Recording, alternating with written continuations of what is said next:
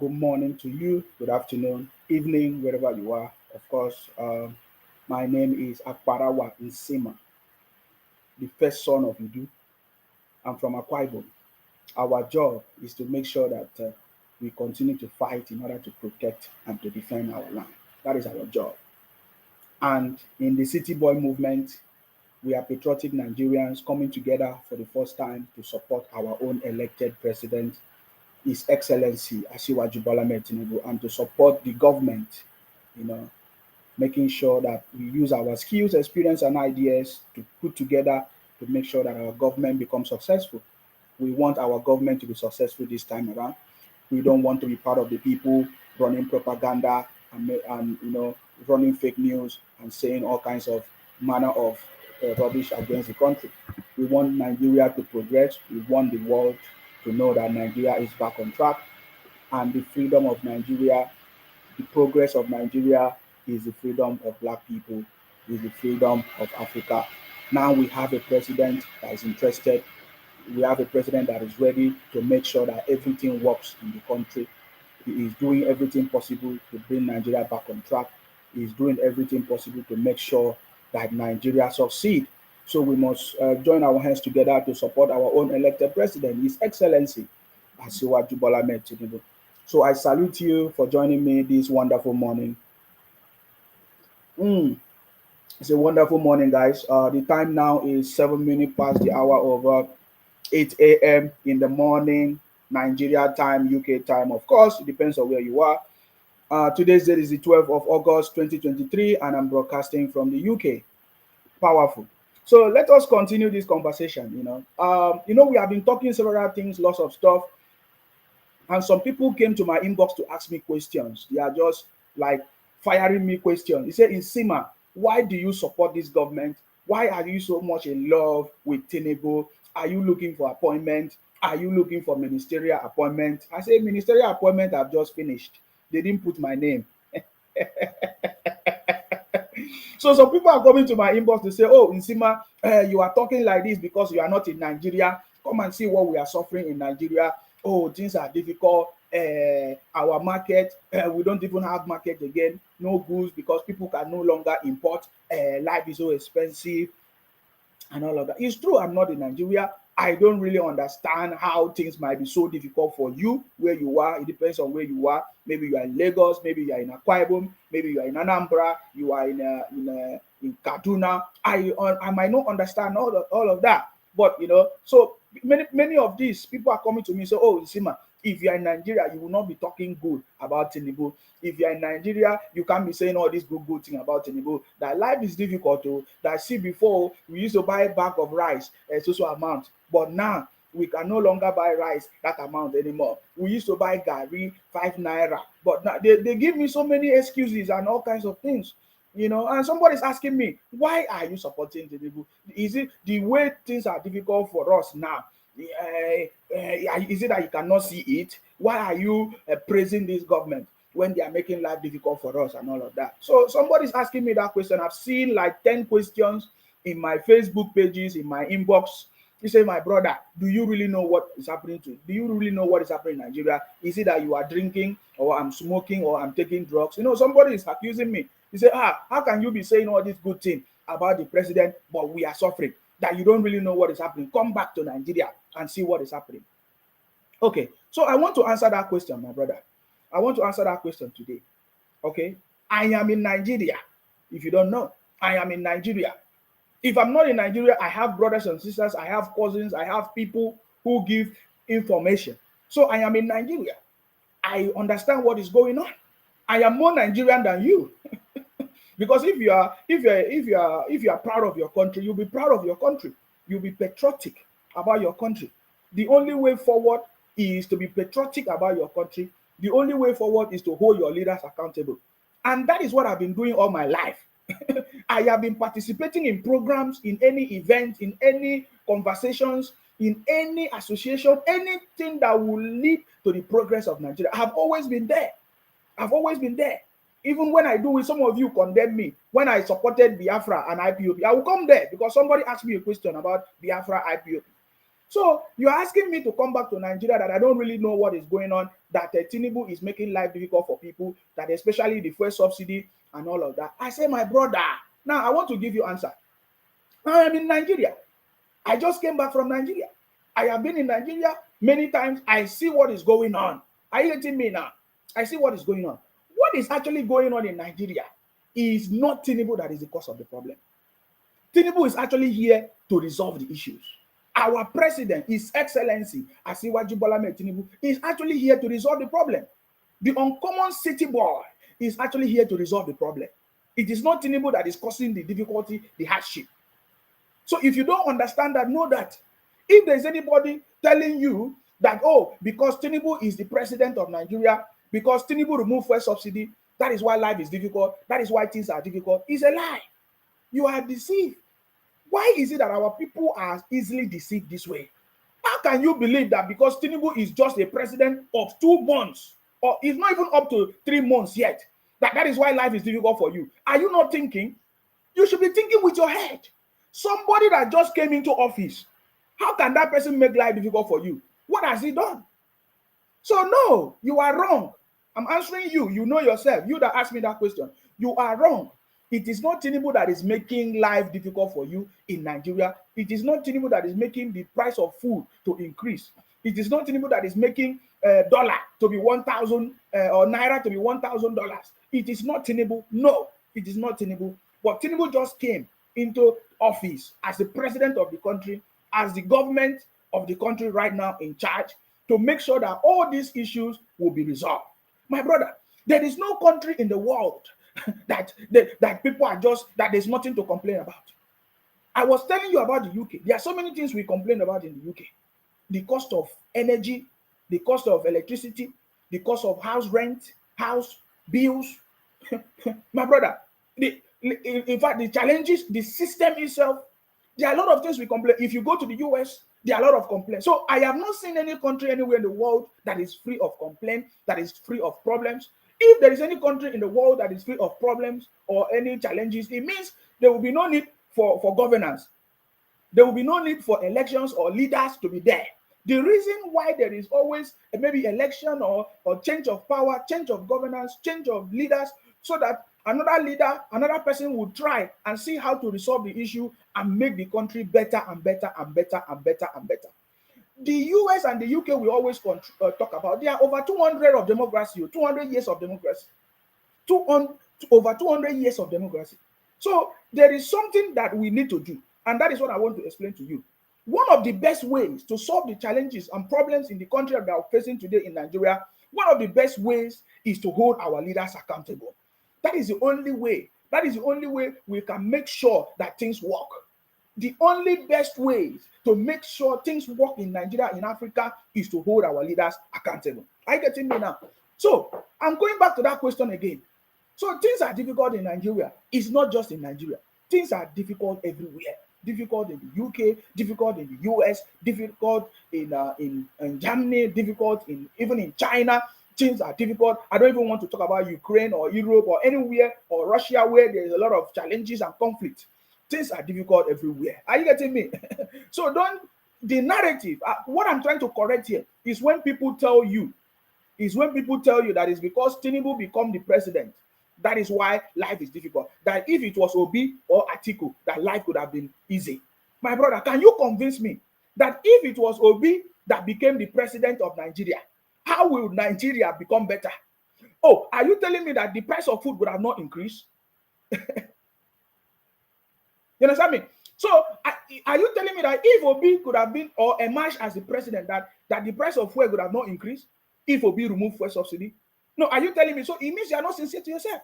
So if actually you are sincere to yourself and that Obi wanted to remove fuel subsidy, and if Obi was the one that became the president, are you telling me that if Obi removed fuel subsidy, that the price of food or the price of petrol will not increase? Then you are not sincere to yourself. Are you telling me that if it was Atiku that became the president of the country and removed the fuel subsidy, that the price of food would have not increased or the price of petrol would have not increased? Then you are not sincere to yourself.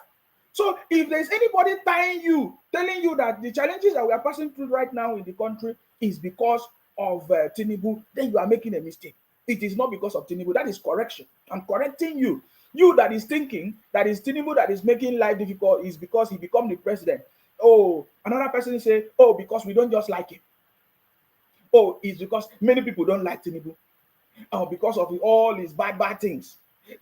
They say because of all the story that they have heard. Oh, he's the one that take over a lot of set up a company in Lagos. These other have a drug. This case. So we don't just like it. Oh, another one say, oh, he's just an old man. We don't just like him. See, my brother, all these things are excuses. You are you are following people who do not want your progress. Because what we are looking at is leadership. When you want to look at it, does Obi have leadership?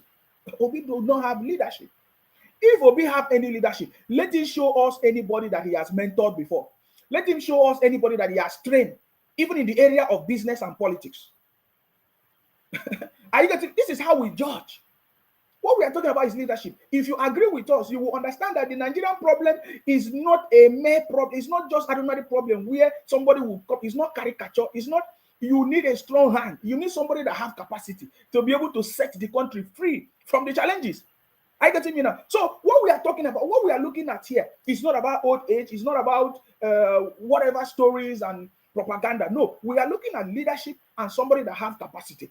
Does Obi have leadership? Does Atiku have leadership? Where are the people that Obi have mentored before? What have they become? Where were they and what are they now? Understand me? So these are the things that we're looking at, brother. So don't let people convince you with the story that Tinubu is because Tinubu is the president of Nigeria and that is why life is difficult or food is increasing or price of petrol. No, that is completely wrong. Right? That mean that is a global crisis, a global issue. The price of petrol is increased everywhere in America, US, everywhere in the world. The price of things are increasing because it's a global fight. It's a global issue. It's a global challenge. And different countries of the world are looking for solutions to put an end to their crisis, to the various problems that they are facing in their own country. And that is what our president, His Excellency, Asiwaju Bola Ahmed Tinubu, is doing to make sure that all these things are going to be resolved as soon as possible. We are aware of the things that the president have done. Yeah, now everybody's proud of. If I look at CBN is saving lots of money. There's a report that CBN has saved how many billions? There's a report of CBN that have saved lots of billions. The report is everywhere. Let me see how much they have saved. Is it the billions or trillions? Guys, let me just quickly check how much because I know that there's a report. Okay, now you say $2.55 billion in 2 months. Because of what? Because of the policies of our president, making sure that there is no multiple exchange rate. There is unification of our currency, naira. So the policies that the city boy is putting in place is the fundamental policies that will put the country back on track as it used to be in many years ago. I just came. I mean, when people tell us the story of what happened before in Nigeria, how people will go abroad to study and they will come back. And if they want to come back, they don't go and stay there. They will go, even if it's UK, America, they will get the sponsorship from Nigeria. They will travel everywhere and they want to come back. They don't want to stay there. And when they are coming back, they are not bringing another country currency. They make sure that they change every currency to naira because naira was a powerful tool, was a powerful currency as at that time. Are you getting me now? So look at what we are saying here now. The story, what we are tell you now is that what the city boy is doing is bringing a solution to the problem. Just like every government in the world, they are trying to bring solutions to their own problem. Are you getting me now? I listened to the what they call it, White House, President Biden trying to resolve issues in the UK, in the US. I listened to the Prime Minister in the UK, trying to Prime Minister Sunak trying to resolve the issues in the UK. I listened to all of them, the president and the leaders in various countries. They are trying to resolve their own problem. It means that they have challenges, right? And the same way in Nigeria, in Africa, we have a president who is now resolving the issues.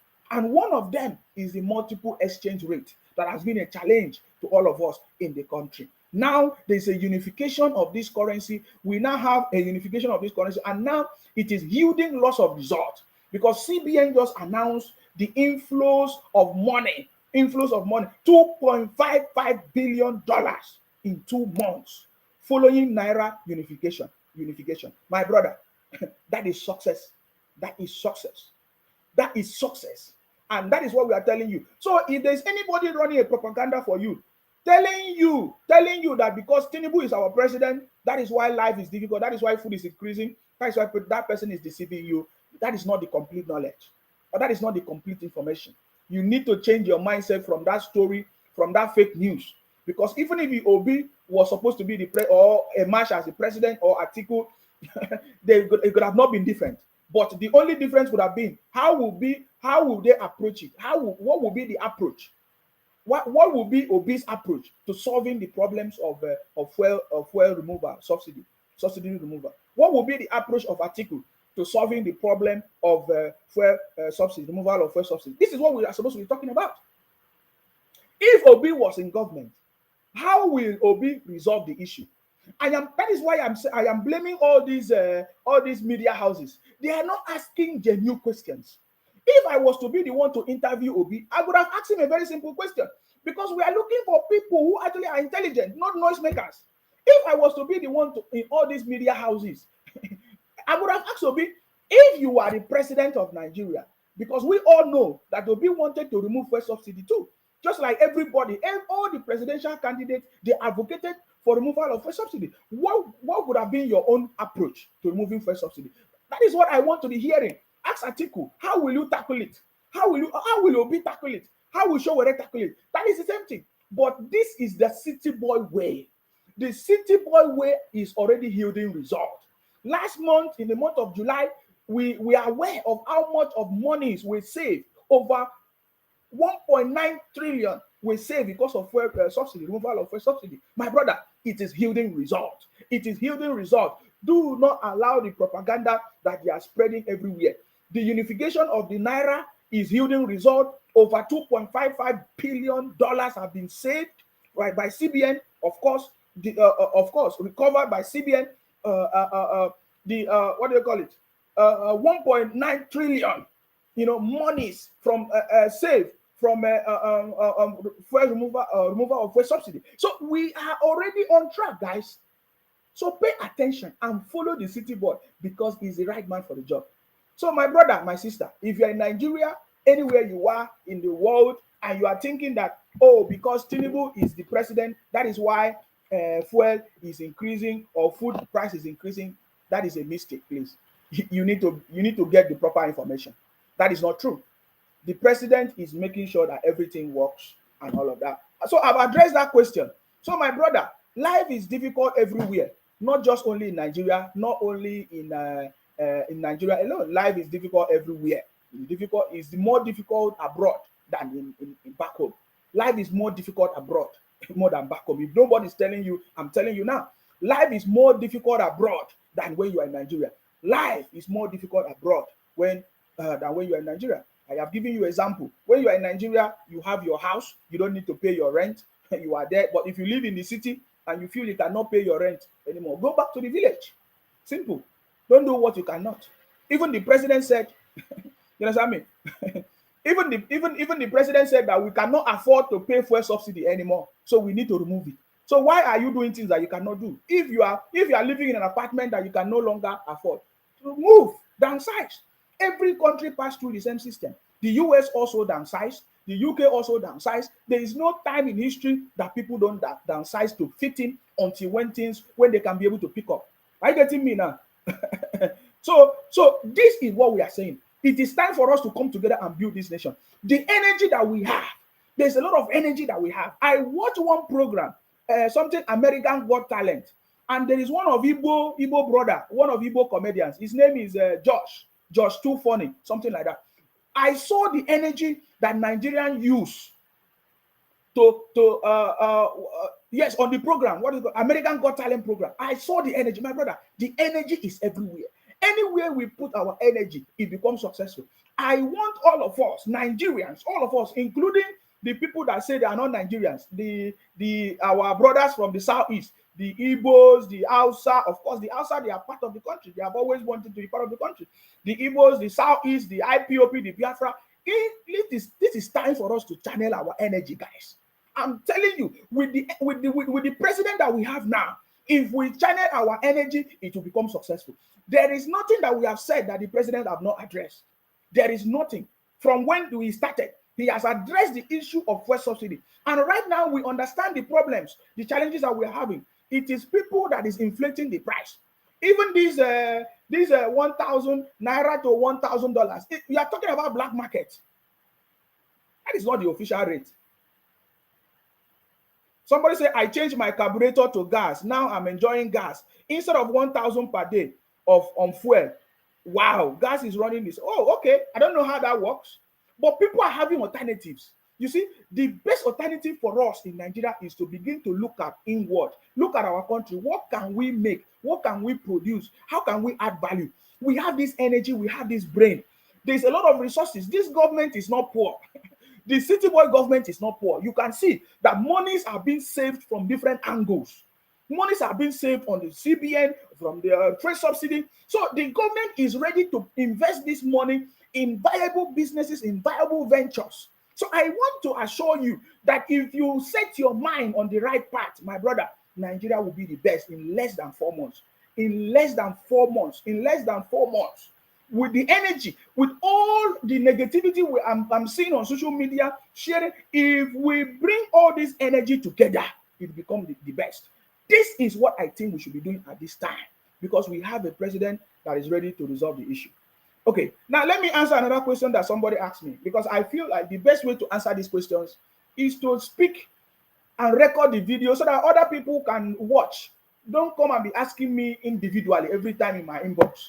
You know, when I finish my program, people keep calling me saying, Sima, why do you hate Igbo so much? Why you did this? That we remember when you were supporting IPOP, when you were supporting Biafra, what happened? Somebody came, this is the question that somebody is asking me. He said, my brother, why do you really hate the Igbos? Why is that you hate the Igbos? You supported IPOP, you supported Biafra, that they used to see me, that I was one of the spokesman, I was very strong supporter, you know, of IPOP and Biafra. I say, yes. That is correct. So my response to you, it is correct. I was supporting IPOP Biafra before. In fact, during those days, if you don't see Nsima, forget it. The energy is powerful, just like we are talking now. Are you getting me now? Yes, I was supporting Biafra. I was supporting IPOP because I always support any good thing, anything that I think will bring solution and problems to the country, until when I discover that there is something wrong somewhere. Until I discovered the criminality in IPOP and Biafra, and I started asking questions, they did not like it. They did not like it at all. I noticed the criminality in IPOP. I noticed that instead of us to develop our land with our ideas, with our intelligence and experience, I saw that we are bringing challenges, we are bringing problems to our people. So I discovered that criminality. I was started asking questions. This is not the way to do it. The best way is to hold our leaders accountable. The same message I always preach.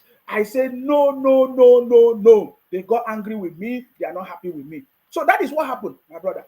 He said, oh, Nsima, you used to support Biafra. What happened? Is it I did not understand? Oh, okay. One person came to my inbox and said, Nsima, you are part of the people that bring problem in the Southeast because I was supporting IPOP and Biafra.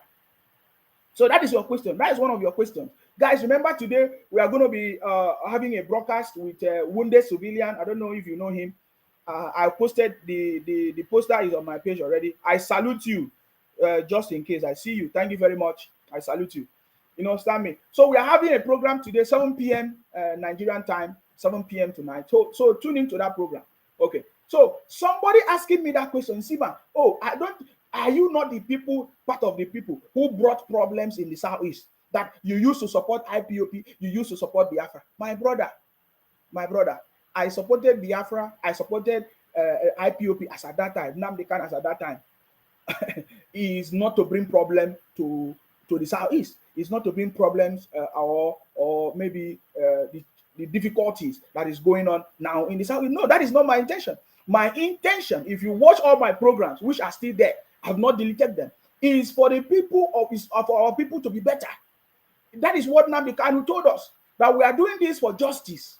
If you ask Sowore even met Nnamdi Kanu, and Nnamdi Kanu confirmed that, oh, what he's doing is seeking for justice. Or they say the Igbos have been marginalized. They say, oh, things are not working. Our resources they are not using it. Our leaders. That is what Nnamdi Kanu told us. That the reason for IPOB, we are talking about IPOB, is to hold our government accountable, is for freedom and all of that. That is what I supported. Until when I discovered the criminality, I was not the one that set up different groups to terrorize the people in the Southeast. No. When I discovered it, we say no. Nnamdi Kanu told us that the reason why they are setting up ESN or whether unknown government or ESN is to protect our town, our villages. That is the reason. That is the reason he told us. He said that the reason why the ESN is to protect our villages because of Fulani herdsmen. They are coming to disturb our people in the farmlands. They are using their cow to destroy the land. That was what Nnamdi Kanu told us. But all of a sudden, we begin to see how they are using the same ESN and unknown government to be terrorizing the people, burning shops and businesses. That is where the problem started. So, my brother, yes, I always support anything good, anything that I think will bring good thing. Okay, anything that I think will be better. But when I discovered that IPOB is even bringing more destruction to the Southeast, is IPOB, Biafra, or whatever is bringing more challenges, because it got to a point that they begin to have different groups, different disagreements. This one do not support this one. This one do not support. They want different leaders. This one want to be a leader. This one want another leader. Oh, this one is the best. This one say I'm the one that started it. This one say I'm the one that contributed the best. That is where the problem started. And we dig deep. We discovered that the real foundation of the problem of IPOB was not to even bring peace. Was a political structure, a political wing that they use. IPOB as a political wing that they use to seek for Igbo presidency in Nigeria. Are you getting me now? So that is what we discover. And then we discover that there's a lot of things that has gone wrong. And I came out and I cannot be part of something that will bring tears and challenges to my people. Because what I want is my people, the life of my people to be better. That is what I want. I don't want things to be difficult. How can I support things that will bring in challenges and difficulties to my people? So when I discovered that is what they are using, politicians are using the IPOB. Some criminals are using the IPOB. They are using the unknown government to be ransacking the villages and be using it for their own political activities. When I discovered that, I said, no, I cannot be part of this criminality. And everything came crashing when Nnamdi Kanu was arrested, rearrested again. And that is a confirmation that something went wrong. And some of the leaders, some of the officials in IPOB, they begin telling the truth. They started to speak. Oh, look at what has gone wrong. They say family have been enjoying money. In that Nnamdi Kanu was running a personal business, that all the monies, they even complained that the financial secretary, what's her name again? I've forgotten her name, that all the monies that they have been donating, that she refused to release the money. There are so many issues. The arrest of Nnamdi Kanu brought to limelight a lot of issues that Nnamdi Kanu himself has been covering up. So you see, so it was not something good, and it does not make sense. I get me. So yeah. So if you want to know, because I don't understand. Every time you say, Nsima, were you not supporting IPOB? I'm not hiding it. I say, yes, I supported IPOB. I supported Biafra. Just like I supported everything good that comes. I supported Sowore. I supported other people. Any movement that will bring something good for the country. But when it has become a problem, when the same movement become a disaster, become the criminality, I cannot support anything that is criminal. No, I want peace. I want life, good life for our people. And that is what happened. Okay? So I believe I've been able to answer your question. So there is no need of you asking me all these things, because I've explained it several times in different broadcasts. But I know that because you guys are always looking for something to talk or to bring somebody down or to abuse somebody or to run your propaganda, that is why you are doing it. You think that when you tell me, Nsima, you are supporting Biafra, that I will that I will quit or I will deny. No, I'm not that kind of person. I can tell you a lot. And it's because I was there. I was there full time. I can tell you that a lot of things went wrong. A lot of things was wrong in IPOB that does not make sense. What is the essence of IPOB? It's supposed to be for the betterment of the people. But we discover that they are using it as a political instrument to destroy the life of people in the Southeast. And I don't need to explain that too much, because you can see it right now as it's going on in the Southeast, everywhere, problems everywhere, and all of that. Are you getting me now? So it's not bringing peace. But then we saw, in the last meeting of the governors, of the Southeast governors, in the meeting of the Southeast governors, are you getting me now? In the meeting of the Southeast governors, we are now seeing them saying, you see, this is the major problems, and they don't understand it. Because this Biafra is something that they have been using for ages to be generating money, and even the governors are happy that the Biafra agitation is going on, so that even the governors in the Southeast, they will not do anything. They will not use the money that is given to them to develop the state. So they are happy that they are using Biafra to cause destruction in the Southeast. So there's a report that has confirmed that the Southeast governors are saying that the criminality is going on, that all the problem that is going on in the Southeast is caused by criminals, not Biafra agitators. Do you see where the problem is coming from? Who are the people agitating? Which other group of people are the one causing problem in the Southeast? Is it Biafra? Is IPOP? Is IPOP? Is Biafra? And so if the governors in the Southeast are saying that the problems that is going on in the Southeast is caused by criminals, who are these criminals? That is what we are saying. Let us identify the criminals and see if they are not the Biafra agitators, Biafra supporters. So you see, this is the problem we have been trying to tell you. That you see, things are happening in the Southeast is not caused by one, it is caused and permitted by the governors and the leaders in the Southeast, because they are the ones supporting it. When I read the statement from the Southeast governors, I can understand where the problem is. So my challenge is that, just like we have been saying, how can the federal government keep on giving money to the Southeast governors that they are not generating anything? From the moment they have been starting all these their crises and problems and Biafra issues, sit at home everywhere, they are not remitting anything to the government. How much is the Southeast contributing to the federal purse? But why is the federal government keep on giving the governors in the Southeast money when they say that they know the problem that is going on? That is what I cannot understand. I am yet to understand that problem. I don't understand the concept of the federal government giving money to the Southeast governors when they are the cause of the problem. I don't understand. I am yet to understand it.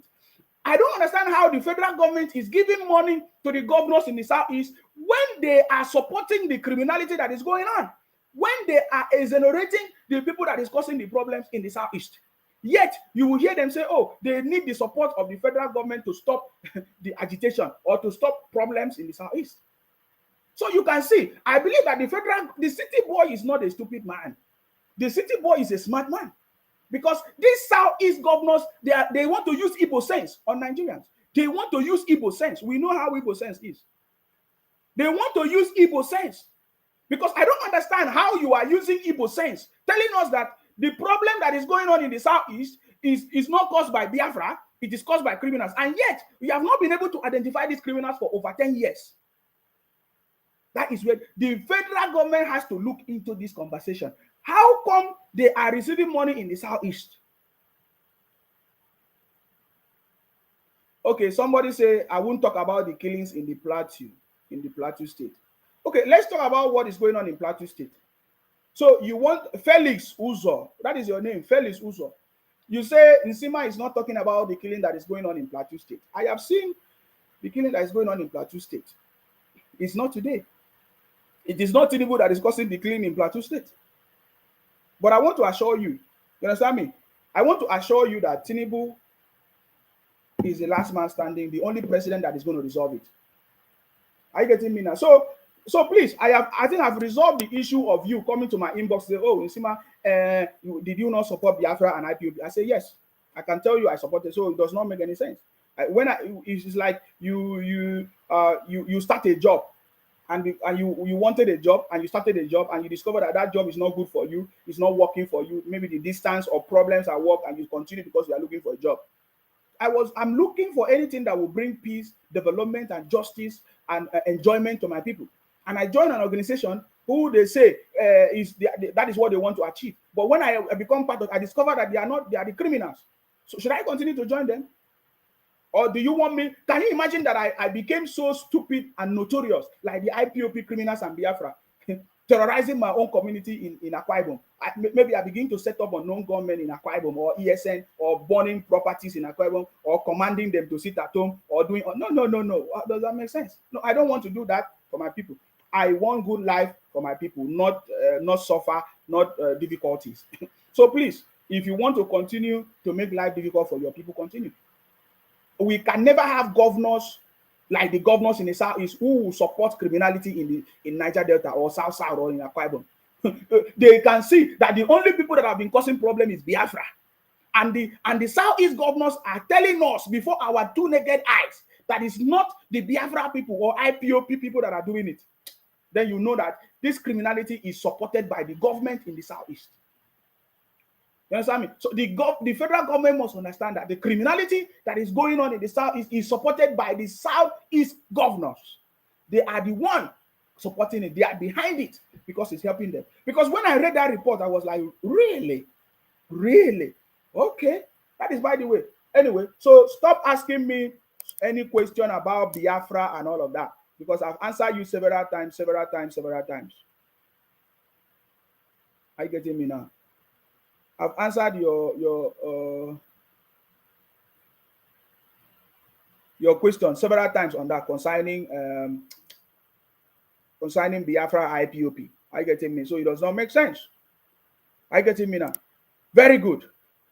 So I came across the video of this brother. Now, this is the next question. He said, my brother, why do you talk about IPOP? Why do you talk about the Southeast? Why do you talk about Biafra? Every time you talk about Obi, what did Obi do to you? What did Obi do to you? Why do you not like Obi? Oh, Obi is a good man. Obi is this. Obi. I say, no, you are not understanding it. We don't need a good man to be the president. We need a good leader. Obi is not a good leader. Obi do not have leadership qualities to set the country free. I have listened to Obi to see if there is any one thing that I can use to say, okay, Obi will be good. I have not seen it. Maybe Obi is good in his family problems or affairs, maybe his own personal business. But looking at Obi leading as a governor and in Mary, I have not seen any tangible thing that is good. Because I listened to, as a psychologist, because I'm a psychologist, right? As a psychologist, you understand? I'm a psychologist. As a psychologist, I listen, to your conversation. I see if there is anything. I listen to Obi, there is nothing. So people keep asking me, Nsima, every time you come, you talk about, if you don't talk about Igbo, you talk about Biafra. If you don't talk about Biafra, you talk about IPOP, you talk about Tinubu. Why do you support Tinubu? Oh, you think that when you hate the Igbos, that Tinubu will like you, or the Yorubas will like you? You are asking me these questions. That is your questions, right? I want to tell you that I'm not supporting anybody for anybody to like me. I see the reality, and I can tell you, this has nothing to do. I'm not from Yoruba. In fact, I've never lived in any Yoruba land before. That is shocking. I've never lived in any Yoruba land before. I live in Port Harcourt. I live in Akwa Ibom. I live in Abuja. I live in Anambra. I live in Igbo land. But I've never even lived anywhere in Igbo and Yoruba land. So there is no affiliation. There is none of these things. So I'm just telling you the reality, because when I see something good, I will tell you. Are you getting me? So the reason why I talk about the IPOP, Biafra, the Southeast, the IOB is because we can see that they are the cause of the problems, running propaganda, running fake news everywhere on social media. Everywhere they go, it's only the Igbos that is running propaganda, fake news, talking all kinds of rubbish, saying all kinds of things about the country.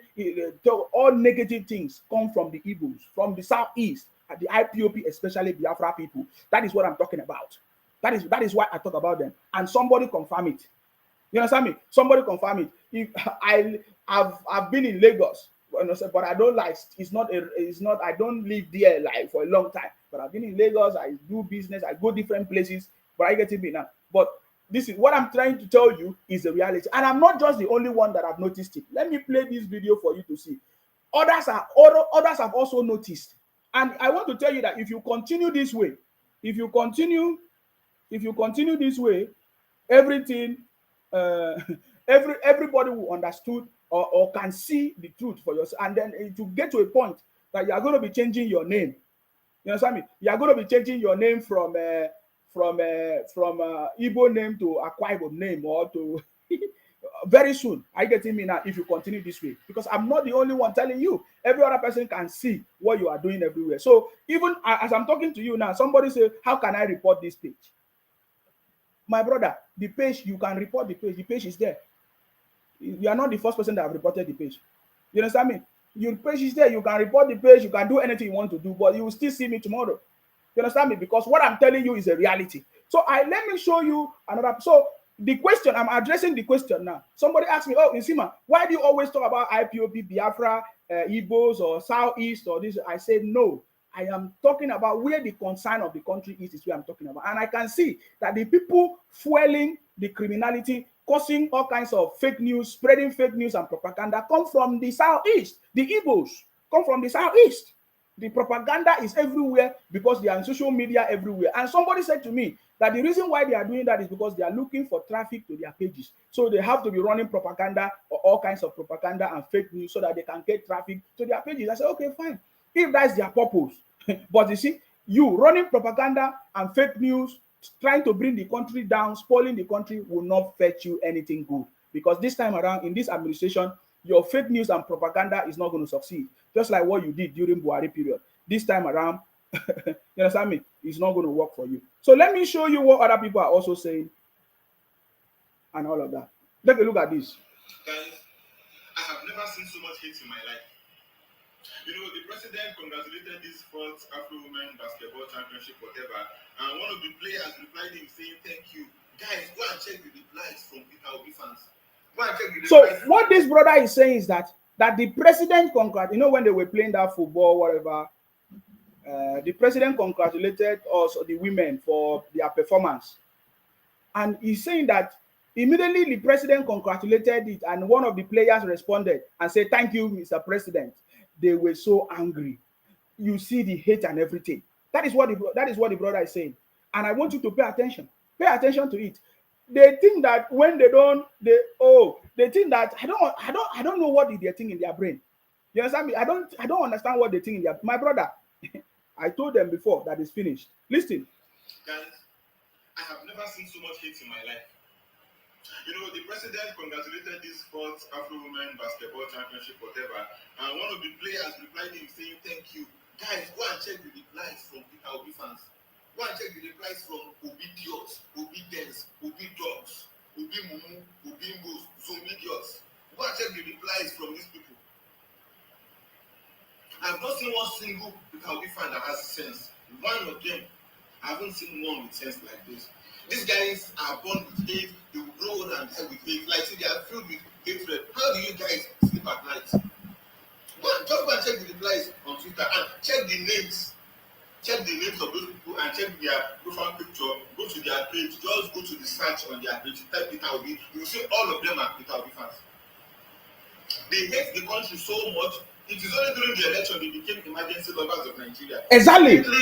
Did you hear what you said? He said the Southeast, the IPOB Biafra people, they hate the country so much that they only became lovers of Nigeria during Obi because their brother was contesting an election. And they started loving Niger Republic. The people that we know, they hated Niger Republic so much during that time that Buhari started a rail or trainway or whatever, railway to Niger Republic because of his cousin. They hated Niger Republic, but all of a sudden they started loving Niger Republic.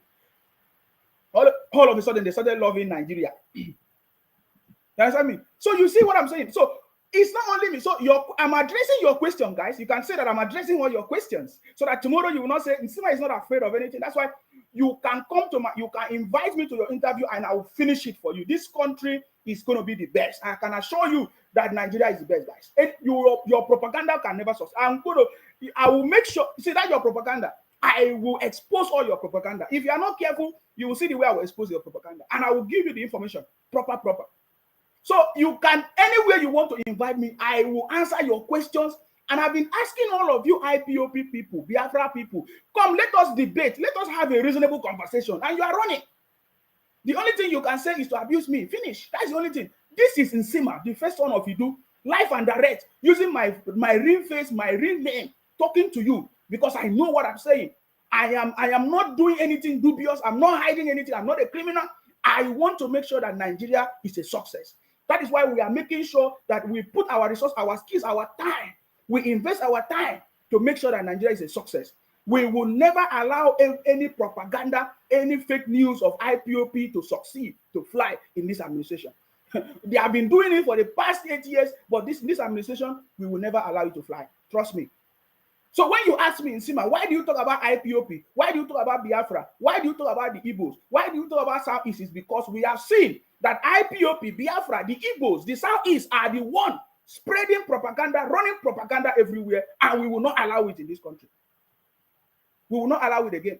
We have suffered a lot because of the IPOP, Biafra, Southeast Igbos. Yes, the South people have suffered a lot. Nigerians have suffered a lot. But we will not allow it to happen this time around. That is my vision and my objective. So if you want to report the page, you report the page. You want to do anything, do it. But I can assure you that we will not allow the fake news and propaganda that you are sharing on social media, trying to bring the country down this time around to work. That is my objective. And that is what we are doing in the City Boy movement. And you are going to see the next phase of our conversation. By that time, you will understand what I'm telling you. You see, this is the way we have been talking, but what you are going to see in the next phase, you'll be surprised. Somebody say, and you will not get peace. Chidebere, Obechiri. You say you will not get peace. My brother, there is no peace for the wicked. Anybody that is wicked will not get peace. You understand? So bring it. Are you not seeing me? My brother, this is not noise. This is not noise. I have dedicated my time. I'm going to make sure all your propaganda, anywhere they are, we have them. I have all the record of your names and your pages. Don't think I'm joking. We will bring them. We are just waiting for things to minister, set portfolio, start everything. We want to see the federal government, all the monies, how to assess them, because there are so many monies that the federal government have dished out. You say, look at this, money for agriculture, money for businesses. We want these ministers to be assigned their portfolios. We need to begin to see how to assess these things. We want the country to work. I'm telling you guys, your propaganda will not fly. We are going to debunk it. We are going to make sure, and we'll call you out, and every criminality will be punished. We are not going to allow that to happen anymore. If the federal government is not doing it, we will call out the federal government. That is our job. That's our job. So now let me finish that video. So the brother is saying, I have never seen this kind of hatred anywhere else. That these people hate the country so much that they don't want anything good to happen. Bishop say only looking for followers. My brother, thank you. Followers come because we need followers, people that will spread the message. So if they say that I'm looking for followers, followers come because we need followers. Patriotic Nigerians. Understand me? We only need patriotic Nigerians. My brother, there is nothing that you say that will going to affect me. Are you getting me now? There's nothing that we need patriotic Nigerians, and those are the people that are going to follow me. Because you can't follow me, because when you come to my broadcast, I give it to you woto.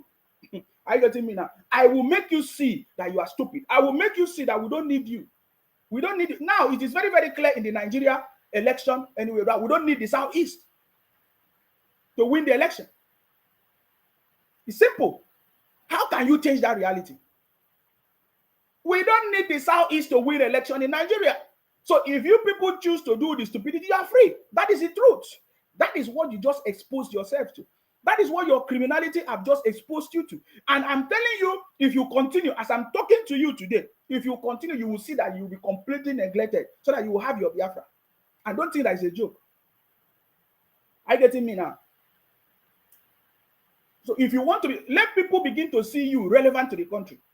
But as it stands now, you are not relevant to the country. You are causing problems. And we can see that we don't need you to emerge as president of the country. So anyway, let me finish this video. So this brother is complaining that I have not seen, I'm not the one, no. Other people are not telling you that look at it. Take a look at this. Guys, I have never seen so much hate in my life. You know, the president congratulated this fourth Afro-Women basketball championship, whatever, and one of the players replied him saying, thank you. Guys, go and check the replies from Peter Obi fans. Go and check the replies from Obi Dios, Obi Dens, Obi Dogs, Ubi Mumu, Ubingos, some idiots. Go and check the replies from these people. I've not seen one single Peter Obi fan that has sense. One of them, I haven't seen one with sense like this. These guys are born with hate, they will grow old and die with hate. Like, see, they are filled with hatred. How do you guys sleep at night? Just go and check the replies on Twitter and check the names. Check the names of those people and check their profile picture. Go to their page. Just go to the search on their page. Type Peter Obi. You will see all of them are Peter Obi fans. They hate the country so much. It is only during the election they became emergency lovers of Nigeria. Immediately, their tribal and religious bigots candidates lost. They went back to IPOB agitations. Now they are emergency lovers of Niger. The same Niger that they hate so much with passion. Like, these guys hated Niger with passion just because Buhari did the real that ran through Niger and he has cousins there, or I don't know. Now they are emergency lovers of Niger. They are now using the flag of Niger. They are even calling the military in Nigeria for a coup. They are even calling Nigerian military for a coup. Did you see that? I seriously don't understand what DSS is doing. All these things you people are trying in Nigeria, you can't try it outside Nigeria. I see they no born unaware. The Nigerian government is too calm, and this is the mistake Sanwo-Olu made in Lagos, allowing these people to come and spoil everything. Did you see that? They give you a chance, you want to become the landlord of another person's house. You see that? Just go and check the replies on Twitter. And all of them are from the same place and they are supporting the same person. This Peter Obi has really divided Nigeria. The amount of division, the level of division he has caused in that country, it is never going to heal again. And nobody is going to trust any Southeasterner to run for presidency again. If anybody comes out to run for this presidency in the Southeast, only Southeasterners are going to vote for him because Peter Obi has sent you people back to 100 years. Like, your chances are gone. He has really caused the division in the country. He got all the religious and tribal votes because all the places he went to campaign is either Christian or Igbo dominated areas. I'll be opening another group on JK because of this particular thing, and I'll be posting all his campaign videos. This tribal bigots, pretender man.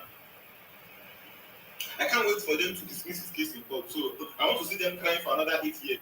Did you hear what he said? He said he cannot wait for them to dismiss the case in court so that the Obingos will cry another 8 years. Somebody's asking me what is his. I don't know his. This is from TikTok. At Virus Pluto. At Virus Pluto. Something like that on TikTok. You can go and look for him. At Virus Pluto.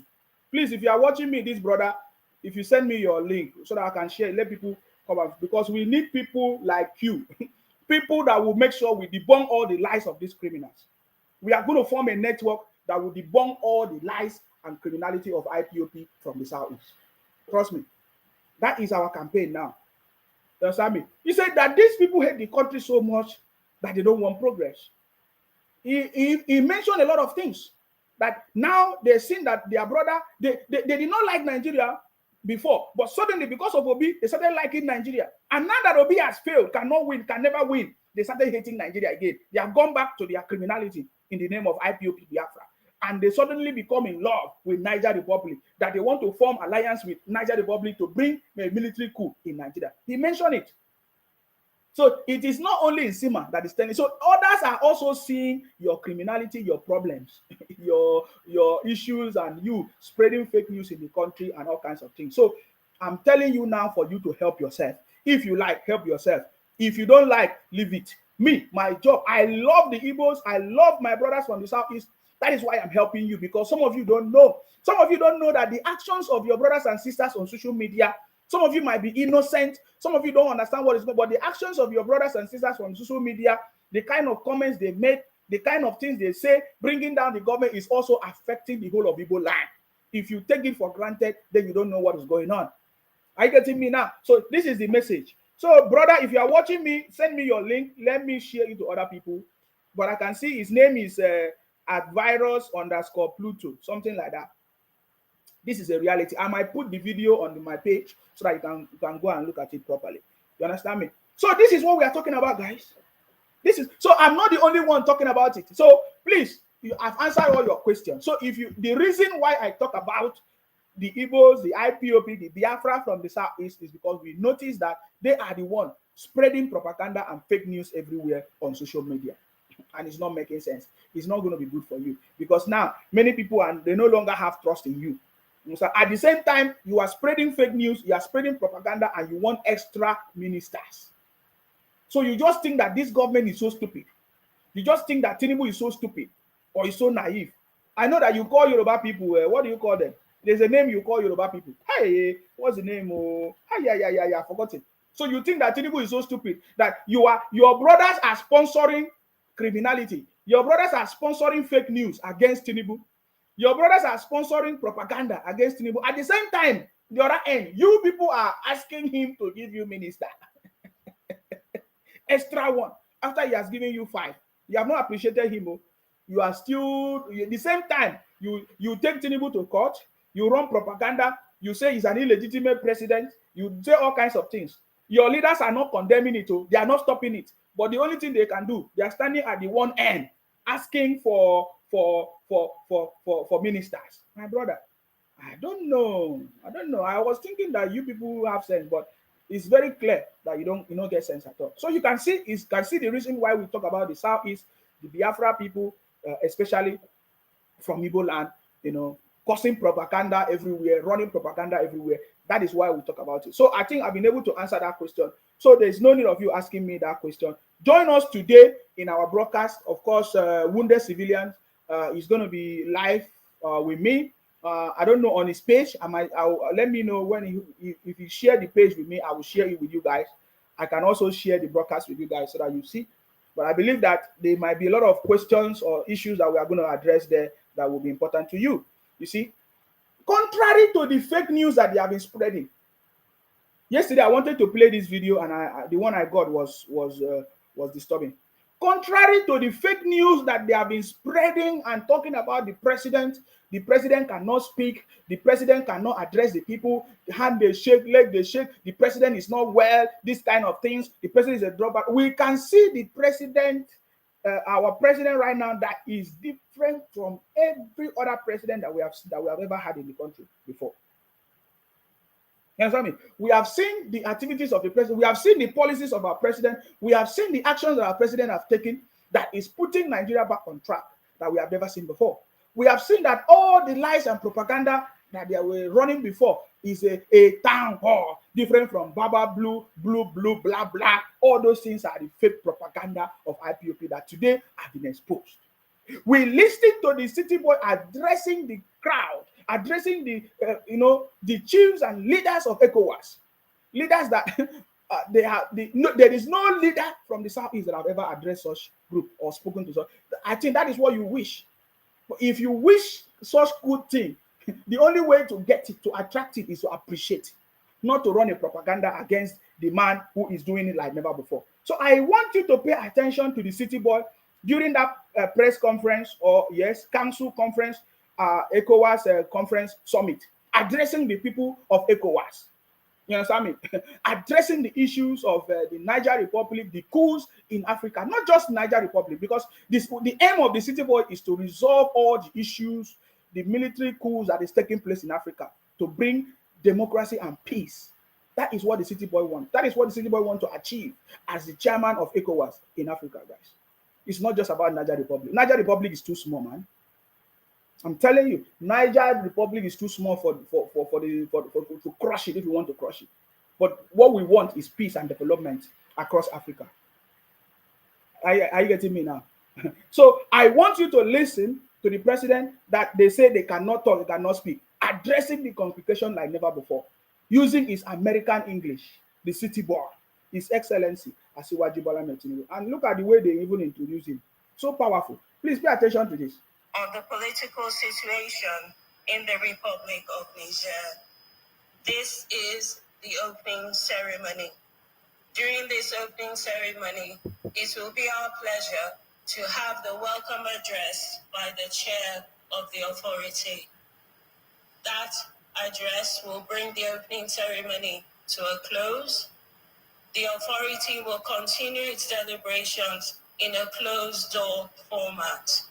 The formula is 1 + 3.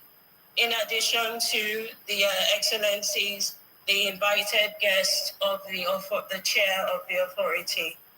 Without further ado, therefore, it is my pleasure and honor to give the floor to His Excellency, the chair of the authority. Thank you. Now, listen to the city boy, His Excellency, the chair of the authority, my brother.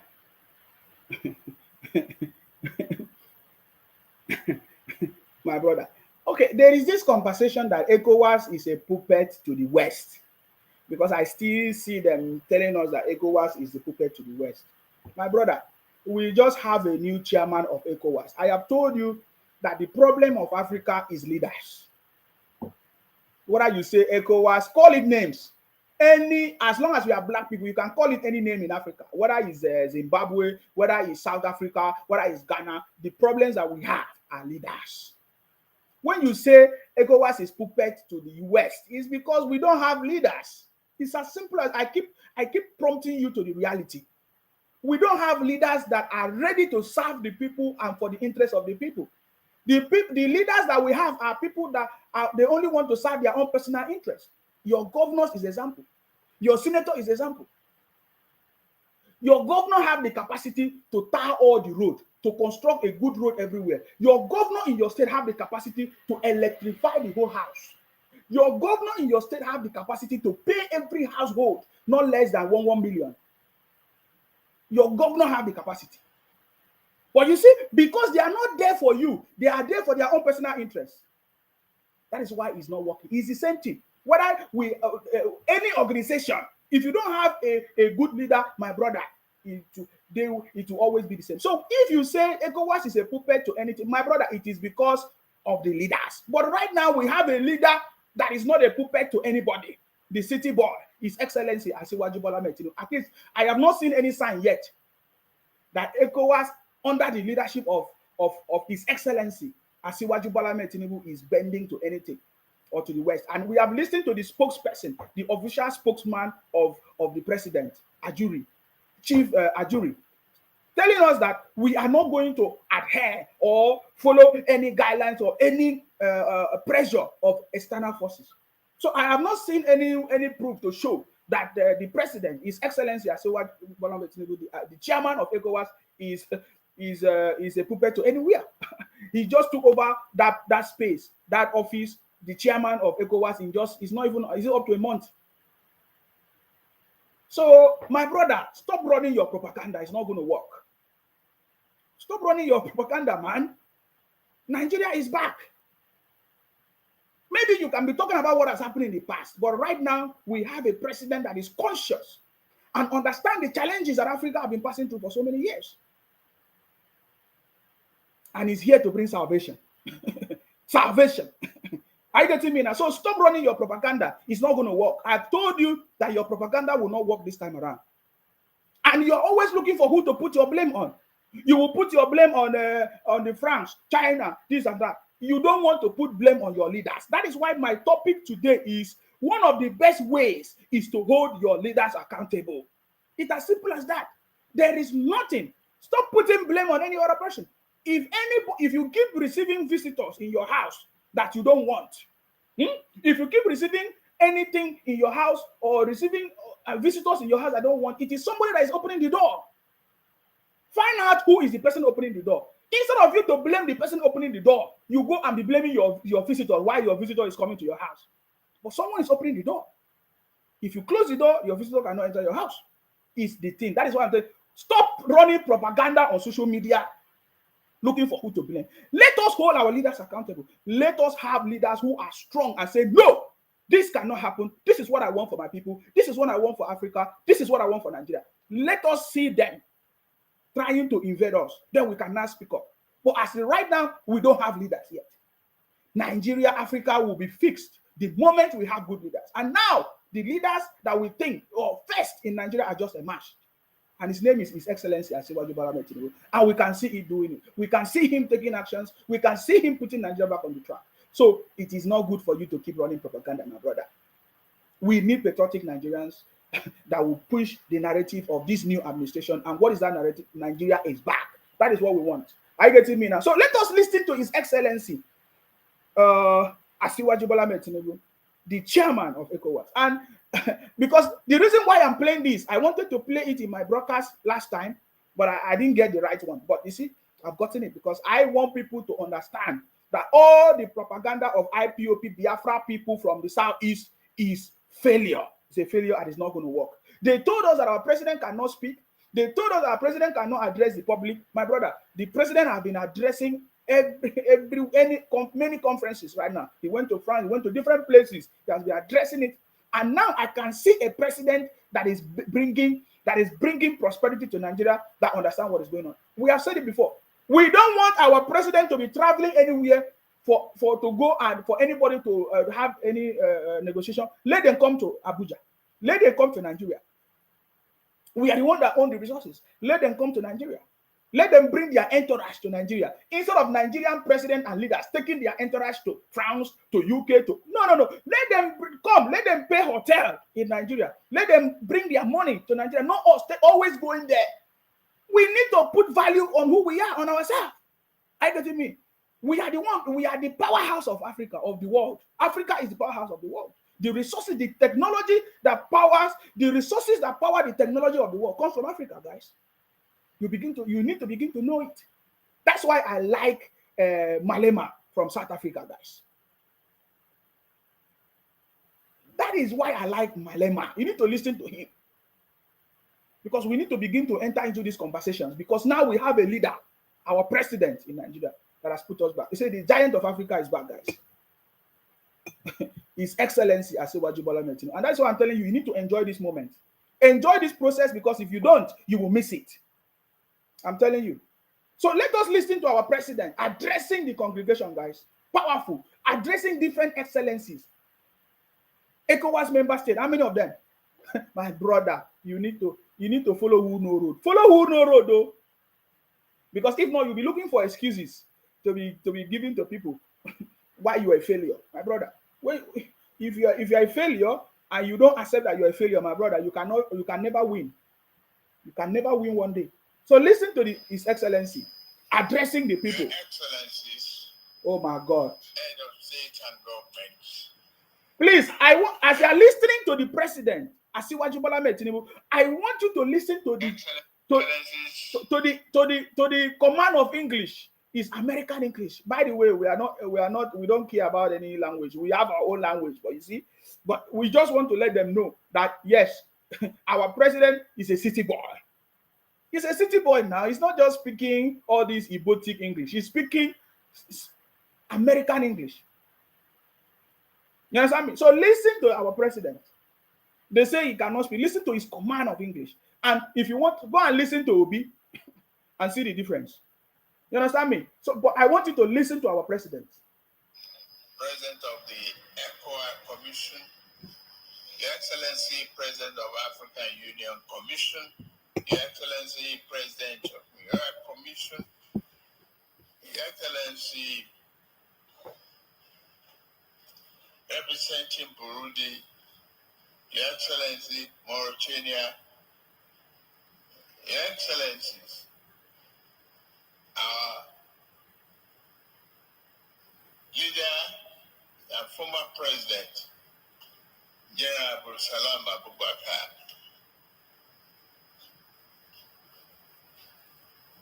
my friend, my brother, Babagana Kengebe, and His Eminence, the Sultan of Sokoto. Distinguished ladies and gentlemen,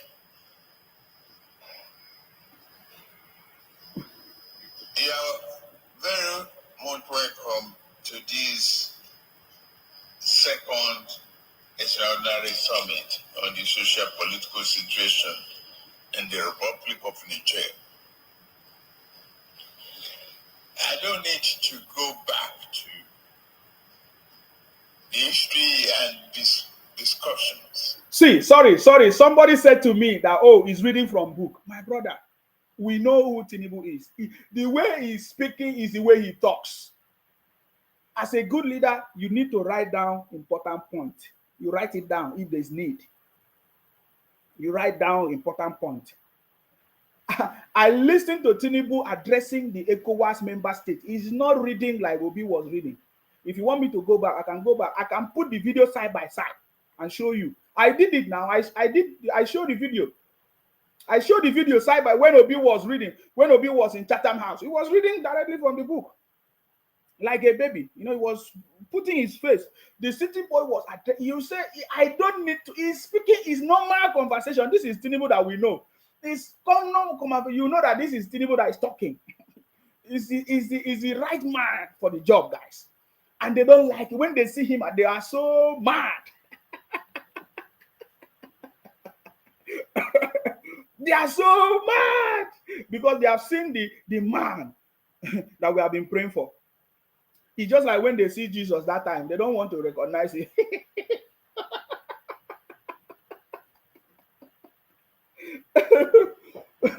My brother, drink water. Water is life, guys. Drink water. It's weekend, oh. Happy weekend, Saturday. I have a party today, guys. I'm going to some party. I have a very wonderful party. Very nice party, guys. I'm going to dance and drink and make merry because we have the best president in the world now. His Excellency Asiwaju Bola Ahmed Tinubu. We have the best president as we speak. We have the best president as we speak. Are you getting me now? His Excellency Asiwaju Bola Ahmed. Do you see it? He said, I don't need to go back to, oh boy, this is knowledge. This is knowledge. My brother, this is knowledge. Listen to the president, man. You need to listen to our president. Whatever I listen to, it gives me joy. I see intelligence. And somebody say, oh, may your life be like President Tinubu. I say, yes. My life will be like President Tinubu. I will be there. I will get to his age. I'm happy. And I will still be knowledgeable. My life will be like our president. I'm happy. You understand me? So what are you talking about?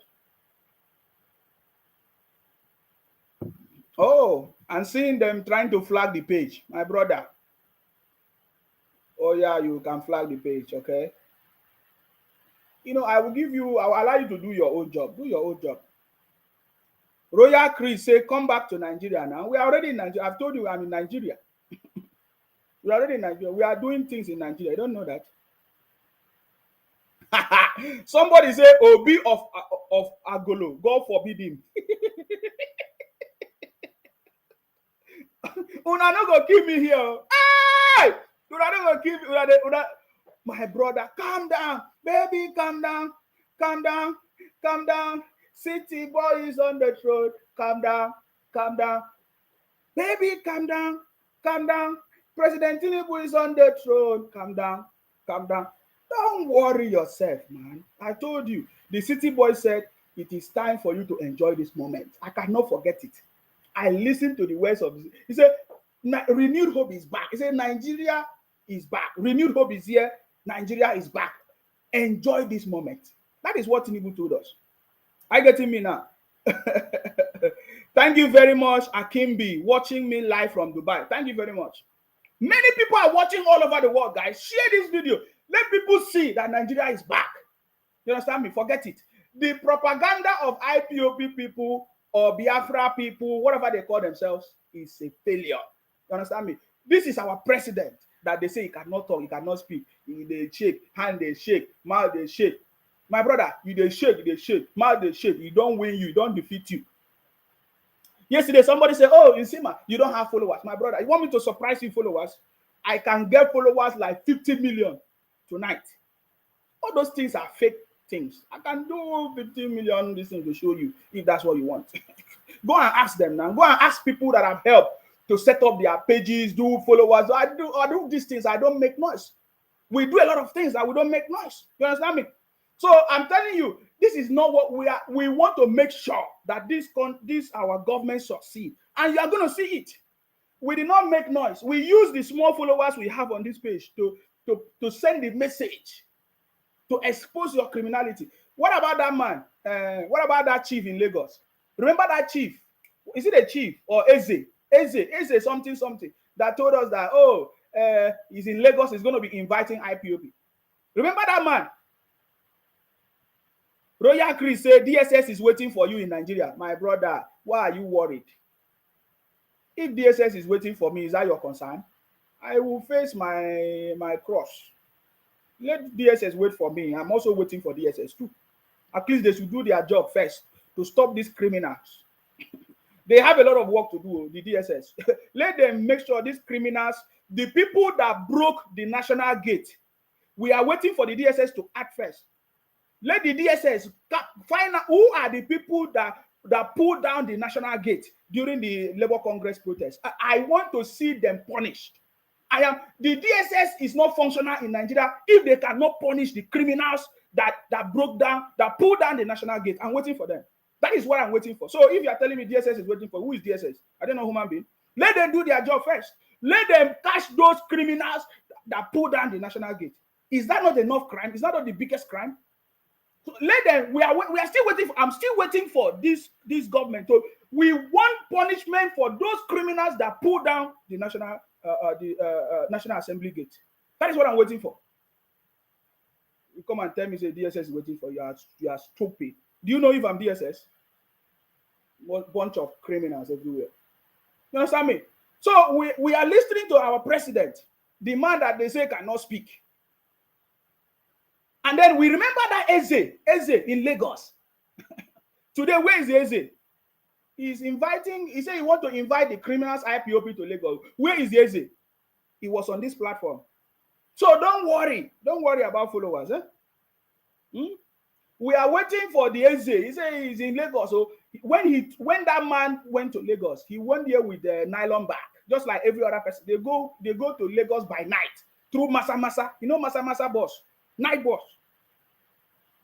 They use Masa. He went to Lagos by night with nylon bag. And Lagos provided, the Yoruba people in Lagos provided enabling ground for him to survive and do business. After he has made it in Lagos, he started seeing himself as landlord. He wants to invite criminals to invade Lagos. And then the Yoruba people say, no, this is our land. Today, he's in DSS. I don't know where he is, because I know he has not been released yet. So keep making noise. Keep making noise, huh? The same way all of you, we will not support criminality this time around. So the Ezen Diala, or Ezen, what is the name of that man in Lagos? I've forgotten his name. He's still inviting the IPOB in Lagos, Abi. Keep making noise every day. I'm from Akwa Ibom. Don't think that you talk rubbish with me. My own is that when we catch you, we will be flogging you, and you don't know who is flogging you. You will not see the person that is flogging you. I'm telling you. I think I've repeated this thing many times. We will flog you. You will not see the person flogging you. You understand me? So let us listen to our president addressing the people. This is the president that they say cannot speak. So some of you, other countries, all this, what do they call it? All those people from other countries, like other countries around, you know, that they have been using propaganda to deceive you. I noticed that most of these people outside of other countries, they are listening so much on social media. They follow all these IPOB Biafra people. All this I saw one man from Cameroon. He's listening to all this IPOB Biafra. He was saying, oh, your president is a drug baron. Your president is illegitimate. Your president did not win. Your president did not. I said, who win? Then let him be the president now. I knew, immediately he started talking, I knew that he was listening to all these IPOB Biafra people. So all of you that have been listening to all these IPOB Biafra criminals telling us that our president, now you can see our president. You are even afraid. You are even saying that, oh, if you bring war, you are gonna, my brother, if Nigeria want to fight you, you cannot escape. So stop making noise. Are you getting me now? So this is our president addressing everybody, and we are proud of him. Are you getting me? So let us listen to the president. That led us to this far. Let me go back there. Let me go back there a little bit.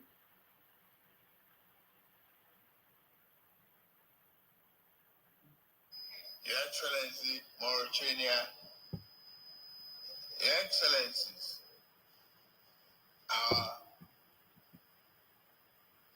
leader, our former president, Yes. General Abdul Salam Abubakar, Yes. my friend, my brother, Babagana Kengube, and His Eminence, the Sultan of Sokoto. Distinguished ladies and gentlemen, Yes, Pastor. you are very much welcome to this second extraordinary summit on the social political situation in the Republic of Niger. Yes, sir. I don't need to go back to the history and discussions that led us to this far. I want to thank my colleague and head of state, some of them are in vacation. They canceled their vacation to respond to this invitation this morning. Wow. And they have kept faith Wow. with us. Sorry, guys. Did you hear what the president said? We are giving you information that none of these people can share. I listened to on Wise TV. They cannot give us an investigative analysis or proper journalism. Did you not listen to what the president said?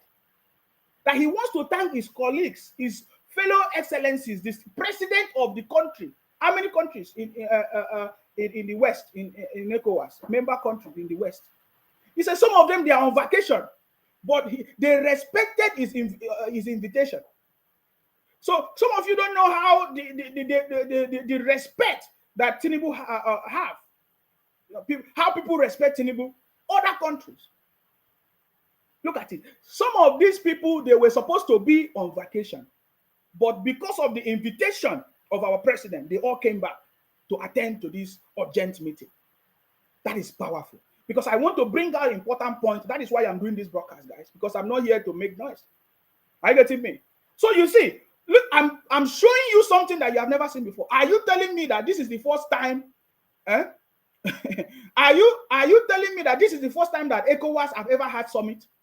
How many times did you hear about ECOWAS meeting when Buhari was the chairman of ECOWAS? Look at it. The city boy has already bring leadership across Africa, not just in the West Africa. Now every conference we are hearing it.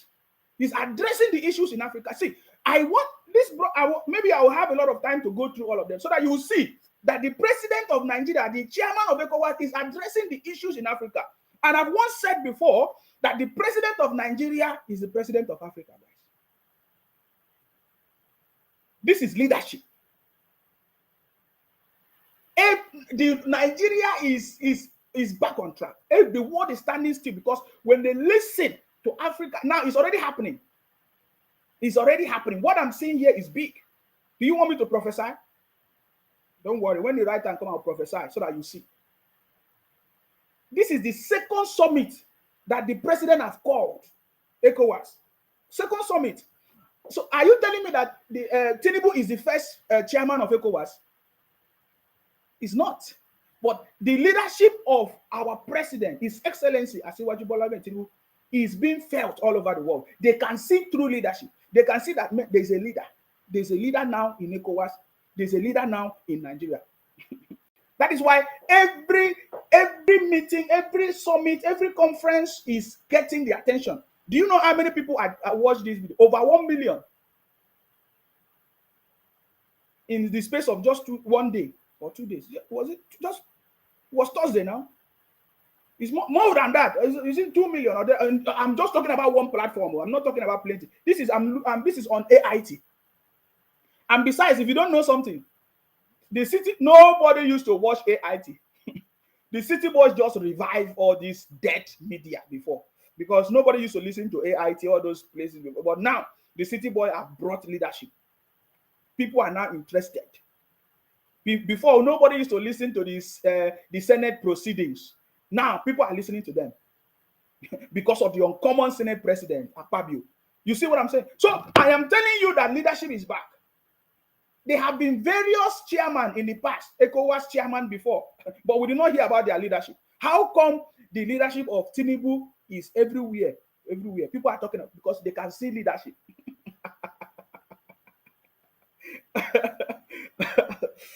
You see what I'm telling you now? You will not hear this on Unwise Media, on Wise TV. They don't know what they are doing. They are just there to be making noise. I'm giving you authentic information, guys. So the city boys said that the other excellencies that attended them, they're supposed to be on holiday, but they respected him and they came back. I'm going to go back a little bit so that you listen to that again. He said he thanked them for respecting his invitation. He thanked them for respecting his invitation. Let me see if he's. Let me play it again. They cancelled their vacation. You see? To respond to this invitation this morning. And they have kept faith with us. You say? With democracy. He said the council, they are on vacation. The council, they are on vacation. We have not started into the speech. I'm just giving you things that nobody told you about. The council, they are on vacation, but they came back. They respect him. Tinubu, the brand of leadership in Africa, if not the world. This is what I'm telling you. If you don't know, go and learn it. Even Obi is learning. Atiku is learning. Buhari himself learned a lot from Tinubu. The last man standing, guys. Whether you like it or not, forget it. He knows how to bring everybody on the table. That is the leadership that will change Africa. A man that will know how to bring, that will bring everybody on the table. That is the leadership that we need, that will change Africa, guys. I just saw somebody on my YouTube, Kingsley Obinma. That's another criminal IPOP. He said, Efulefu, you end up in shame. My brother, your leader is already end up in shame. Is he not in shame? Criminal. If your leader can end up in shame, what about me? Am I not a human being? If I end up in shame and so, am I the first person to end up in shame? Is your leader not in shame? Ojukwu end up in shame? Mention all of them. Rav Wasilike, all of them end up in shame. Who did not? Odius Okalu end up in shame because he cannot be able to liberate the Southeast. You are telling me your Efulefu, you end up in shame. You have not end up in shame. Bunch of criminals. You talk rubbish with me. You think you can come and talk rubbish with me? Show me the leaders from the Southeast that did not end up in shame. You want me to mention them for you? Criminals. Come and talk rubbish with me. You can't talk nonsense with me, man. See, let me tell you. You know all this your gra that people do. If we want to start from Akwa Ibom, you will run. Only me, self, you will run. I'm not noise. I'm telling you. So don't bring your rubbish. All this, you people will be killing people. We don't kill people. We don't make life difficult for people. We will make sure that people enjoy. That is our own. So stop running propaganda on my page. You come and talk rubbish, you will end up in shame. Am I the first person to end up in shame? Your leader end up in shame. All your leaders from the Southeast, they ended up in shame. I can mention all of them. In fact, there's a video that Ijele posted. Go and listen to him. Go and listen to Ijele video. Mentioning all the leaders from Anambra and all of them, they ended up in shame. And you are coming to tell me that in Sima you will end up in shame. Am I the first person to end up in shame? Is Emefiele, did he end up in good? Is Emefiele, did he not end up in shame? Emefiele, is he not ending up in shame? That is your leader from the Southeast. He's your leader. Is he both leader? Emefiele, did he not end up in shame? Criminals coming to my page to talk rubbish. You think you can talk rubbish and escape? Don't talk nonsense with me. Oh. The thing is that you can only hide on your keyboard. I have been inviting all of you. Come and talk to me face to face. You cannot meet up with my conversation. When I told you people that Ojukwu was a criminal, do you believe it? You never believe. You were praising him. Now I explained, I've shown you how Ojukwu was a criminal. He ended up in shame. So don't come here and talk rubbish with me. That is, by the way, guys, your Eze ended up in shame. He's in Kirikiri prison in Lagos. Mention any of your leaders that did not end up in shame. Mention them. Or is it the one that is in prison now? Did he not end up in shame? After you finish shouting, holy, holy, holy, holy, Nnamdi Kanu, Kunu, is another savior. Is he not, who has not ended up in shame? You want to talk rubbish with me? Idiot. Let us continue listening to the city boy. I have been challenging all of you. Come and challenge me. You cannot. What a shame. Only me from Akwa Ibom. I say, come and challenge me. How many of your leaders did not end up in shame? Do you want me to talk about Ike Ekweremadu? How many of the leaders have not ended up in shame? People who took money from the government for many years. Ike Ekweremadu collected money from the federal government to repair and build the East-West Road. He never built up the East-West Road. Which of your leaders have not ended up in shame? Don't provoke me. Because if I talk, you will run mad. You will cry. Don't try me. Don't think that we don't know a lot of things. You might call me a small boy, but I will let you know that we are powerful people. We know the atrocities, the problem that all of you put us in this country. If you see, I keep telling you people, don't provoke me too much, because I can do something that you will be shocked. I'm asking you, which of your leaders did not end up in shame? Which of your leaders did not end up in shame?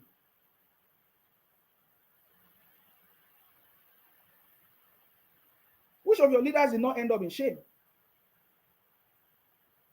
So don't come here and talk rubbish again. We respect you because we want to respect everybody. You understand me? We want everybody to be okay. We want peace. The City Boy government is the government of the people, by the people, and for the people.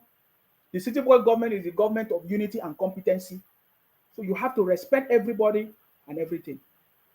You understand me? Respect everybody and you'll be respected. Mind your own business and nobody will interfere in your own business. But if you want to talk rubbish with me, I will put you in your place. Are you getting me now? Just know that I know a lot of things about you people. It's not the Yoruba people that don't know anything. So me, I know. So I have been, if you want to challenge me, come face to face. Come face to, let us have a debate. Let us find out.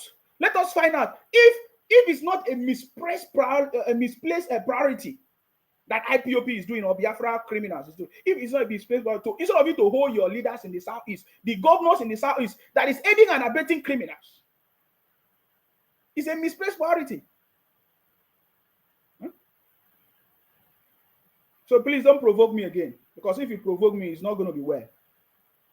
Now you see that I'm presenting to you the leader, our president that you said cannot speak. Now you are mad because I've given evidence to everybody that you were running a propaganda. You never loved the president. You never loved the country. You want to run a propaganda and all of that. You understand? You only run a propaganda. So let us continue listening to our president.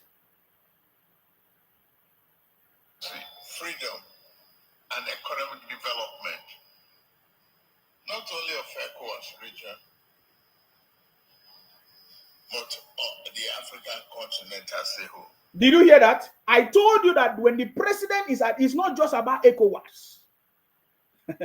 You know, when I said that the president of Nigeria is the president of Africa. That's the truth. The president of Nigeria is the president of Africa. Did you hear what he's saying? His focus is not just West Africa, because West Africa he can solve it. He has people that can solve it. Trust me. The City Boy have a team, the capacity to deliver the country. It's not Obi. Obi could not even trust his driver to put petrol in his car.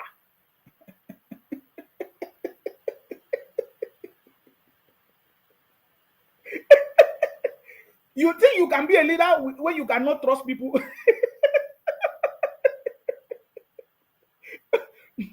Obi could not even trust his driver. He cannot give money to his driver to put petrol in his car, my brother. It could have been a disaster, a failure, just like Obi was a disaster in Anambra. My brother, thank God, though. I will go back so that you understand. I said the City Boy, in addressing the ECOWAS member states and countries, he was addressing the issues of Africa. He talks about freedom and economic solutions. I want to go back there so that you get the point. Listen, Your Excellencies, our leader and former president, General Abdulsalam Abubakar,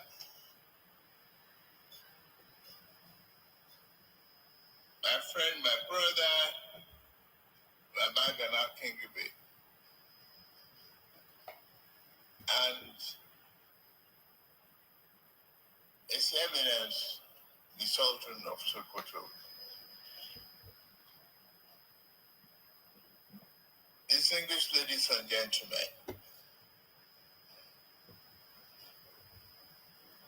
you are very much welcome to this second extraordinary summit on the social political situation in the Republic of Niger. I don't need to go back to the history and discussions that led us to this far.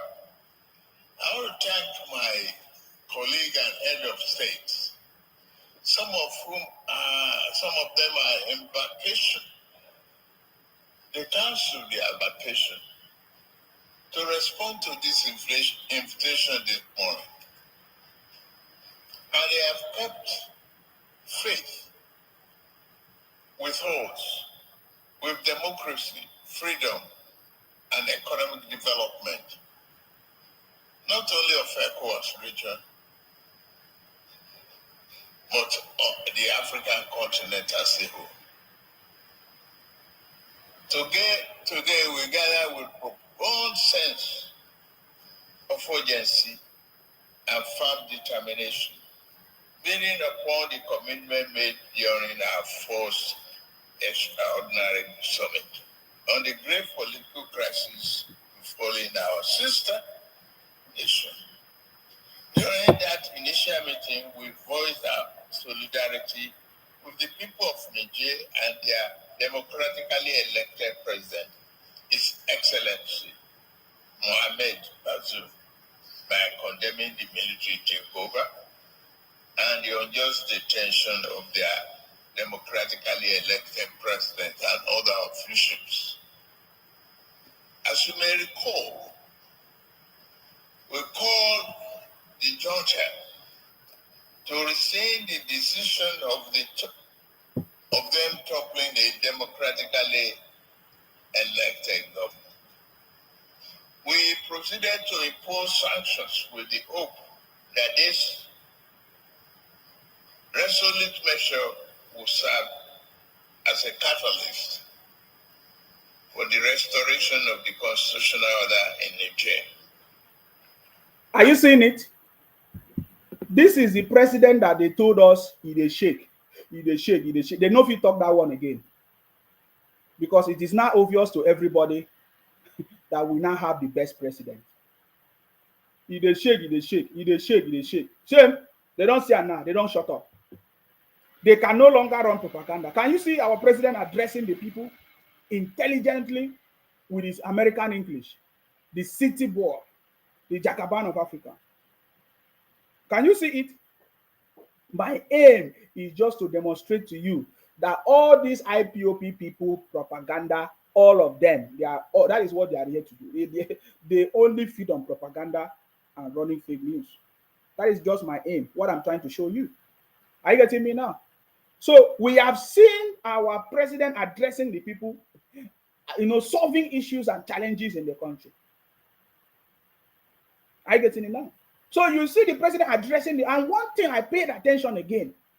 Oh my God, we love you, our president, Tinubu. We love you. We love you, the city boy. He said that this head of chief, some of them, they are on holiday. They have to cancel it. They have to cancel their holiday to come to meet for this summit. It's powerful. You can only command respect and leadership. You can only be a true leader when people respect you. That is command. You command respect and leadership. That is what the city boy portrays here. That is so powerful. You know, they told us you cannot speak Baba Blue, Bulaba, a town hall. Today, all of them are gone. Propaganda have expiring date. You don't expire. Fake news have expiring date. They told us that war. They have expiring date. Of course, there is a lot of negotiation. You can see the city, you can see that what the president wants is peace and development, economic development, democracy and peace. Can you see that? So their fake propaganda is not working anymore. They are not spreading their seat at home anymore. It's not working anymore.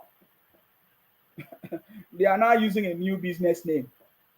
They call it New Dimension Mandate. We will do a video. We'll talk about it. We are just we are just building up the momentum for that. Let them continue. Whether they like to change it, they should change it. You know, we always give them information. If they want to change it, change it. Are you getting me now? Simon, if you want to change it, change it. I've told you. The New Dimension Mandate. My brother, my friend, Simon. You know how far now. You understand? So you see, so the city boy that they run propaganda is not the one talking, addressing the people, and they are begging him for minister. They are now begging. They always put themselves in a position of begging. When they had the opportunity to be part of the government, to do things the right way, they refuse. They are now putting themselves in a position of begging. It's a pity. I salute you wherever you are, guys. If you are watching this program, this is the City Boy Movement. Of course, you always know my name. My name is Akparawa Nsima, the first son of Idu. Our job is to make sure that we continue to fight in order to protect and to defend our land. Are you getting me now? So we have always been here telling them the truth the way it is. Do you know why? Because we want development and peace in Nigeria. We love Nigeria. We love our country. We love everybody. We love Igbos. We love Hausa. We love everybody. We cannot survive without ourselves, without our everybody coming together. And somebody asked me another question. I remember the question. Somebody said to me, Nsima, don't you know that it's the Igbos that is developing Nigeria? Somebody say, oh, don't you think that the reason why Nigeria don't want the Igbos to go or don't want Biafra to go? I say, don't say Igbos, because I've not seen the Igbos say they want to go. It's only few miscreants in the name of IPOB Biafra that want to go. I still believe that there are so many Igbos who do not support the idea of Biafra and Igbo something. I say, fine. They say, oh, we are the one that is developing the country, that Nigeria cannot do without them. That is why they don't want them to go. I say, who is holding you? When did Nigeria stop you from going? When even the one you started with Ojukwu, you could not even defeat Nigeria so that you can go. I thought if you are powerful, you are supposed to defeat Nigeria and go. That shows that you have nothing. That shows that you are not strong. You cannot even defend yourself. Nigeria only stop giving you food. Only starvation that they use. And you were crying. You surrendered. So my brother, you are not strong now to be a country. That is a test to be sure that you can be a country. This knowledge I'm sharing, they don't understand it. You say you want to get a country. You are supposed to fight so that you can get a country. You couldn't fight. You couldn't produce food. There's no sustainability. You cannot sustain yourself. You cannot provide food for yourself in times of war and say you want a country. You don't have sense. I say the people from the south don't have sense. I don't want to say the Igbos, because if I say the Igbos now, they will be angry, because it's not everybody. You don't have sense. Ojukwu started it, could not sustain the criminal. He ran away. So is it Côte d'Ivoire? Or where did he run away to? He ran away. He could not. So if you want to be a country, why don't you fight so that you can provide your food? Nigeria stop giving you food. You surrender. Only simple food that they stop to give you. You surrender. So how can you? There's no evidence that you can sustain yourself. You can be a country. If you want to be a country, fine. Nobody is stopping you. So they keep coming to my inbox. Oh, you see, that is why Nigeria don't want us to go. Igbos are the one developing. I say, fine, we need each other. Yes, it's true. Igbos can do something good just like every other tribe. We are intelligent people. We are excellent people. They are beautiful people from the Igbo land. They are beautiful people from other. We need ourselves. We need to be together. Our differences, that diversity, make us to be great people. That is why we are strong. Are you getting me now? You see, I said, there is nobody stopping you. If at all you feel like you have gotten to a point where you want to be on your own, there is no need of you running propaganda, fighting everybody. It's very easy. Just ask your brothers to move, to pack your load from Lagos, from Rivers State, from Akwa Ibom, and go and develop the Southeast. It's a very simple process. Why do you choose to use propaganda? Why do you choose to use fake news and terrorism and criminality to punish your people? If you want a country, if you want a nation, or you want to be on your own, it's a very simple process. Just start developing your place, move your place small, small, and you will go there, you'll be seeing things working, and you will be very peaceful. So, but why do you choose to use propaganda on all kinds of things? Because that is not what you actually want. You are looking for a presidency, Igbo presidency, and the process you are taking can never give you Igbo presidency. You understand me? You can never get Igbo presidency from the way you are doing. Because if you actually want your country, what you need to do is to move your brothers from Lagos, from Rivers State. You say you have billionaires, Igbo people, billionaires. It's simple. Call a meeting, let them begin to develop your state, and you begin to make your state or your region to be how you want it to be. It's very simple. Nobody has ever stopped you from developing your region or running your country or being yourself. Nobody has stopped you. But what we are seeing is you running propaganda, criminality, burning shops, and that is why the federal government must stop the criminality. That is criminality. You understand me? That is criminality. So that is my response to people coming to my inbox and telling us that,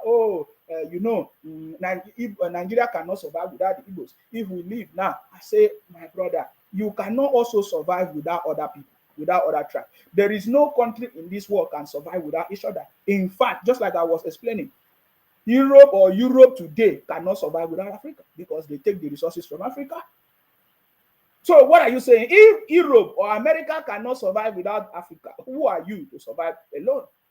So my brother, what you need to do, I'm advising you, if you want to something different, if you don't like what is going on, all you need to do is to build your space. You already have a space. Southeast region is Biafra region, if you want to call it. Start building it. No, stop running propaganda that, they don't want, give us that, let us go, as if there's a place that somebody is holding you.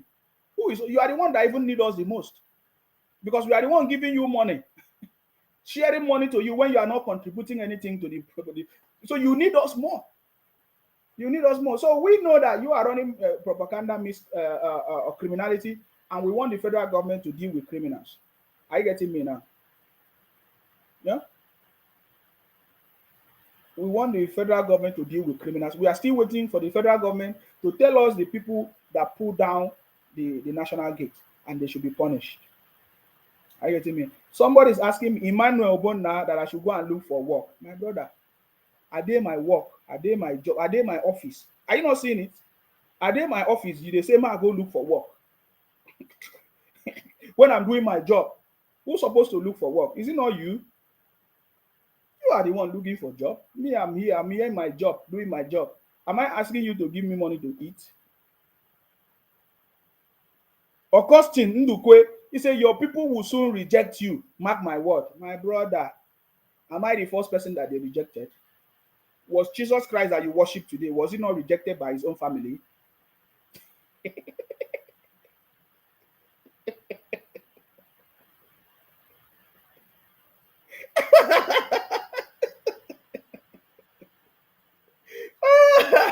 If the Jesus Christ that is your savior today was rejected by his family, but you choose to accept him as your Lord and Savior, who am I? So, my brother, I told you before, your propaganda cannot make sense with me. My brother, we are kings and queens, and we overcome the world, and we are giving you the information the way it is. He said, man, your people will reject you. My brother, Jesus Christ was rejected. Yet, is worship everywhere. Is one of the man or the people, prominent persons that there is no place in Africa that they will not mention his name everywhere. But his family rejected him. You don't know the Bible story. If you know the Bible story, you won't tell me that, because the Jesus Christ that is your savior was rejected by his family, by his own people. In fact, not just rejected, they wanted to kill him.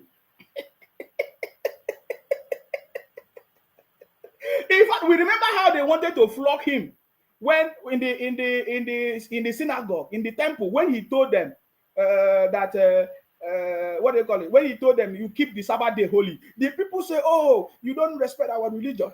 You don't respect our culture. This person has blasphemed. Let us stone him. Let us do it." You remember, he passed through so many things because he was trying to bring salvation to his own people. My brother, anybody that tried to bring salvation to his own people might pass through the same thing, especially when you are doing the right thing. Are you getting me?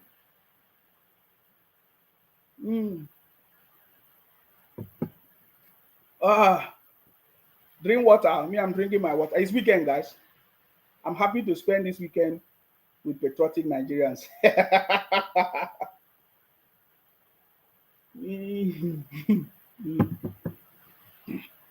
My brother, these IPOB people, they are so frustrated. They are crying. They are looking for ways to make how they can shut down Nsima, because they say these are Akwa Ibom boy. This Akwa Ibom boy is always dealing with us. And I remember what Simon Ekpa said. Simon Ekpa said, "I will be your end."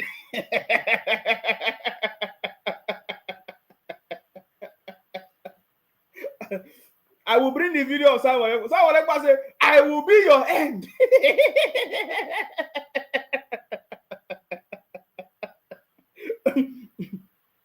True. Simon Ekpa have destroyed the IPOB.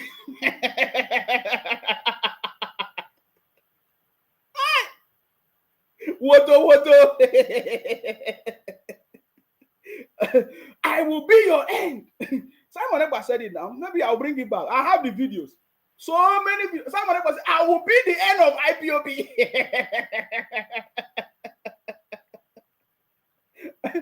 Where is that Pastor Livingstone?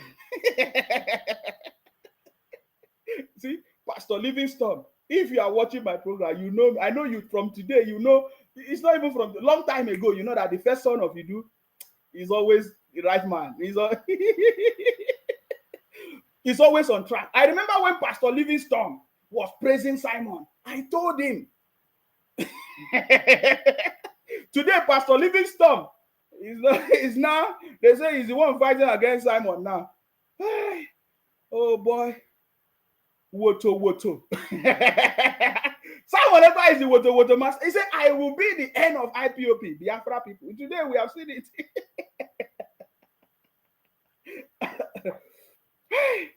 I love my Igbo brothers. We are making things happen. They calm down. Baby, calm down. I like the way you they do me, baby. Calm down. Hey, calm down. Hey, calm down. Calm down, baby. I told you that the city boy is the last man standing. And you think that since a joke. Listen to the city boy. He's not having 3-point-something million followers on Facebook. Obi have how many followers on Twitter?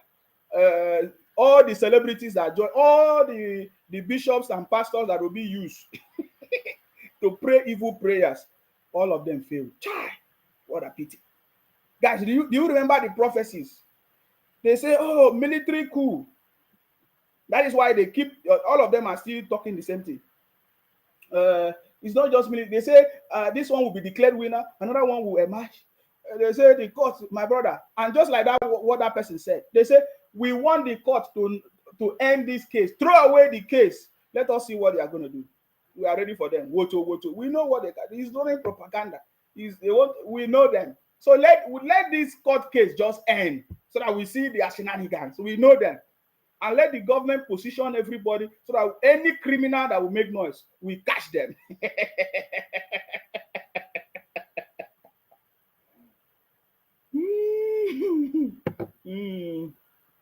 Let us listen to the last man standing, the only man on the throne, His Excellency Asiwaju Bola Ahmed Tinubu, bringing salvation to the whole of Africa. The 7-day ultimatum we issued during the fall summit has not yielded the desired outcome. We have also made diligent effort through the deployment of various ECOWAS mediation teams. Yes. I'm glad Abdul Salam Abubakar is here. His Eminence is here. Yes. Baba Kanogingibe is here Yes. to give you their report and their observation during the intervention. Can you listen to the American English? I must, on behalf of every one of you, Yes. show gratitude to them, patriotism and dedication, Yes. zeal for which they have responded to the assignment to intervene and bring peace, stability back to Niger. Did you hear that? The city boy emphasized. He emphasized that we have, the approaches and the strategy that they are taking to bring peace, stability to Niger Republic. That is the mission of the president and the chairman of ECOWAS. They want peace, stability in Niger Republic, contrary to the fake propaganda of IPOP Biafra people. In fact, he recounted how the 7 days ultimatum that was given to them last week, how they did not listen and whatever they know and all of that. So you see, the city boy is right man standing there. Somebody's asking me, oh, Nsima, you talk good about Biafra. I say, yes, I talk good about Biafra because that was an imaginary country which we want to create.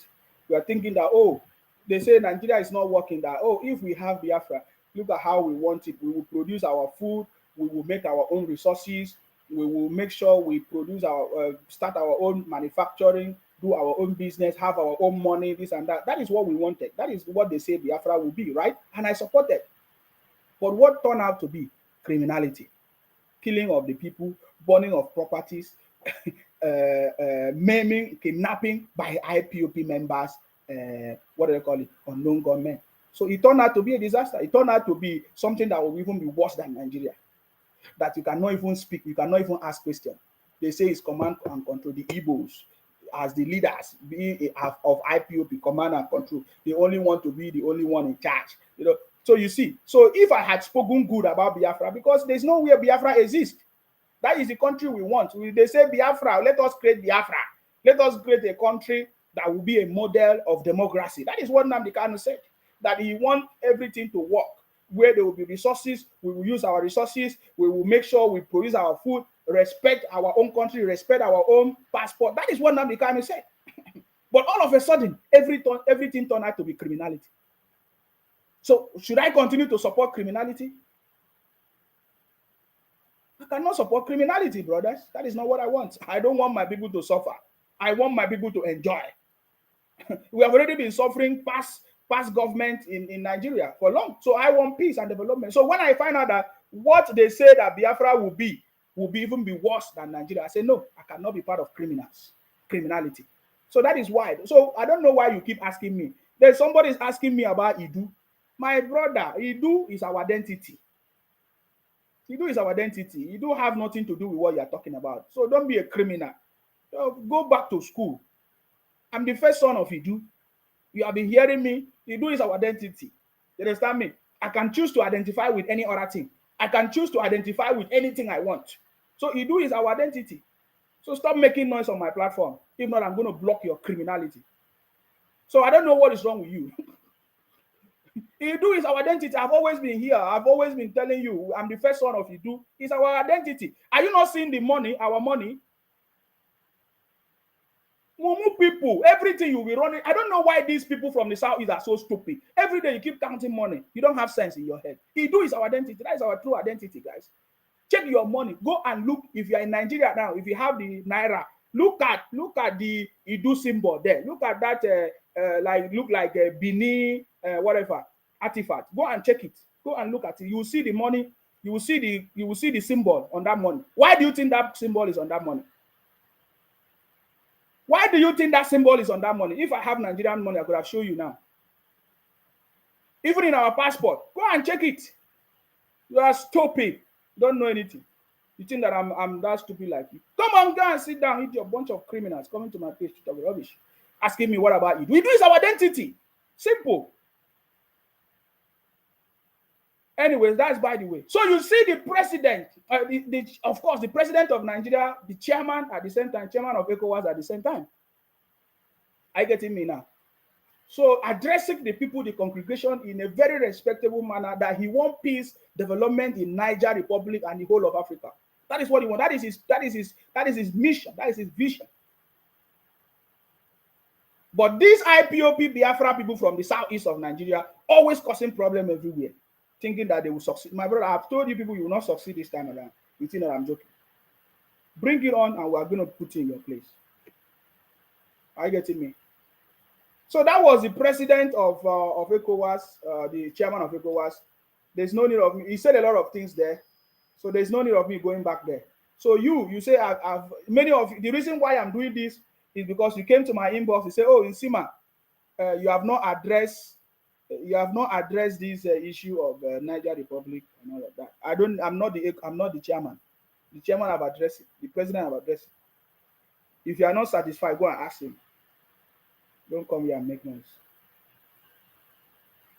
You understand me? If you are not satisfied with what the president has done, maybe you go and bring your idea. I get it.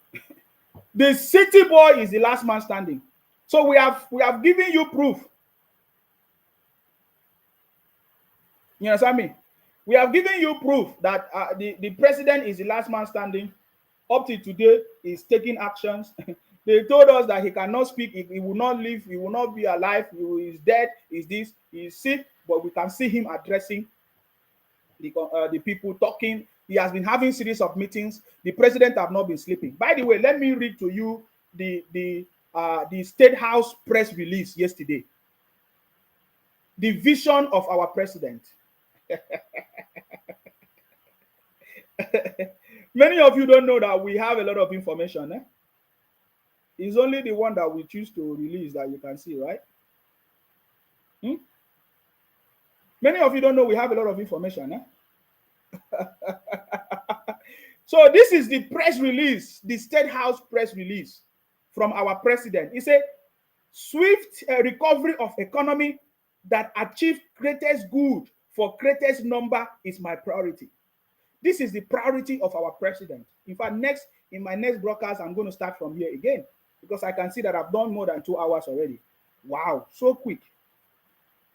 He said, the swift recovery of economy that achieves greatest good for the greatest number of Nigerians and Africa is my priority. This is from President Tinubu press release, State House press release. That was yesterday.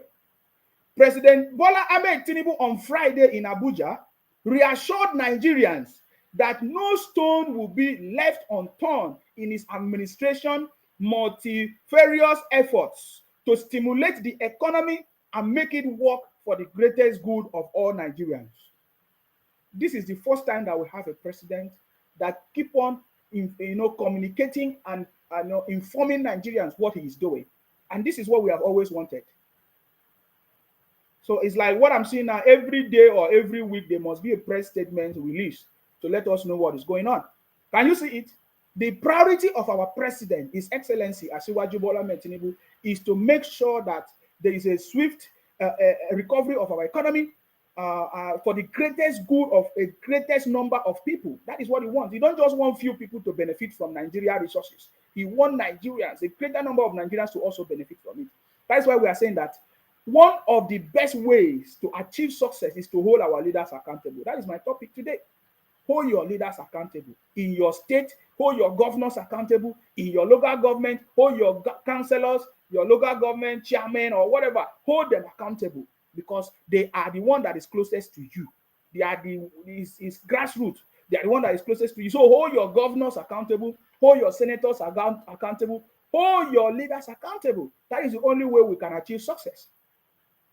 We need to keep mentioning to Nigerians to know that the president have given money to the state governors in Nigeria to bring development in their state.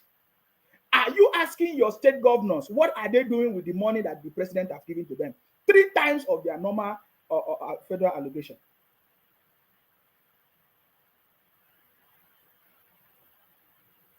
Are you getting me now? 3 times of the normal federal allocation. The city boy has been giving money to the state governor. Go and ask your governors what are they doing with the money that has been given to them. Adedayo Adebo said, oh, let me read your, you are using fake names now. I told you guys, the IPOP people will now be changing their names. It's happening. You are now using fake names. He's using, look at it. How can you be Adedayo Adebo and you'll be asking this question? That is IPOP people. I told you that IPOP, they are ashamed of themselves now. They are now ashamed of themselves. They are changing their names to Yoruba, to Akwa Ibom, to River State names, to Edo names, because they are now ashamed of themselves. These people are a bunch of criminals. They are a bunch of criminals. Igbos from the southeast, IPOP Biafra, they are now changing their names from their normal names to Yoruba name, to Akwa Ibom name, to River State names, to use it to run their propaganda, because they are now changing, they are now ashamed of themselves. Look at, one of them asked me, why are you, we are going to watch up from the reality. We are waiting for the court judgment, and then waiting for the court judgment. That is what he's saying. And he's from his name is Adedayo. That shows that you're a criminal. So we have told you people that you are going to be ashamed of yourself. Very soon, the reality will open and you'll be changing your names. And it's already happening. You are not even proud of yourself. You cannot own up, take responsibility, even in your failures, so that you can learn. When you don't accept failures, you can never learn. You can never progress. You can never see victory. You understand me? So stop changing your names, because if by your fruit we shall know you. If you change your name, what you will say, we will still know that you are IPOP, you are from the southeast. It's simple as that. He said, out of the belly, cautious. What do you call it?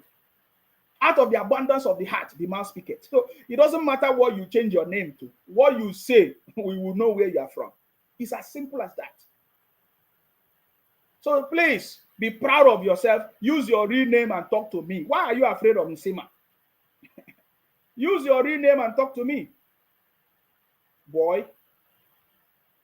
So the president said his priority is for swift recovery of the economy that will achieve greatest good for greatest number is my priority. It's not before. They say fuel subsidy. Only few people benefiting from it. Only few people benefiting from it. But now the president is saying, no, I don't want only few people to benefit this time around. I want Nigerians, the whole of Nigerians, to benefit from my government, from the resources of the state. That is what that statement simply means. When the economy of Nigeria is recovered, what will you say? Will you now give the city boy his honor? Because it's already happening. The city boy have already laid the foundation for the fastest economic recovery. The city boy has already laid the foundation, and we can see it already. So now, let's move. The president stated this in a meeting held at the State House with the Board of Trustees of the All Progressive Congress APC Professionals Forum, led by former Bauchi State Governor Malam Issa Yukunda. Hopefully I got it right. Sorry if I don't pronounce your name. I'm from Akwa Ibom. He said, this economy must recover for the good and greatest number of Nigerians, and we are seriously committed to seeing through a change for the better, he said. That is the president. To steadily ensure measured growth and ensured public enlightenment on policy outcomes. Do you see that? He said, to steadily ensure measured growth. We want to really measure the growth and enhance public enlightenment on policy outcomes. So his vision is to make sure that he informs the public. This is what we want. Tell us what is going on. Tell us what you are doing. Who are the people that is the bottleneck, that is causing problems, that is opposing the policies that are supposed to bring development of the country? The president understands how to be a leader. That is what I'm saying. To see through a change for the better Nigeria. That's what he said. He said, to steadily ensure measured growth and enhance public enlightenment on policy outcomes, President Tinubu said every effort across sectors will be documented, wow, and periodically reviewed for performance verification and public presentation. This is what we want. Lately, we discovered that Emefiele, one of the Igbo leaders, did not submit his monthly statement. Is it a financial statement? Emefiele, can you imagine? It's a disaster. Did you see it? It's a disaster. But the city boy is telling you, this is what we are going to do. We are going to be informing Nigerians every step all the way, what we are doing, what we are achieving for public verification, performance, and everything. This is the government that we want. That is why we keep saying that the city boy government is the government of the people, by the people, and for the people. The city boy government, His Excellency Asiwaju Bola Ahmed Tinubu, is the government of the people, for the people, and by the people. The city boy government is the government of unity and competency.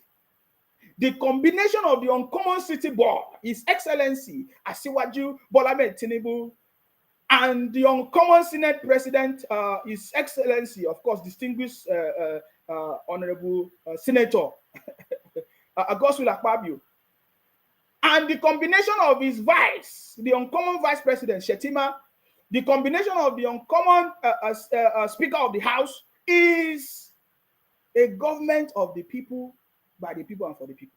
Leads to the uncommon transformation, and that is what we are saying. My brother, you cannot defeat this government this time around with your propaganda, and we know that with the support of the people and all of us, this government will be a success, and that is what we want, and we're already seeing it. The results are already showing for yourself. CBN already saving $2.55 billion. There's already more than 2 trillion, almost 2 trillion savings from the first subsidy removal. We are yet to get the announcement in the month of August. My brother, this government is rich. Let us support this government to make things happen. He said, while thanking President Tinubu for his bold intervention on the economy, the former Bauchi state governor said more than 2 million people have been registered as professionals in different fields since 2018 and stood ready to provide structures for mobilization and sensitization on government policies. Foreign capital is a coward that does not move into unsafe areas. So with your successful intervention so far, we look forward to better security that will attract investors. This is from the special advisor to the president, media and publicity, Ajuri Ngelele. Sorry, Chief Ajuri. If I don't pronounce your name well, sorry. I'm not from Rivers State. I'm from Akwa Ibom. So that is the intention of our president. I can see that so many people want to call. I want to open the line if you want to call in, guys, so that we can end this broadcast and then come back again.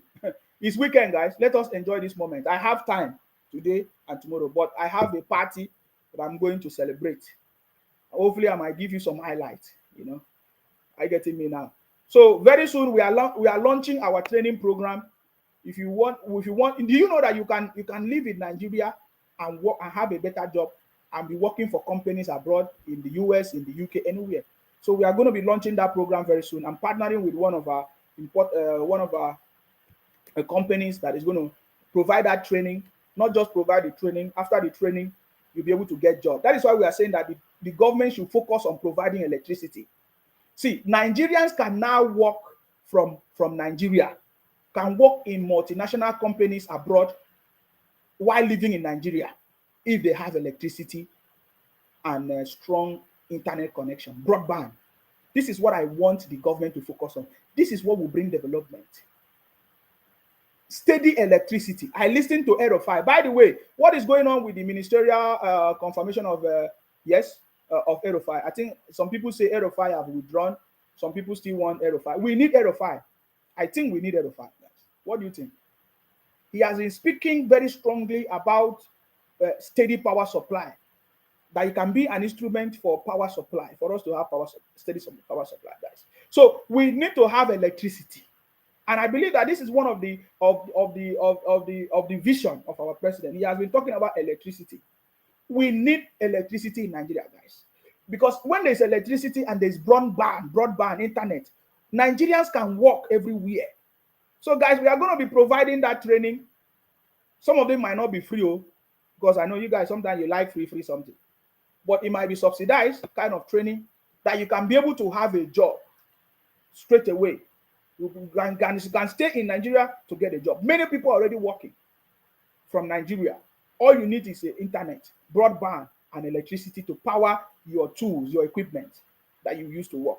So we are going to be launching that program, uh, cyber security, how to write documentation, all those things, business analysis, data analysis, all those important things that we need in this 21st century to bring development to our country, to attract that that what do you call it, investment to the country. And we want electricity, strong internet. Of course, we have seen so many other companies trying to bring broadband services to Nigeria, and then security. That's all we need, guys. That is all we need. This is all we need for Nigeria to be on the path of success. Electricity. What stops us from having steady electricity? I keep asking this question. There's already a template. There's already a formula. We have gas. What is stopping us from having steady electricity? Please, this electricity should be one of the priorities of the city boy government, because this is what we need. So we are waiting for this portfolio. What is causing the delay of assigning this portfolio to the ministers? We want to know the person that will be in charge of electricity or whatever power supply, whatever the name is going to be. We want electricity. We want electricity in Nigeria. We want electricity. This is too backward to be talking about electricity now. So many countries have moved. We want electricity, steady power supply. There's supposed not to be power failures. The state now have the money to put the structure that will provide electricity. Please, the line is open. If you want to call in and make your contribution, you are free to call in and make your contribution. Don't mind me. If you want to call in to make your contribution, the line is open. I'll give you a few minutes. So if you want to call in, you have to call in. So we need electricity. Let this minister, let them have their portfolio. Let us know the person that is going to be in charge of electricity. We need power supply. Please, we have gas, we have everything. We need power supply in this country. Let the person tell us we need proper investigation. Let us find out what will it take for us to have steady power supply. We have the template. Everywhere in the world, countries have electricity everywhere. Why is Nigeria's own case different? Can the city boy help us to achieve this? This is what we need. I salute you. Please go ahead. Oh my God, I don't know what is happening to your internet. I cannot hear you, brother. I don't know what is happening to your internet, whether it's from me or it's from yours. Oh my God. I don't know whether it's from me. Hold on. Hopefully it's not from me. Oh Lord. Oh Lord, have mercy on your children. I salute you. Sorry, let me see if it's from me. Let me check something. I don't know if the network is from me, guys. Can you hear me? Please confirm if you can hear me. Okay. Yeah. Maybe it's from me. Let me try it again. I'm going to call you back, brother.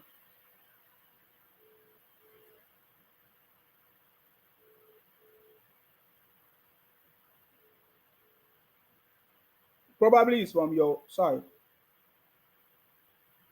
Okay, you can hear me. Thank you very much. I don't know what is happening. The line is open. You can call it and make your contribution.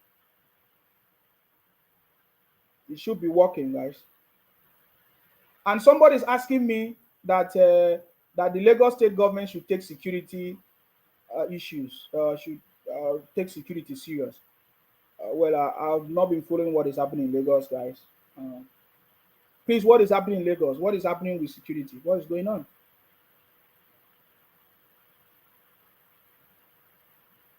I'm going to give a few minutes if you can call back. I don't know what is going on there. When we come back, we'll be talking about all these things and all of that.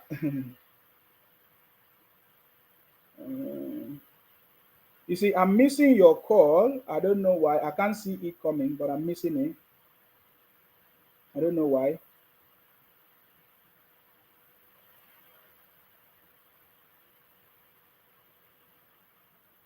Oh my God.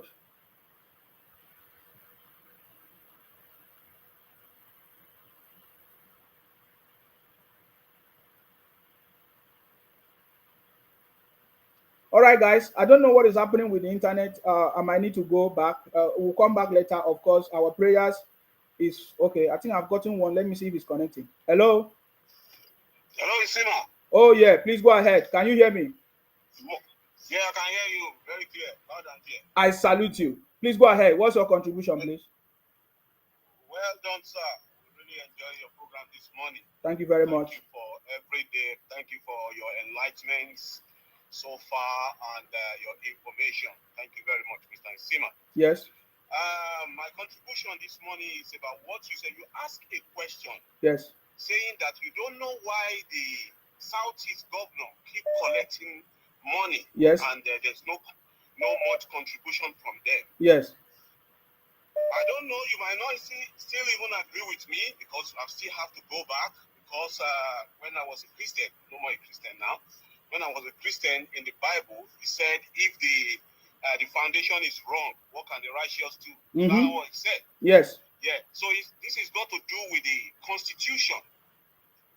Because when they destroyed the Constitution right from the beginning, this Constitution that we are running now allow that if you don't contribute anything, you can even get a lot.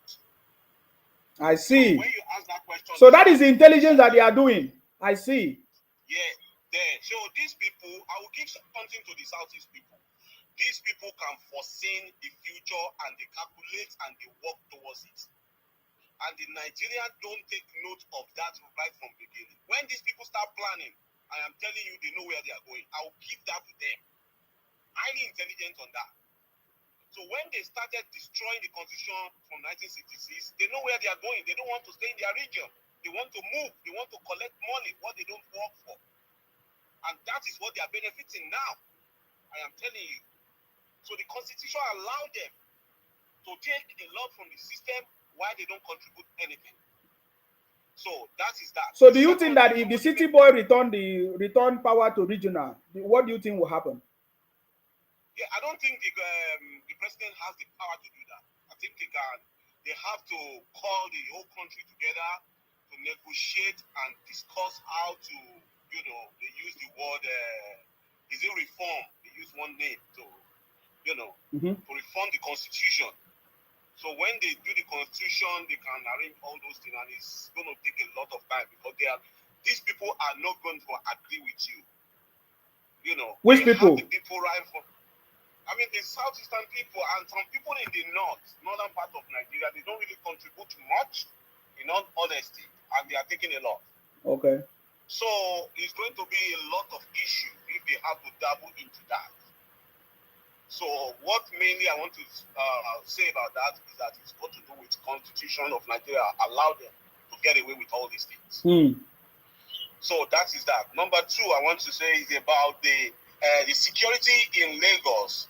Somebody make mention of security in Lagos. Yes. Now, I believe these days Lagos State will experience high rise in their insecurity in the state because of the influx of, we can see the luxurious buses that move from southeast into Lagos, and there's going to be a right sharp of criminality in Lagos. I am telling you, because they caught, I don't know if you have seen that video, they caught a couple of guys who are security, they dress like a police officer. Oh yes. I saw them, fake police officers in Lagos. Fake police officer in Lagos, yeah. And about last week, they killed one of the people that are clearing, working for City Boy, was killed in Lagos by fake police.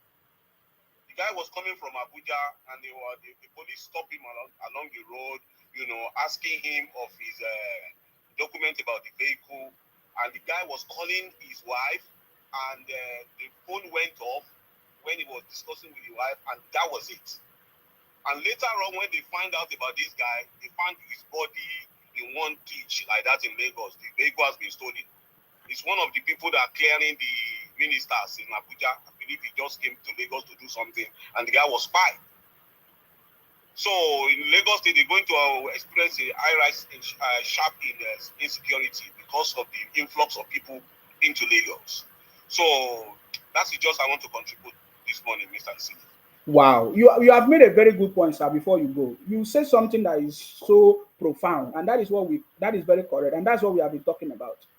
The Igbos, the Southeast people are benefiting. In fact, they are the highest beneficiary of the Nigerian setup. Yeah. They are the highest beneficiary of Nigeria because they are not contributing, but they are receiving federal allocation. Yeah. They are collecting money, and they are still moving to every part of the country, and they are still collecting money, more money. And they are still, you can see that there's no real development that is going on in those areas. And you can see that the allocation they are still getting in. I saw this man, Professor Soludo, went to see the city boy president. Yes. Yeah. I don't know. Maybe he went to go and discuss about the release of Nnamdi Kanu, but he hasn't got anything to discuss at the moment. Nothing is going on in his state. What he really cares about now is for the Nigerian state to release Nnamdi Kanu. I say that is their success because they know that they will still be giving them allocation. So we need to talk about this. The federal government can do something. We cannot continue like that. And you can see that the Nigerian military are really doing a good job there now. Of course. The security is going down now. So what is going to be the excuse of Professor Soludo for them to release Nnamdi Kanu by all means? You say if they release Nnamdi Kanu, the insecurity will improve in the southeast. But they are doing a very good job now, Nigerian army. And what is going to be your excuse? My brother, it is a business that they are profiting from. We now understand it very well. So don't worry. We understand it, and the city boy will bring a solution to it. I can assure you. You understand me? That is why I'm almost always trying to point it out. It is a business that they are using to grow the Southeast. They will cause the problem. They will continue eating the money because there's no punishment. There's no punishment. Exactly. So Exactly. the federal government have to punish criminals. Huh? Yeah. All right. Thank you very much. Thank you very much. I salute you, your contribution. I so much appreciate it. Stay blessed and bye for now. Okay, let's take another call before we go, guys. We have a few minutes to do this. Let me see if this call will now go through now. Hello. Good morning. Yes, Good morning, I salute you. Please Mr. go ahead. Sima. Yes. Yeah, thank you. I noticed something that is, going around in the social media space, because I was on TikTok this morning. Yes. And I got invited to come and talk on something. Yes. And it was they were portraying the impression that Nigeria wants to go to war in Niger. Yes. So I joined the group and I said to them, can you please show me where the president said he wants to go to war with Niger? Yeah. And they're like, no, but the media, the body language is showing that we want to go to. I'm like, how did you become an expert of body language reading? That now you are interpreting the president's body language. And I said, like, the media, they are whipping this thing up to create this type of impression. And when they say ECOWAS, Nigeria is not ECOWAS. Nigeria is part of ECOWAS, but Nigeria is not ECOWAS. So if ECOWAS make a decision, the decision of ECOWAS is different from Nigeria. And ECOWAS never said anything about WAR. So why are you bringing this up? So this is the type of impression they are creating outside there. And it is a dangerous precedent. And I feel like no. For me, I don't think it's a dangerous precedent. Do you know why I think so? Yeah. I don't think so. It's not. Okay. Because at the end of the day, what they are saying will never happen. You understand me? They will end up being ashamed of themselves. So it's not. It will not help Nigerians and other people because that's the reason why we are doing this program. We continue to talk about their criminality and their propaganda so that other people will now see them for who they are. It can never, that they are talking about war can never bring war. I can assure you that one. You understand me? So the reason why I actually said, the danger there is that, when you go to a public space, we are not the only one listening to this type of thing. And there is no counter, what you call it. Yeah, but there is counter now. The president is already addressing the people every day. So if they are running a propaganda that the president is saying that is bringing war, they will go and look for where did the president say it? Just like you asked them, where is evidence? And there is none. So that's it. We know the people that are running the propaganda, my brother. I understand what you are saying. Well, that is why we are also here. We are here, and the government is also taking it as a point of duty to inform Nigerians what is actually going on. So, I mean, I'm happy to understand. We need to understand what we are trying to say here. These people, they are, whether they cause propaganda, cause problem, they will still be receiving federal allocation. The reason why they are still causing is because there is federal allocation. Whether it will not stop the money that the federal government is giving to them. So what are we going to do for people? Why is the federal government giving people money when they are the cause of the problem in the country? Yeah, that's a very good question. We should be asking. Because we saw the Southeast governors supporting the Biafra. In the recent concluded meeting, the Southeast governors from the 5 states supporting Biafra. So it means that they are enjoying it.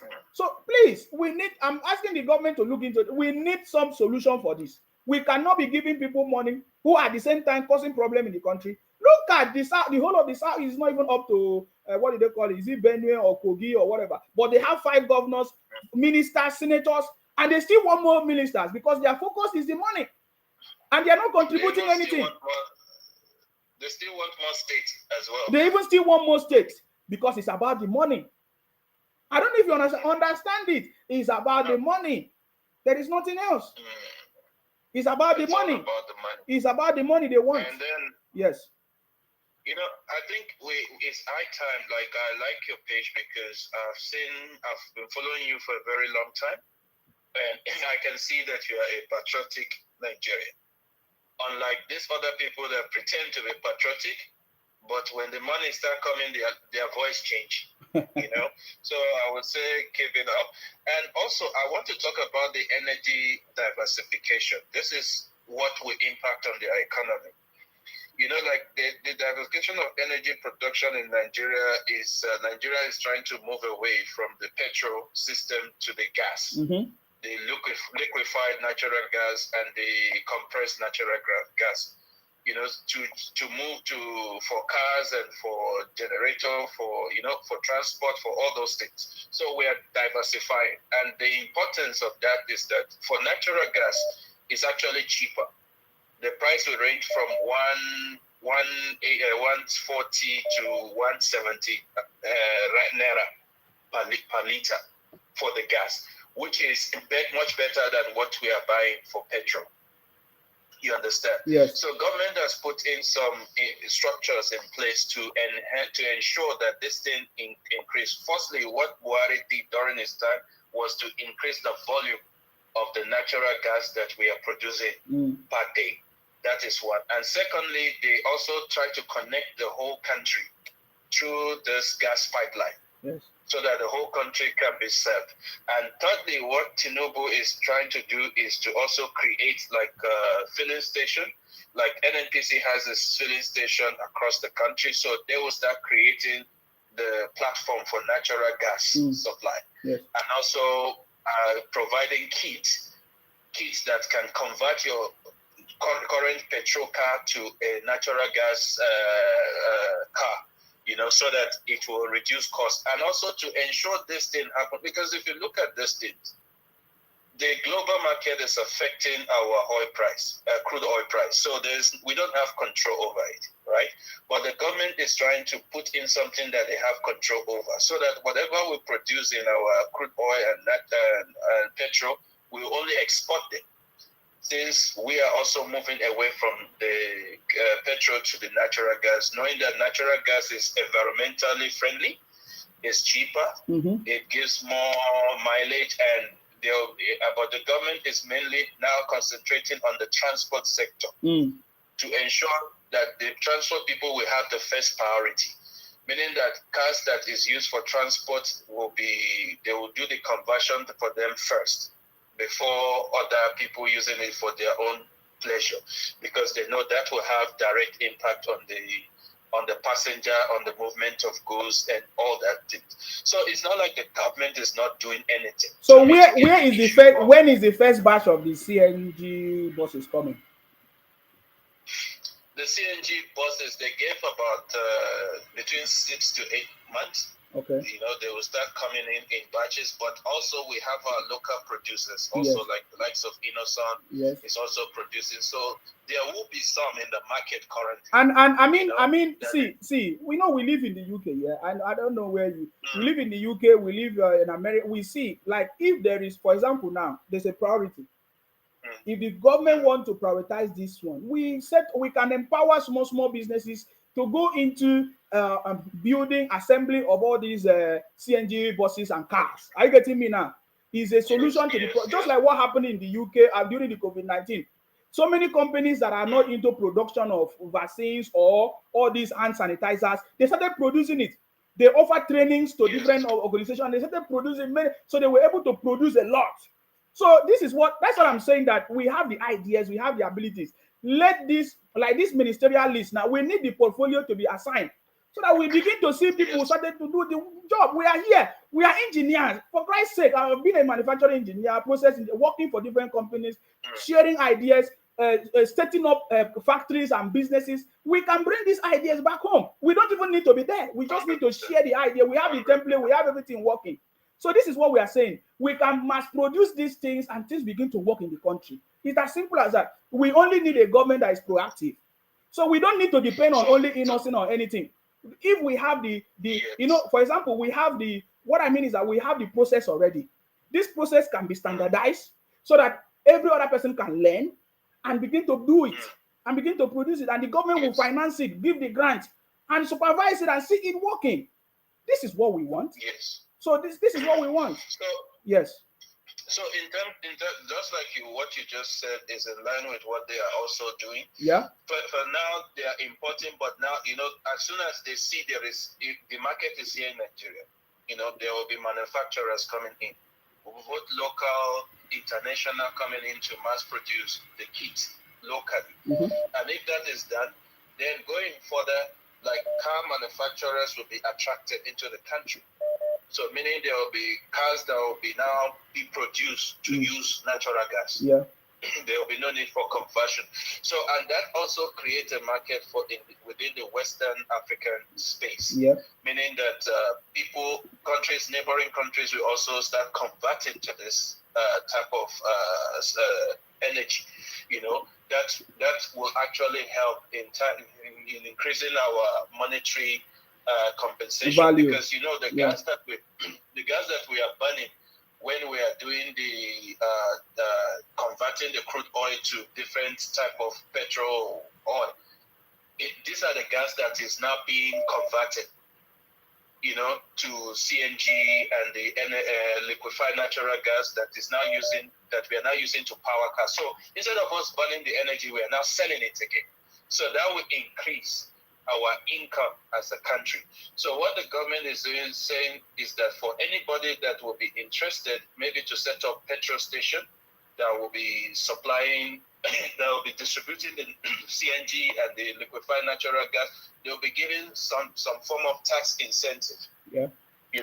If you're a manufacturer, you'll be giving some sort of tax incentive to encourage the production and the manufacturing of this package in order to boost. And for those that are already driving their petrol car and would like to convert, they will get some kind of like this credit facility, so that they won't have to pay out of pocket, just to ensure that the process flows smoothly. If that can be done, then at least we will know that we are not going to be having the impact of any crude oil going up and down. Our energy transformation cost will be very low, meaning that because it's something that we are supposed to waste before, now that we are converting it to boost our energy supply. And the good thing is that we've got up to about 200 trillion cubic meter of that gas in Nigeria. More than 200 trillion. So we have more than enough to export to other countries. So I said, let me just bring wait. Thank you very much, sir. Before you go, there's something else I've been looking for. I've not seen, during the last broadcast, we saw the City Boy giving information about several investment monies that have been pumped into different sectors. One of them was agriculture. Yes.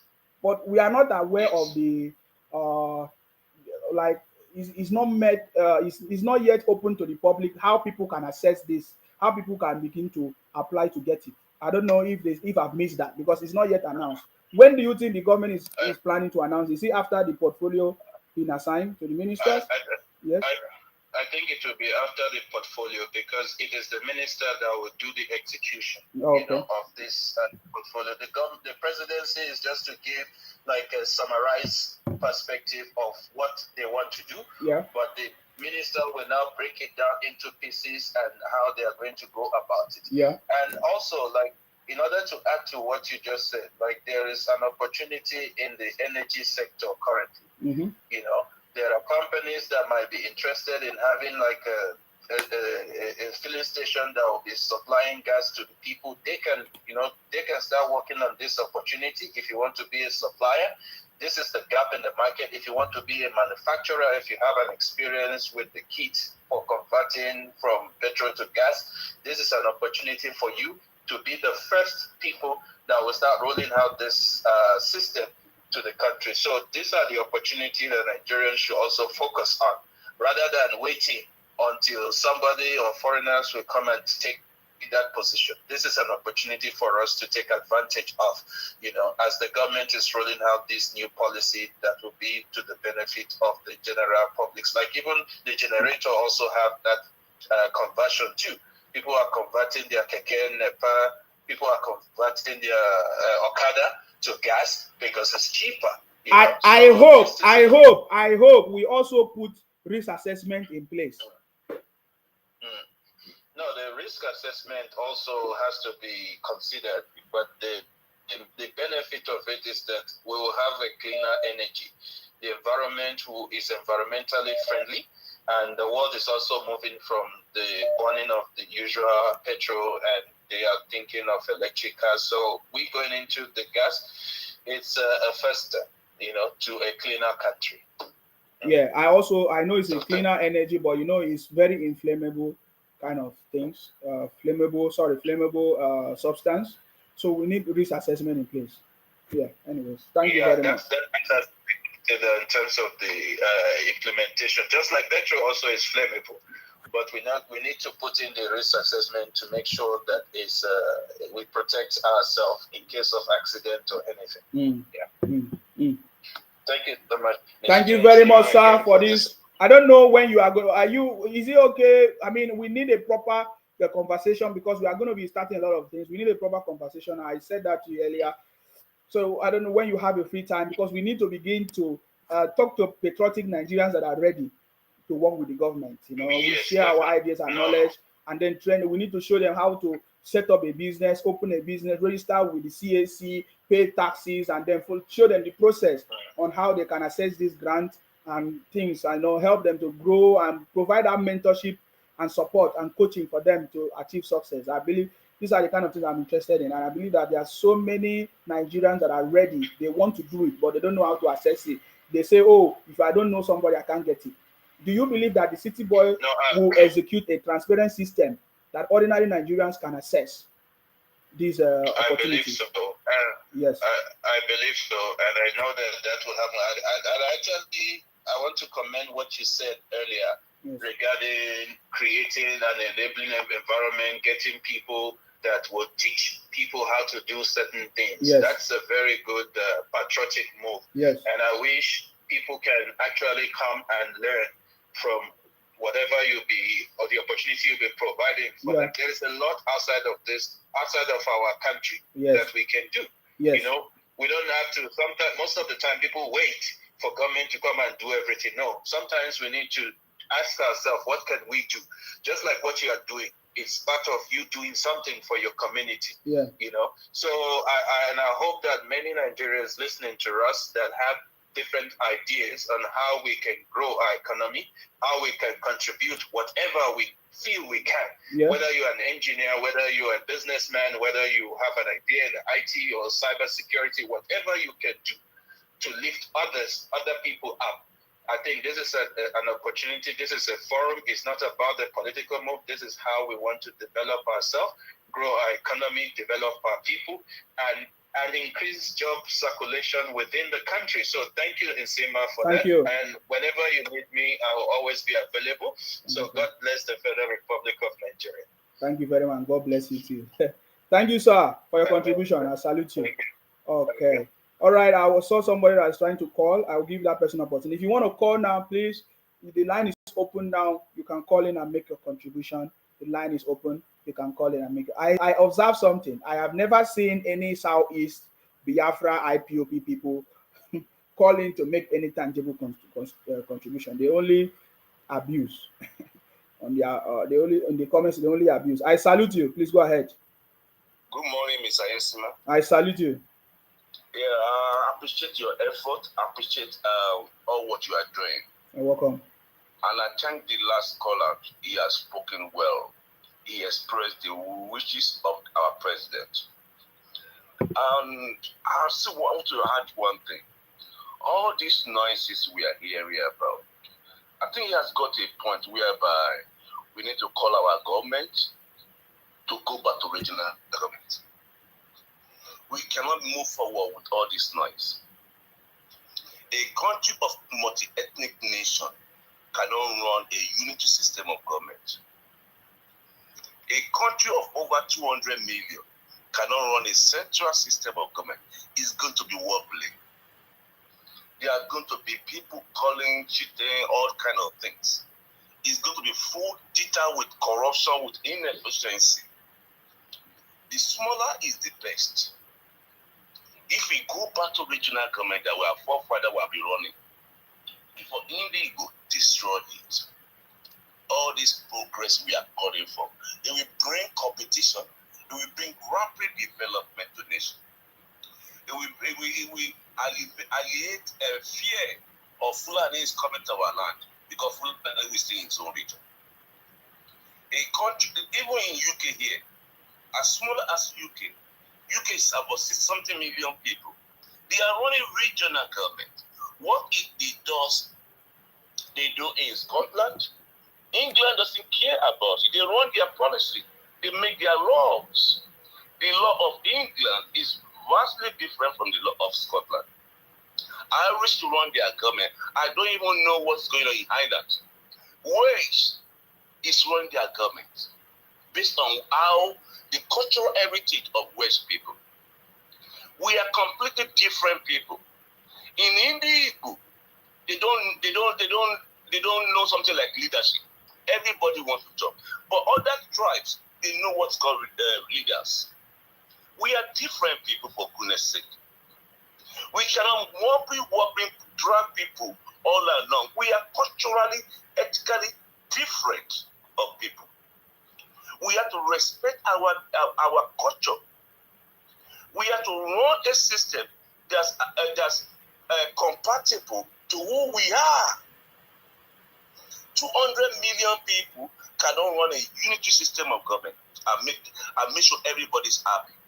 There'll be all kind of anarchy, all kind of problem here and there. North central people, they are different. Northeast, Northwest, they are different. Culturally, they are different. The people, what people cherish based on their culture and sentiments are different.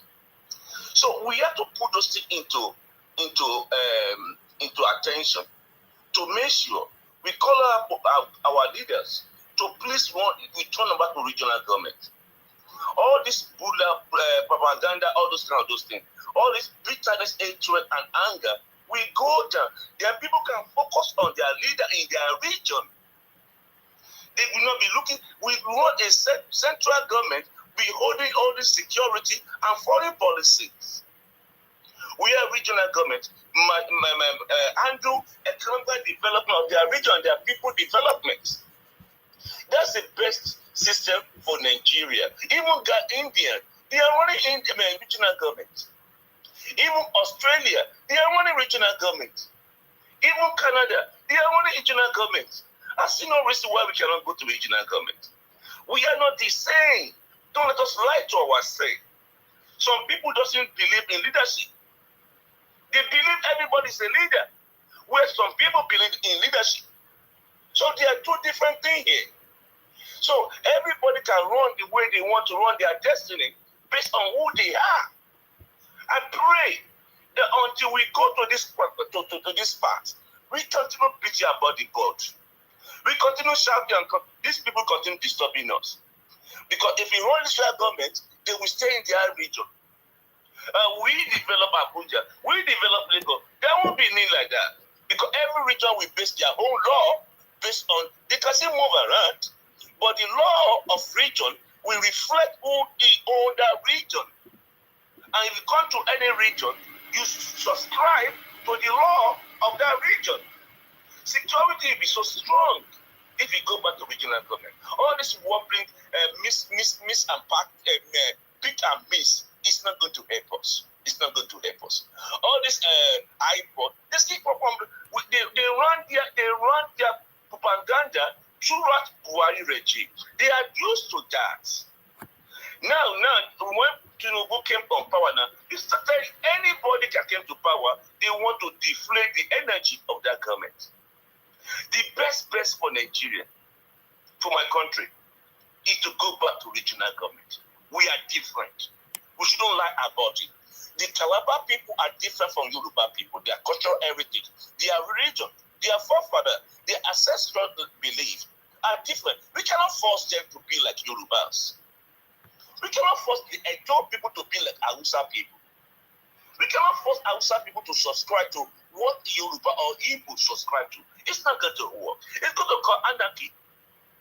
The best, everybody go back to your region and you run your sentimental feeling. You don't run your country, the way your region, the way you want to run it. There will be peace. I just pray that this point should be reflected upon our consciousness and let Nigeria know that the way forward is not unity system.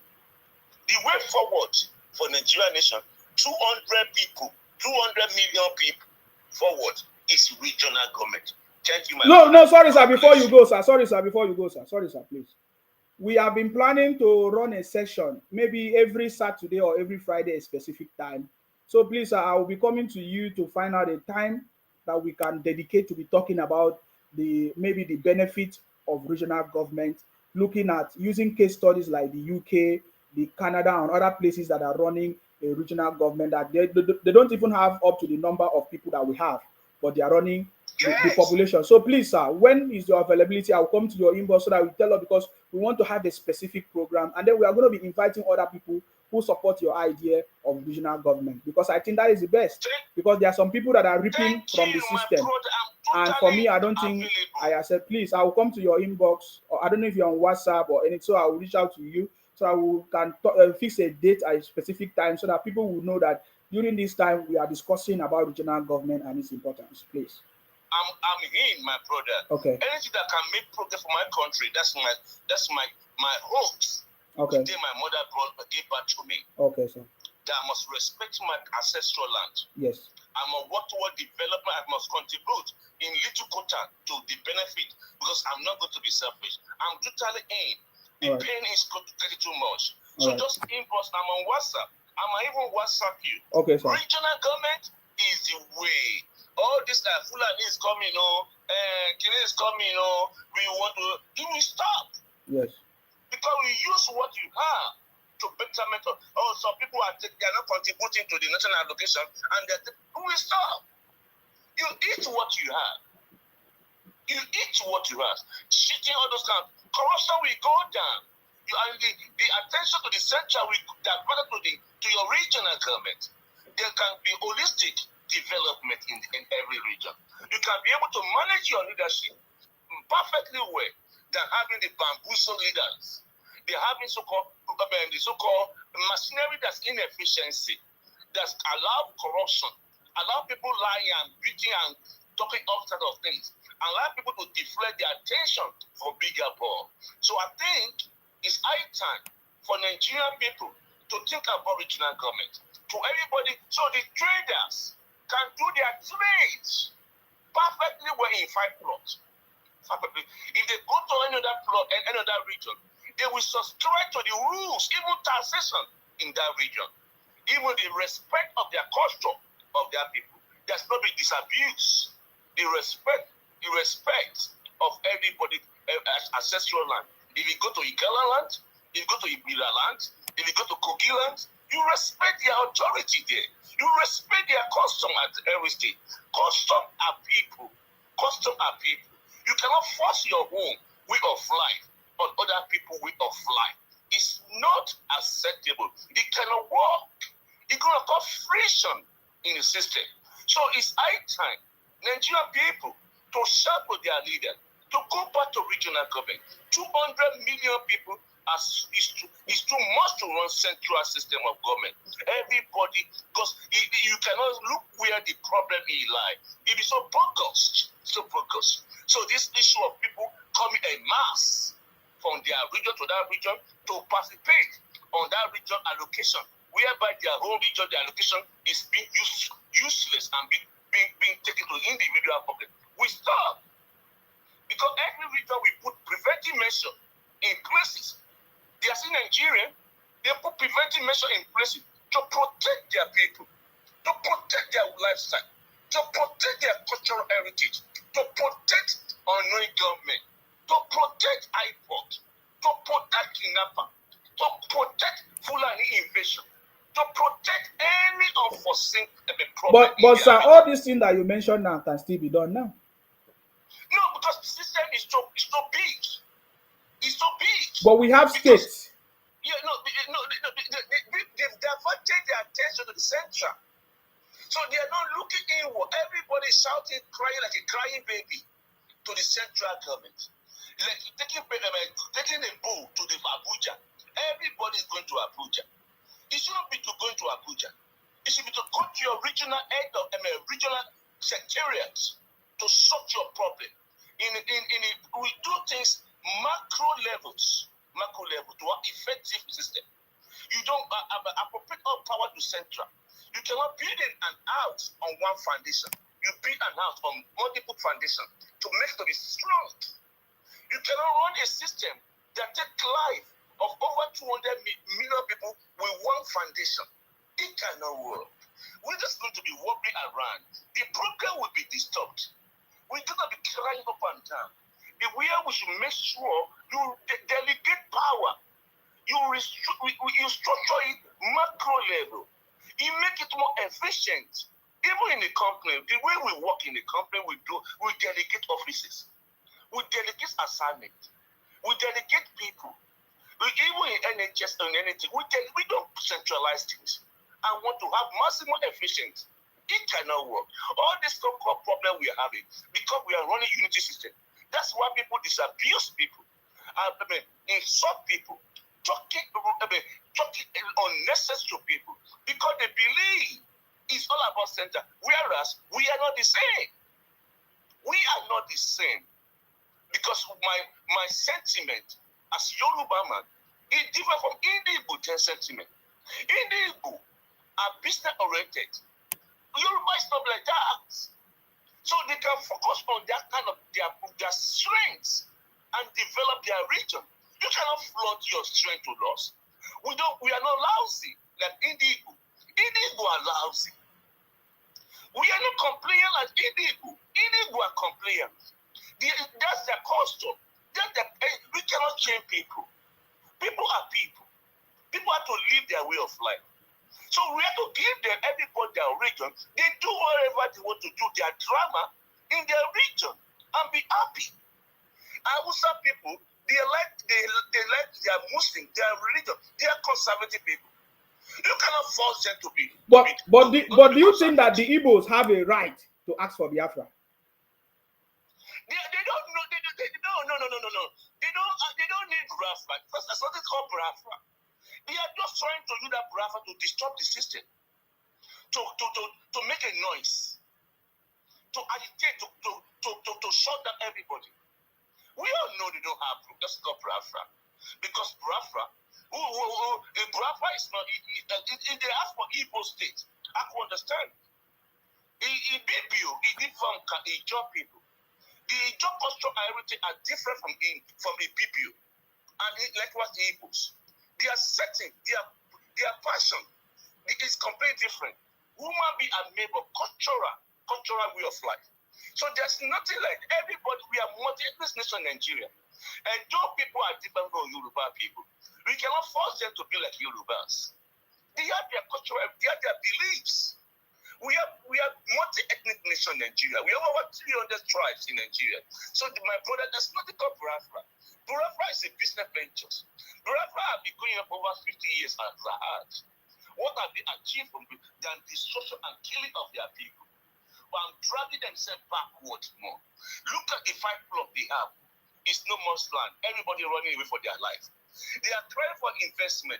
Biafra makes sure there's no investment in Igbo land. Because the little one they have before, they run away for their dear life, or they will buy you. So there's nothing called Biafra. We know India to be aggressive, domineering, arrogant, disrespectful, pompous.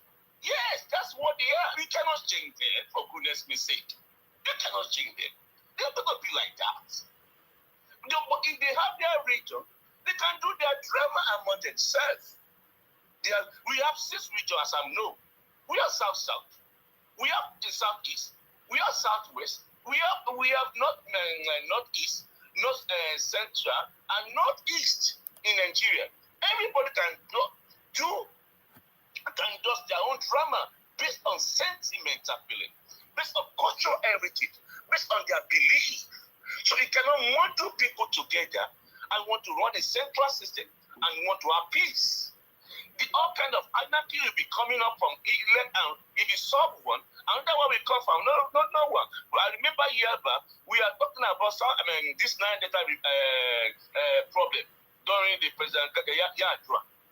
We solved that one. Another, this Braf fraud came from nowhere. Another one, Boko Haram came from nowhere. We'll be running ourselves down.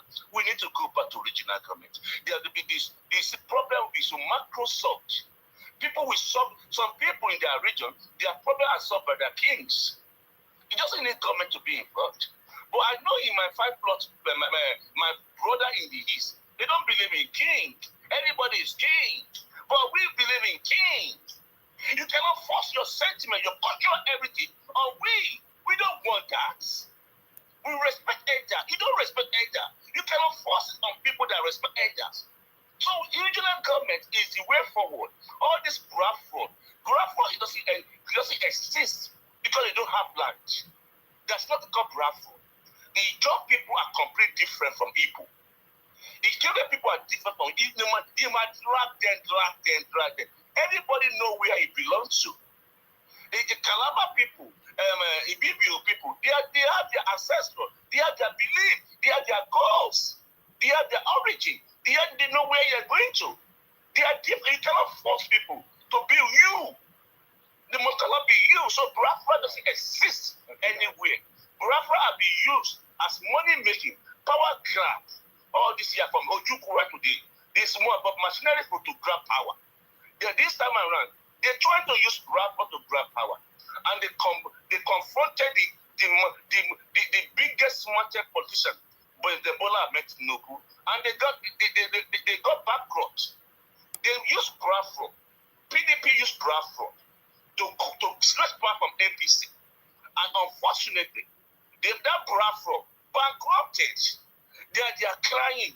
They snatch our bread. They said, "Oh, bro, you don't want Biafra again." So nothing called Biafra is political machinery to get power, to get recognition, to make money, to get weight. So we can't be playing this game for goodness sake. We can't be playing this game. The life of our people are very important. The life we are living a life very short time. People have to have good life. We can't be playing dirty game with our life, like our destiny. We can't be playing dirty game. For selected people to benefit their life are the estimate of majority people. Many people have been buying in the East for few people to make money and to get power, to get recognition. We cannot allow that. Culture will not allow us. We need to go back to regional government and stop playing dirty game with the destiny of million people. Regional government is the way forward. I pray to God that our leader will say this truth and stop using this useless system that doesn't helping us. It's dragging us back. It's delaying progress. It's delaying competition. It's stopping apporting portion of blame to people because you can easily hide under the picture of tribalism, under the picture of religionism. So regional leader, regional government, we know Igbo, they are Catholic, they are Africans, they are not protesters. We know Yoruba is Muslim protesters. That's who we are. We know Hausa to be majority to be Muslim. That's what they are. Nothing wrong in that. Nothing wrong to be a Catholic. Nothing wrong to be African. Nothing. You cannot force any Igbo to be Muslim. You cannot force any Igbo to be protestant. It's not going to work. So we better go to run a system that reflects who we are instead of doing the pick and mix. Pick and mix is not going to help us. I just wish priests to return to my country. And all these business mandates, Burafros, they're shouting, Burafro or nothing, Burafro or pie, Burafro or nothing. We hear that when you go back to regional government, then they can handle their government responsible for their misfortunes. Us spreading around Nigeria will be reduced. It's not going to be stopped. You can still relocate to any region, but you have to subscribe to their regional laws. Or you don't subscribe to their law, they fuck you out. So, but the amount of people rushing that to other people's spaces will be reduced. And the government will be run effectively based on people's wishes, based on people's cultural heritage. Culture is people. Sentiment is people. You cannot change that. You cannot change Igalama, you cannot change Igulama to be a Yoruba man. You cannot change Kanuri man to be Igbo. It's not possible. So youth system want to change people, want to convert people to be uniform. We cannot be uniform. We cannot be one sentiment. We have to have variety of feeling, variety of lifestyle. That's color of a country. And the better way to run that system is to run regional government of system of government. And because we Yoruba, we love our king. We respect our king. Igbo doesn't know king, doesn't even greet their father, doesn't have any respect. Igbo is about money making. Igbo is last maker, is about to throw money on the air. There's nothing wrong in doing that for goodness sake. I'm not saying it's bad. That's there. But you cannot force on Hausa people to follow you. It's not going to be acceptable. You cannot force on Yoruba people to accept it. That's not going to be acceptable. We are not noise maker. They are noise maker. They like to blow their trumpet in the air. Yes, that's cultural heritage of a tribe. We must respect that. We must appreciate that. That's who God made them. So, but to run it effectively, without calling anarchy, chaos, disturbances, trying on anybody, it's able to respect his own space. So regional government is only and only way for Nigeria. For people of multiple ethnicity, for people of over 200 million people. Even in a small country, Australia that day, they are not up to 50 million. They are running regional government for goodness sake. Almost over 200 million. Mostly ethnic people. You want to run central system of government. You are calling for anarchy. My brother, I'm fully available for this one you asked me. I will WhatsApp you. I'm ready because I'm a servant to my nation. I'm at the call to be used. Yes, we will have specific questions and we'll address specific questions. Questions like, what of other regions are not causing this problem? Only one region is causing the problem. Can there be punishment for them? I've said earlier on that we are all different. Yeah, but we are saying that only one region is the one causing the problem in the country as we speak, the Southeast. So why will other regions be punished? Because many of us, we prefer unity. You understand? But how can only one? No, I'm not saying you should answer it now, sir. But I'm just saying that these are the things that we are going to be exploring. Are you getting me now? So yeah, because that session will be very, very necessary. As you can see, many people will be interested in that conversation, and then we can dig deep and give genuine opinions, and you will hear a lot of conversation about that. I think it's going to be very, very important, sir. Yes. Thank you, my brother. Thank you. God bless you. Thank you very much. Keep on doing the good work for your fatherland. We are so proud of you. Thank you, sir. You are able to solve our problem. Yes. You are talking to the authority. We are trying to, you are helping us to retrace our footpath, to navigate the discourse in our country. Yes. You are trying to put the agenda on the table for us to discuss. Because without discussion, we will not have solution to our problem. You are doing a great job. It's God that sent you at this point in time. No matter what all this we fight, we born you, we kidnap you, your family will wipe. Forget those wrong times. Forget those wrong times. The wish Buhari dead. Buhari spent 8 years and went to his house happily with celebration. We only know them to be ranters. We know them to become players. We know them that they see no good. They only see evil. That's why evil is falling them to their region. They don't see good though. The only thing they see, death, chaos, anarchy, fight. That's what they see, no. They don't see joy, happiness, goodness. That's why the what they call upon themselves, they use their mouth to call it for themselves. They use their mouth, but their negativity tribe. They know that they can talk. Everybody know the truth, but everybody is quiet. But they are sentimental people. They are highly emotional. They cannot take their emotion. Everything they must do, they must react. Nigerians make over 200 tribes. It's only them ranting up and down as if they are the only tribe in Nigeria.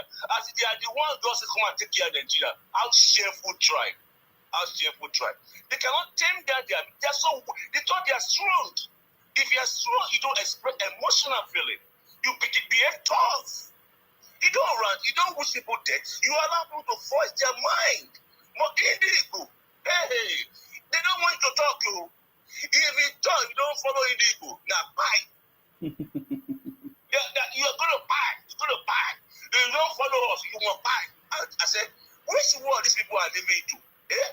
In this 2023, you cannot engage intellectual discussion without threatening people, without wishing people evil. And mind you, all those their wishes is coming back to their house to come and rob.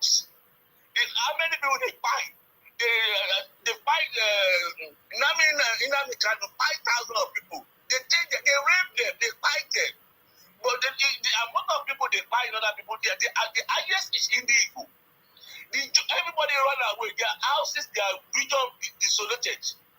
But that's what they want. They not anarchy. They like aggression. They like trouble. They like to force people to their bidding. And mind you, one belief of illegal. If you are win you are a fool. If you win me, you are my enemy. They don't like people. They always want to be at the top. So they will agitate. They will do aggressive. That's what but we cannot change it. That's what I advocate for regional government. Yes. So they can tackle their energy in their region. We don't want to feed that bad energy. We don't want you to buy in our region. We value life. We don't kill people. We don't disrupt people destruction. We don't go anarchy. We like progression. But they are own. Now fire in their region. Then they can enjoy their lifestyle. They can enjoy their life and nobody forced them to change their lifestyle. But they must spread to another region. Because that's not who we are. So I'm so much grateful for this platform. I bless you. Each time I pray for you. You are too short of Idu. Yes. You are too short of Nigeria. We are so blessed to have you in our country. You are a gift to the country. We love you. Thank you. We're so much grateful for you. Thank you, my brother. Anytime you want to start that project, call upon me. I'm fully available. I'm servant to my fatherland. God bless Nigeria. God bless President Bola Ahmed Tinubu.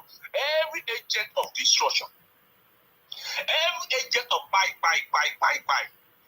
every agent of negativities, that agent, those things will rain down to their individual, to their plot of land. Amen. Any agent that doesn't see good in Nigeria, that only see evil, that evil will rain down upon that region. Any agent that believe in talking down upon our country, that's how we make progress. Amen. That's how you make money. That's how you survive. that agent will only call those things to his own self because that agent is selfish. We have 200 million people. You cannot run a Facebook and run an Instagram, running negativities, propagandists, try to feed your family, to be attacking 200 million people, to be driving away investors from our country.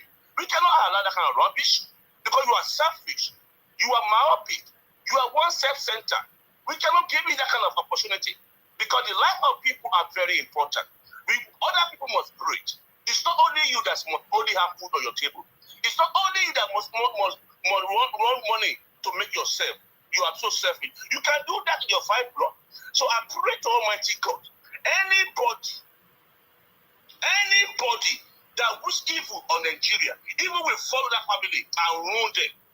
Anybody that run negativity on Nigeria, that's not patriotic, that negativity will swallow its entire generation. I don't care wherever it might come from. I love my country, and I will stick with my country. So the only way forward for Nigeria is regional government. My brother, I'm so much grateful for you. I bless you. May the blessing of Almighty God pursue you, follow you, and overtake you. May your family live well and breathe well and survive and live your course of life in this world of living. Amen. And anybody that wish good for Nigeria, I pray to you people, your life will remain glorious. You will succeed. You will win your battle of life. Anybody that wish you evil will pursue that person. And fire of God will consume them. We love our country. Nigeria is our country, and Nigeria must be great. Life of Nigeria is very important. Nigeria is not going to go to war. Thank you. God bless you. Thank you very much. I salute you. Thank you very much. Hey, that is one of our wonderful caller. He always have a lot of things to say, trust me. And I'm happy I was able to give him time today. And then we are going to be having that program. I'm thinking of every Saturday. I don't know what you guys think. We're going to be talking about it as well, you know. And we don't want our president to be distracted anyway, because there are immediate things that the president needs to focus on as well. But I think it's a conversation that we'll put by the side, and we keep having this conversation to share ideas and to see how it's going to make sense. So I'm thinking of hosting that program every Saturday, either in the morning or in the evening. Then we can look at it. You know, many people have opportunity to discuss and to share their opinion on what they think. You know, and then we'll be looking at various case studies available. Questions like, does regional government means disunity of Nigeria? Does it mean that we are going to be divided? You know, those are the kind of questions. Questions like, only one region, for example, the Southeast is the one causing problem in the country. Is that enough reason for us to have regional government? You know, questions like, okay, is there provision in the Constitution that allows region who do not contribute anything and they don't make effort, they are the one at the same time causing problems like the Southeast? Does any provision in the Constitution that allow a remedy to that? Does it mean that we still share the resources the same when they are the same region causing the problem? Is there any remedy? Is there any provision for that in the Constitution? So those are the kind of things that we are going to be looking at and all of that. We know that the city boy is the right man, he's a smart president, and he has solution to all these things. But we need to bring it on board. So guys, I'm still going to open the line because I see many people wanted to call in. Let me give a few minutes to some people that want to share their own opinion. Please go ahead. Good afternoon, my brother. I salute you. Yeah, good afternoon. I'm calling from Germany, Adam. Yes, please go ahead. My brother, I want to talk about the first caller about this natural gas. Yes. You see this natural gas that we are talking about. I want to say that if they did not remove that fuel subsidy, I want you to understand that if they don't remove that fuel subsidy, and the price of the petrol increases, we will never think about gas to use our generator, to use our Mara and so on. But now we are thinking out of the box because the petrol is high. That is how the Western world are thinking. They think outside the box. Now, when we look at natural gas now. Hello? Go ahead now, we are listening. When we look at the natural gas, it will create jobs for all those roadside mechanics, because when the government creates the workshop for people to come and learn how to fix natural gas, you will see that many people it will create jobs for people that want to install natural the conversion to the generators, conversion to the Amara, conversion to, it will not be, everybody will not go to company. Everybody will not go to Toyota company to go and convert it. So many people will go to the other mechanics that they have and they will convert it for them. I think we create jobs. And I want you to know that this natural gas issue, all these parts, all these part components, this our Igbo brothers are the ones that will benefit from, because they are the ones that mostly import parts of something from overseas. That is what they don't understand. But the hatred inside them will not let them see the road, that this is where the president is going. It will create jobs in Nigeria, and it will give us more money inside our pockets, because the gas is very cheap, more than the petrol. And let me go down to this man, the second caller that calls you about regional government. This regional government we are talking now, that I believe that is what we're supposed to go back to. That is what we're supposed to go back to, because that it will reduce this tribal nonsense going around in Nigeria. You play a video about a man saying on TikTok, or what do you call that? Maybe it's TikTok. Yes, it was on TikTok. That said that the president called the national girls that go for the football or his basketball. They went there, and the president called them and greeted them and wished them good luck. The next, because of one of them said, "Thank you, Mr. President." All those what they call it, all those Igbo people, all those OB people, bounce on it, create hatred. On what?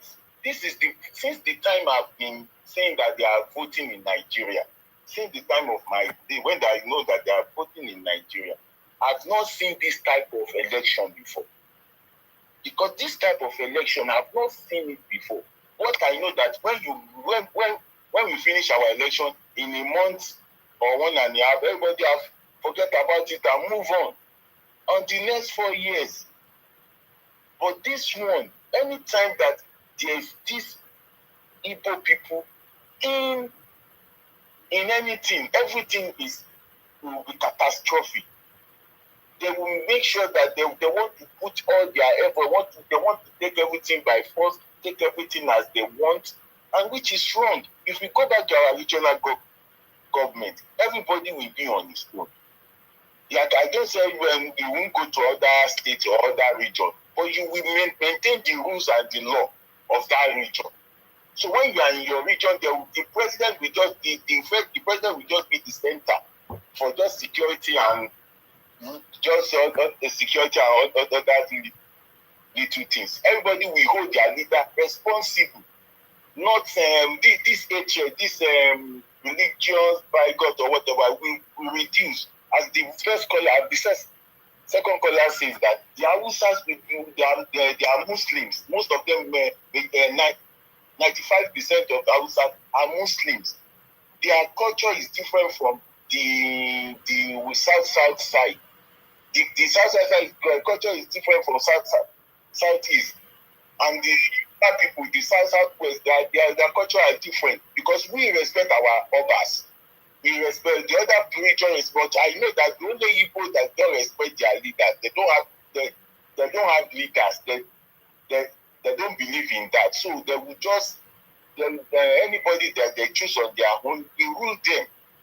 So that is what I see there. I just believe that maybe, I don't know, but maybe it can be, we can achieve that regional government, turn it back as we do it, as we normally do it before this coup of a team that they brought one Nigeria to us.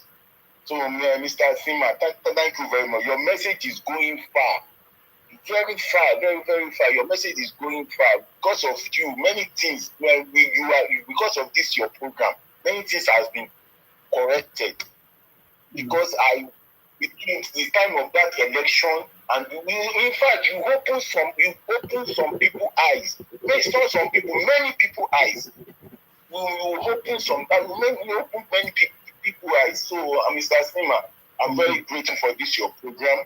This your program, I believe it will continue for a very long time. Sure. At least for the very long time, I believe it's going to continue, and I believe that the message that you are passing will go to the authority, so that they can see what we are doing, what you are doing, the message you are passing, and people that are calling, so that maybe that this government is not, they are not spirits, they are not robots. They're listening to social media, listening to some programs like this to make their own to make their own decision. Yeah. So, Mr. Sima, thank you very much. Don't listen to all those bingos or whatever. They just like to cry. They like to cry. They like crying. I worked with them for so many years, so I know that. Don't worry yourself. Just like crying. So don't just. I when I'm looking at your program, many message of some people. If they know that they'll say Sima is big. Well, we are looking at a full program. Why are you watching a program that you know that person is sick? Why don't you go to your own program?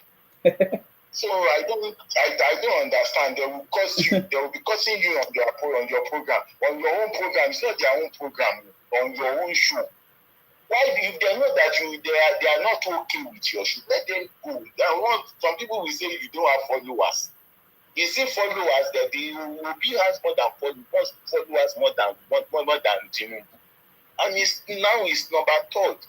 I don't understand them. They just like to badmouth. Someone must buy. If you don't eat, you must buy this, you must buy you. Everything about them is war. WAR. Everything about them is WAR. So how do they want to progress in their own land, in their 5 plots? How did they want to progress? According to that man that said that all the prayer that they always pray is fight.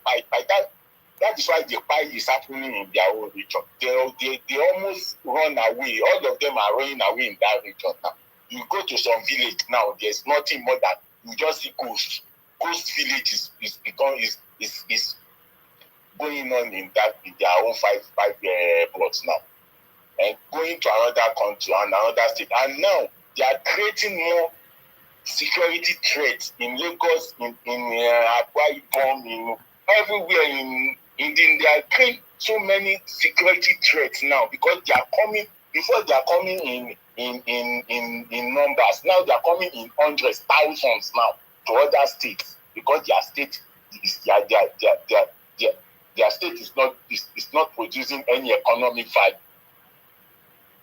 So thank you, Mr. Sima. I want to ask you about you said you want to, there's a show of, what do they call this man?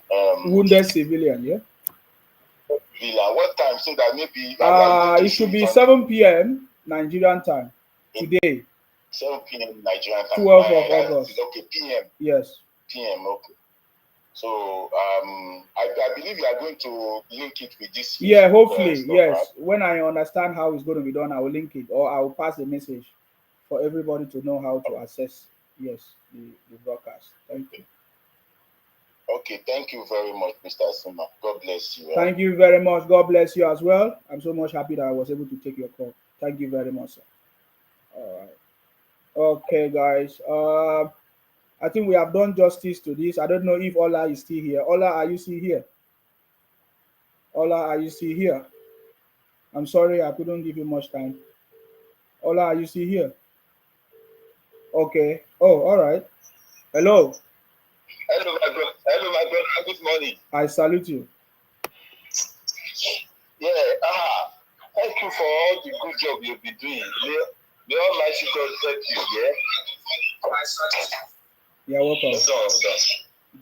Yeah, you see, You see, yesterday, after you finish talking, yeah, I sit down and I have a deep thinking about Nigeria. Mm-hmm. You see this Igbo people, they cause all this thing. We are being very good friends.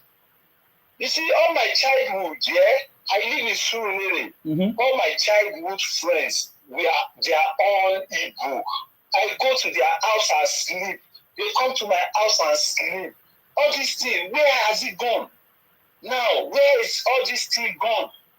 You see, my town is Shagam. These Igbo people, some of them, because we are so close, they come to Shagam. And they can stay 3 days with me there. You understand? Mm-hmm. You see, all this love, we love ourselves. But now, because of this their greediness, they make sure everything has gone. You understand what I mean? Yes. Everything has gone. There's no more love in between us again. Because of all this nonsense. All this Peter Obi and this Nnamdi Kanu icon creates hatred between us. You understand? Yes. And some of them see, they never think of it now. And this thing is going, you see, it's going like that. And it's not going to help Nigeria. Mm-hmm. It's not going to help us. It's not going to help us as a nation. We need to come back. They need to remove the hatred in them. So we can come back to the normal way we are. Mm. Now you see Yoruba people telling their children don't marry Igbo. You see, you understand what I mean? Yes. So we've been living to that. It has been a problem to me since yesterday. I can't tell you lie. I've been thinking, what's wrong with these people? We have been very close. We never thought of all these things. You see, because of this election now, you make it open finally. Because of this election, you just make it open so everybody will see the kind of hatred you have for us or you have for other people. So I'm so disturbed about this because when I think of the good days with my friends who say nah, she may do all of them, Toshuku, so many I can't say maybe they are 10 or 100. I don't know. It's just too much. Wow. You see, I really appreciate what you are doing because you are telling them, but they need to come back. Their people need to come out and start talking. It's not only you or Ijele or Blessed. A lot of them has to come out and start talking because this hatred, we don't need it. For the growth of our nation of Nigeria, we don't need hatred at all. We need love. So when we love ourselves, we share love together. If there is pain, if you have pain, we share the pain together. If you have sorrow, everybody will share it together. You can imagine all these leaders, they are calling themselves leader. When they go to Abuja to share Ghana must go money during their ambassador, they never talk about Igbo Yoruba there. Or Hausa or Ibibio, they just share the Ghana must go and they go. They laugh with themselves, they call themselves brothers inside the Senate or the government places. But now they create a big war between the masses and everybody. A Yoruba man doesn't like an Igbo man anymore. A Igbo man doesn't like a Yoruba man anymore.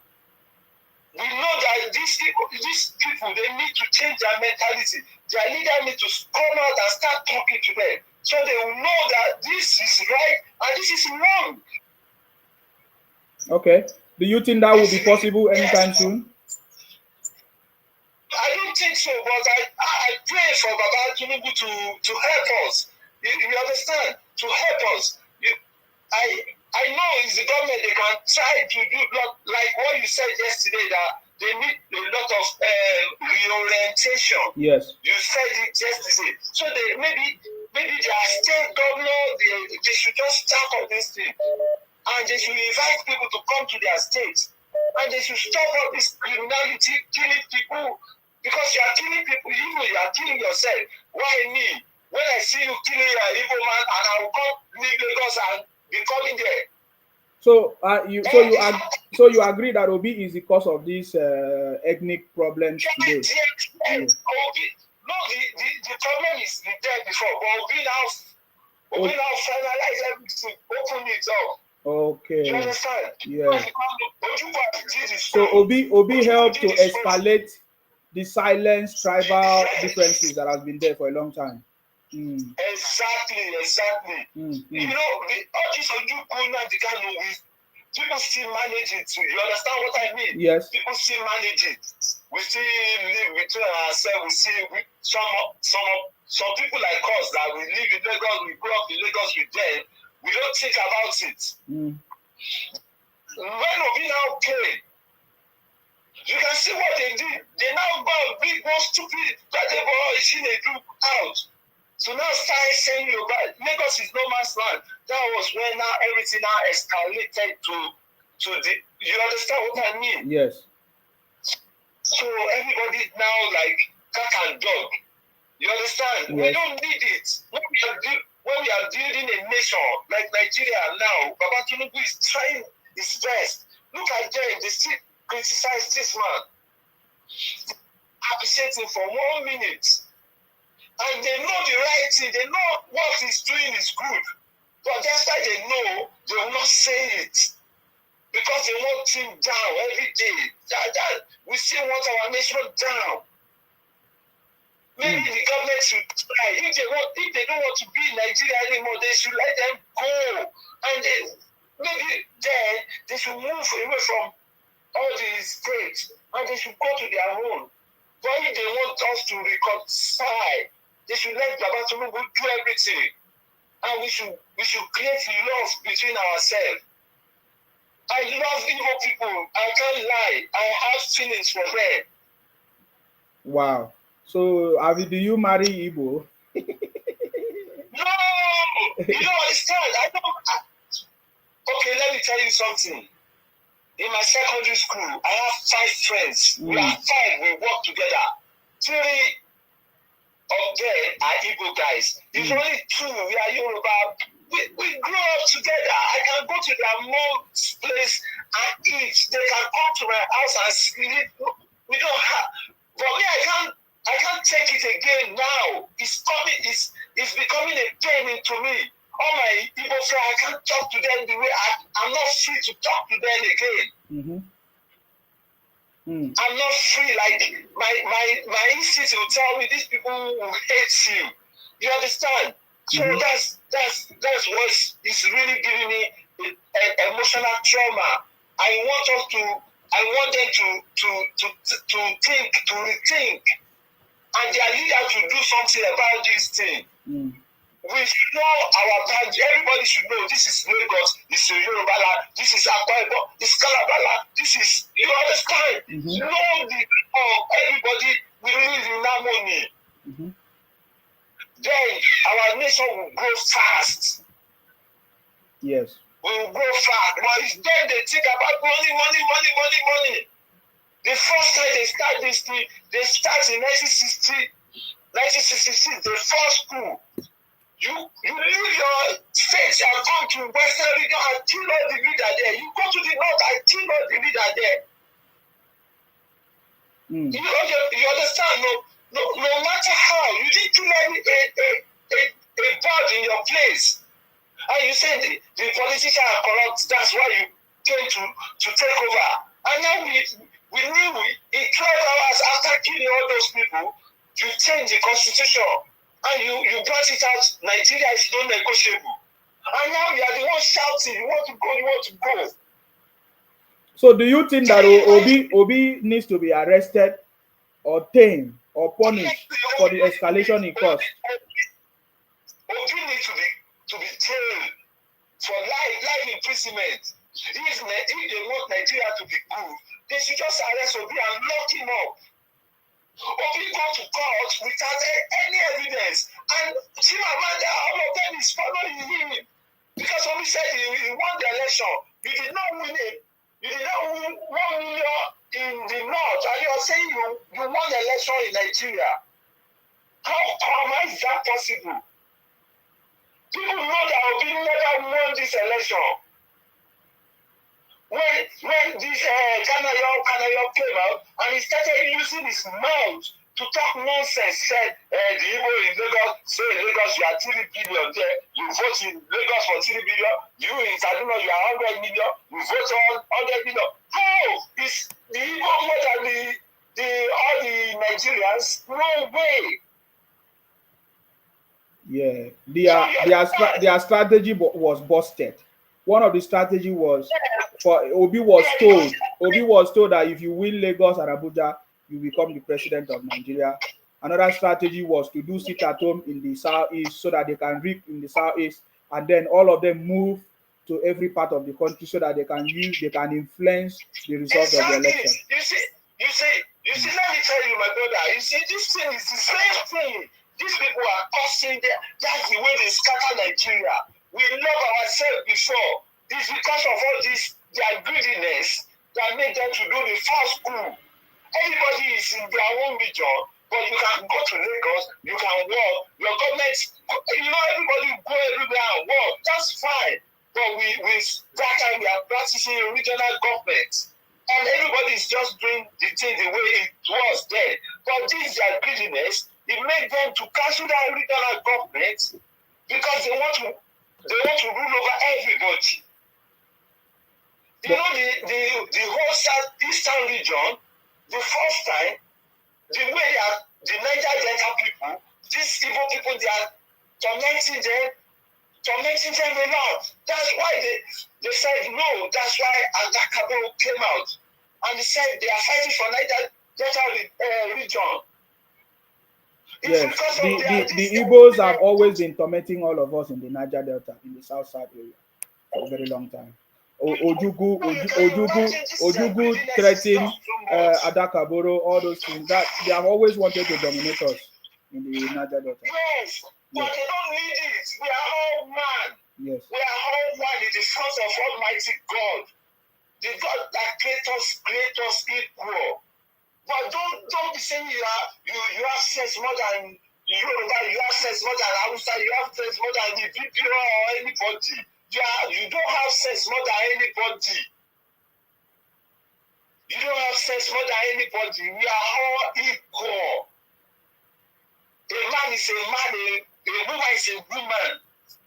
So you don't just talk like you hold everybody in Nigeria. You don't just talk like you own everybody in Nigeria. Everybody is equal. You need to. Yeah.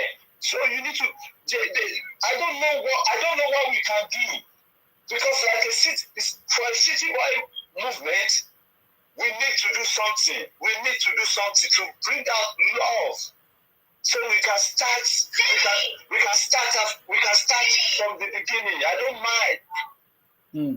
All right. But I love them. Thank you so much, my brother. Thank you very much, brother Ali. I'll tell you, this your platform is one of the platforms that somebody is better than AIT, is better than TVC, is better than all the television stations in Nigeria. This is where you can express your feeling.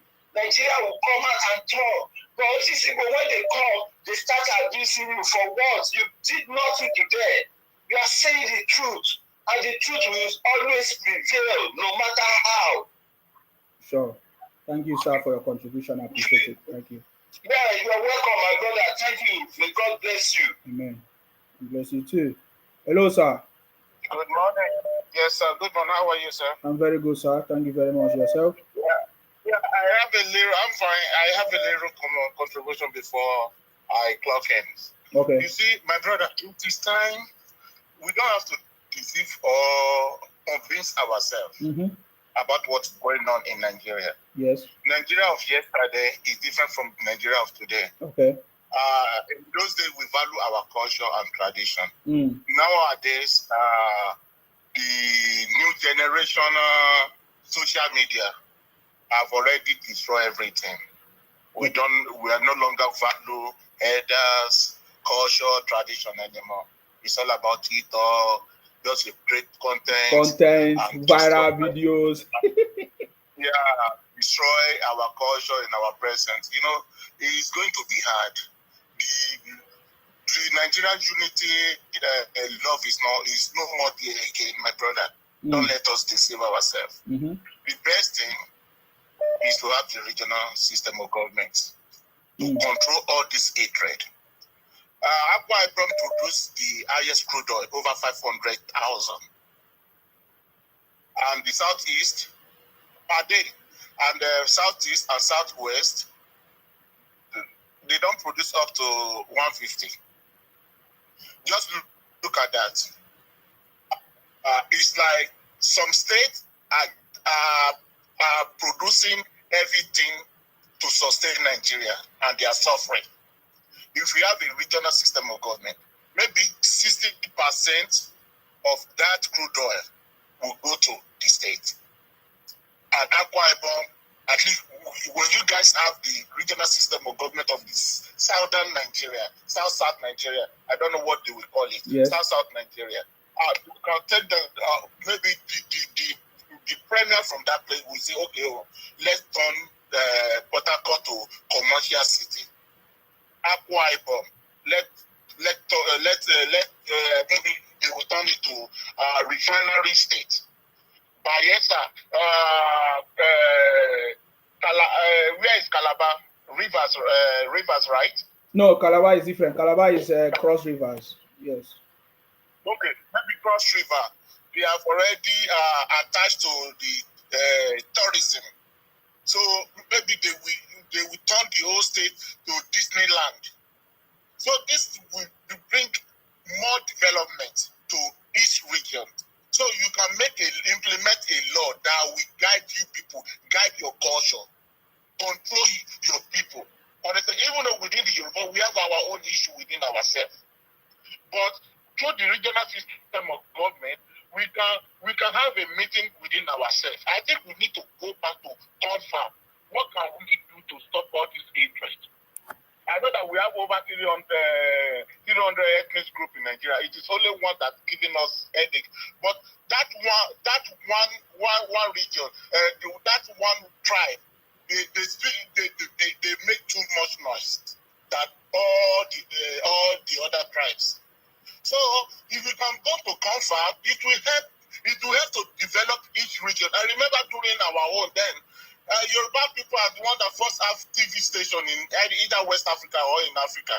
Remember the King of Jordan, all those Arab kings there from North Africa too. They used to come to UCH for medical checkup then. We have a lot of things. And why the South then, they are producing rubber tree there. They produce a lot of rubbers, and they are making money without even crude oil. So we need to go back to drawing board. What can we do? What is the solution? Because of tomorrow. I grew up with a lot of Igbos. We are not even talking anymore. It's even started during the Buhari. Yoruba people are the one that elected Buhari. Yoruba got there now. Yoruba is the one. If a one tribe can support other country, the State Republic against Nigeria, we are in trouble, my brother. That is the bitter truth. We are in trouble. So the only way, I've never seen that in my life, for a patriotic citizen supporting another country and leak the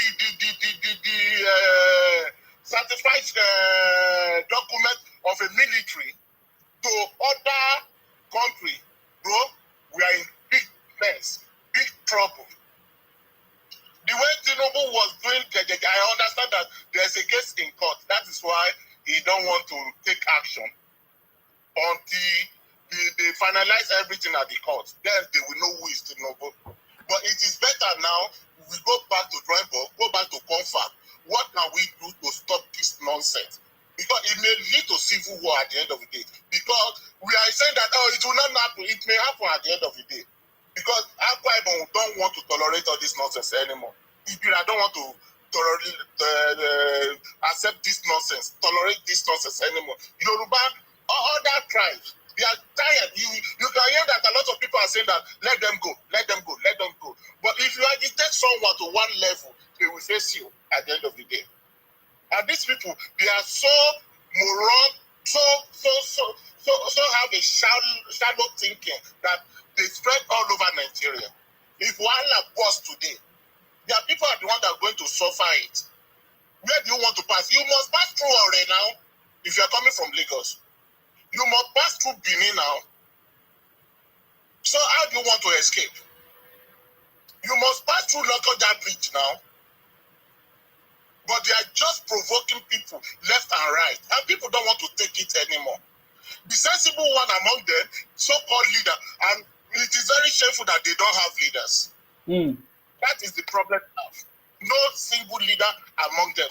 Say, now that Fatty Bomba, that cannot even put his own permanent, his own house in order. And they appointed him to be a leader of Indigo. Or in Namdekalu, that's inside the DSS, John Deere. Who do they have? Nobody.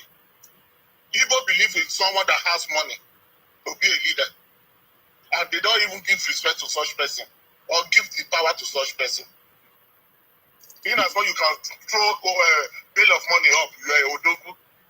Odogu is different from leadership. That is what they don't know. Most of the Yoruba leaders don't even have money. Of them don't even worth 10 million. So we have a lot of things. This is my contribution, my brother. I just want to plug in now. Thank you very much, sir. Enjoy your day at work, sir. Thank you very much, and enjoy your weekend. Stay blessed. You're welcome. All right. Let me try to pick another person's call. There are a lot of ideas here, and I think that is the area we are going to graduate into this area of the conversation, and I think it might make sense. Let me see this person that called me earlier, if that person is still available. To make your contribution before we move. All right, guys, the line is open. If you want to call and make your contribution, you are free to make your contribution right now. I wanted to end it earlier, but I can see that the momentum is fire. What I can do is I can cut this into different sections so that other people will benefit, because it's too long. Many people will not have the patience to get to this point. So what I will do is I will cut it into different sections and I will share it. I will upload it on the page. Hello, I salute you. Yes, sir. What I want to say is this. I think it is high time people start using their forum to tell the government, their southeastern leaders, as in the first step is INEC should stop selling, forms to them, all their political leaders.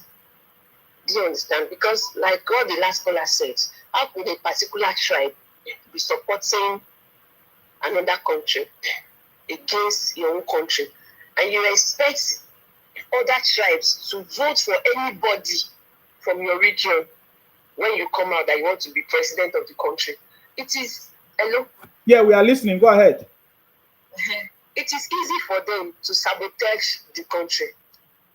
Do you understand? Yes. Because if they are holding any sensitive position in the country, it is possible for them, like if they are one of the... Yeah, but that is why they can never become the president of the country, now, number one. Go ahead, anyways. Yes. If they are in the army, among these ECOMO people that they are going, they all think alike. Yes. Even the educated ones among them, they are all the same. They think alike. Only God knows the way He designed their brain. So it's easy for them because they are so full of hatred. They are full of bitterness and bile. So it's easy for them to give those ones information ahead that these are the things that we want to do. These are the things that we want to do. We need to speak up. And we need to start, like what somebody said yesterday, that we should start groups where we write letters. The way they are writing their useless letters to embassies, to other countries. Because with the way things are going, honestly, as a person, I'm tired because when you open online, you see their videos where they are propagating lies upon lies. That is, did you listen to the program we said that we are going to be doing a writing program? But go ahead, just go ahead. Yes. So because I jammed one video from one Cote d'Ivoire, I have forgotten that the way the guy was talking, so I wrote it. I told him that look at your comment section. It's just one particular tribe from Nigeria. These are not Nigerians, and they don't represent us. They represent Biafra. So stop seeing their useless videos that is baseless and be using it to run your program. It's all lies. Because in Rwanda, it was on a TV station that they spread that broadcaster spread lies, and that was how the war started. The attack on one particular tribe, the Hutus and the this other tribe. So with the way they are doing, the federal government really need to do something. They should not sell forms for their police. They don't want to go. All these things they're doing is just because they want to become president. And we will give them presidency. The one they gave you guys in 1966. This is where we are today.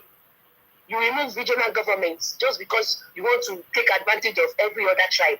Even while the regional government was in place, Azikiwe still have the guts to come to Lagos to come and contest. Yes, now. He wants to be the prime minister in the West. Yes. So just look at that audacity. So it is high time we should put laws. We have our cultures, we have our differences. We are not the same. So you understand? They are claiming that because they have bought land from you, they are the owner of the place. Do you understand? So you want to erode those people of their culture, their identification? You want to erode them of their identity just because they sold land to you. That is, in fact, the federal government should do something about it because it's getting out of hand. Because if you push somebody and you push them to the wall, we are almost hitting the wall. When we face them, they will not be able to stand it. And when it happens, they will not have anywhere to come to in Nigeria again. It's because the Yorubas that they are hating on are the ones that gave them life. We are the only tribe that accepted them back after the war. And they don't really know us. If they know us, they will not be doing this rubbish that they are doing. We are in silence. But when we get angry, they will run. And that is the truth. So I'm not here to beg them. Please, everybody should speak up. Every other child should speak up. It's that time that they go. We don't even want them again because they go abroad. They are the one portraying Nigeria in bad light. Imagine in Indonesia again, 80 out of them is from one particular tribe, from Anambra, from one local government. And they call them Nigerians. So when you carry the green passport, even in class in France, then any example like this, they'll be the first person to call Nigeria. Useless in Nigeria in front of Algerians, Cote d'Ivoire, Cameroonians, as if you are the only person there. India, even Arab, that their country is useless. People like this country like Lebanon, that can't even stand Nigeria. You are useless in your country for them. And if you are there, you want to talk. They will say that you are one of the problems that they have in that country. These are one of our problems. Just imagine. Even the France that you are, the country that you go to, don't they have their own issues? Do they come outside to start calling their country zoos? Do they come outside to start insulting their leaders? Look at what is going on in America. Did you see any one of them? Don't they have Facebook pages? They have Twitter accounts. Do they tweet rubbish about their country? Do they say nonsense things about their country? You portray your president in a bad light and you expect other African countries to respect him. They will not respect him. You kept on saying he's a drug lord. Was he arrested? Did you see him being docked in America? You said he did not have a certificate. No one that did not have certificates. Now, he's a chartered accountant. Is he meant for a first-class graduate? See, we are tired. Yes. So the writing program we're about to do is what we are going to use. I said it. We are going to write a writing program. It is very important. You will see now. I don't even mind money. If we require money, we don't need money. All you need is your phone. You just need a good phone. They will not succeed with their propaganda. I can tell you I've never been so confident in my life like this before. I'm so telling you that they would never succeed in running their propaganda this time. The world will know the people that are causing propaganda. We have all their videos. We have all the rubbish that they have been doing. When we start our publishing, it's not going to stop. Because everybody will push it. When we start the publishing, it's not going to stop. We know everybody will not understand. The same way they have been trying to portray the country as a bad place, all this everybody will not know the people that are causing the problem in the country. And then we know that some people are already pushing that they should go. So the the conversation will change, and they will begin to understand that it is no longer business as usual. I get it, me. So the writing program will be starting very soon. Yes. Already did that. They already wrote to the National Assembly on their behalf before that they should let them go, that they should help them to do a referendum. Can you understand? Yes. I think we should all support it. Other sides should support our community for that bold step, because it is high time they go. They are really giving Nigeria issues. It is high time. The dollar that they are shouting because it's affecting them. You know, they are the major importers. They are the one importing. So, and when dollar rises, importation will reduce. Do you understand? Yes. That is really giving them issues. They are just there saying all sorts of rubbish. They are insatiable. And somebody is saying you don't know why they hate Yorubas. They have always hate you. They don't like you. So far Lagos exists, Igbos will never like you, because they wish Lagos is their own. And it has been like that before independence.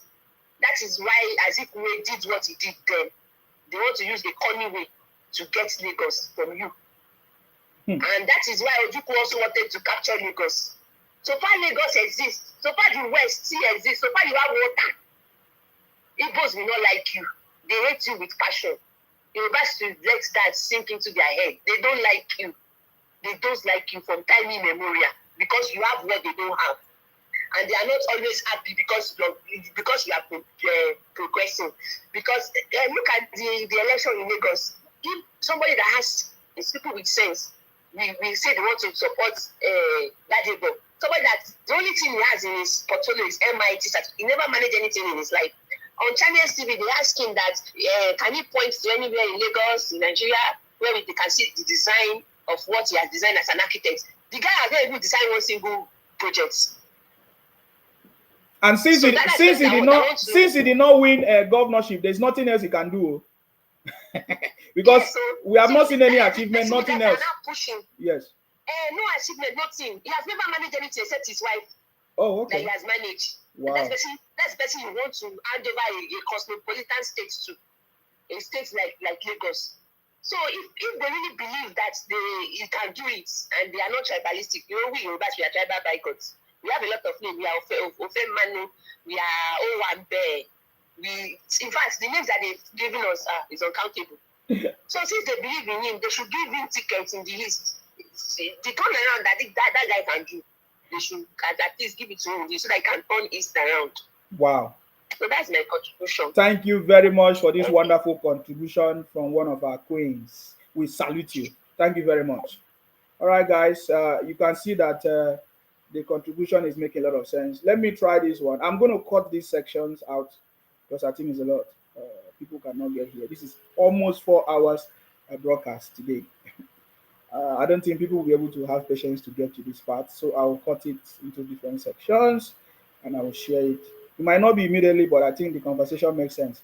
Let me see. There are other calls that I missed. So let me see if I can get to them.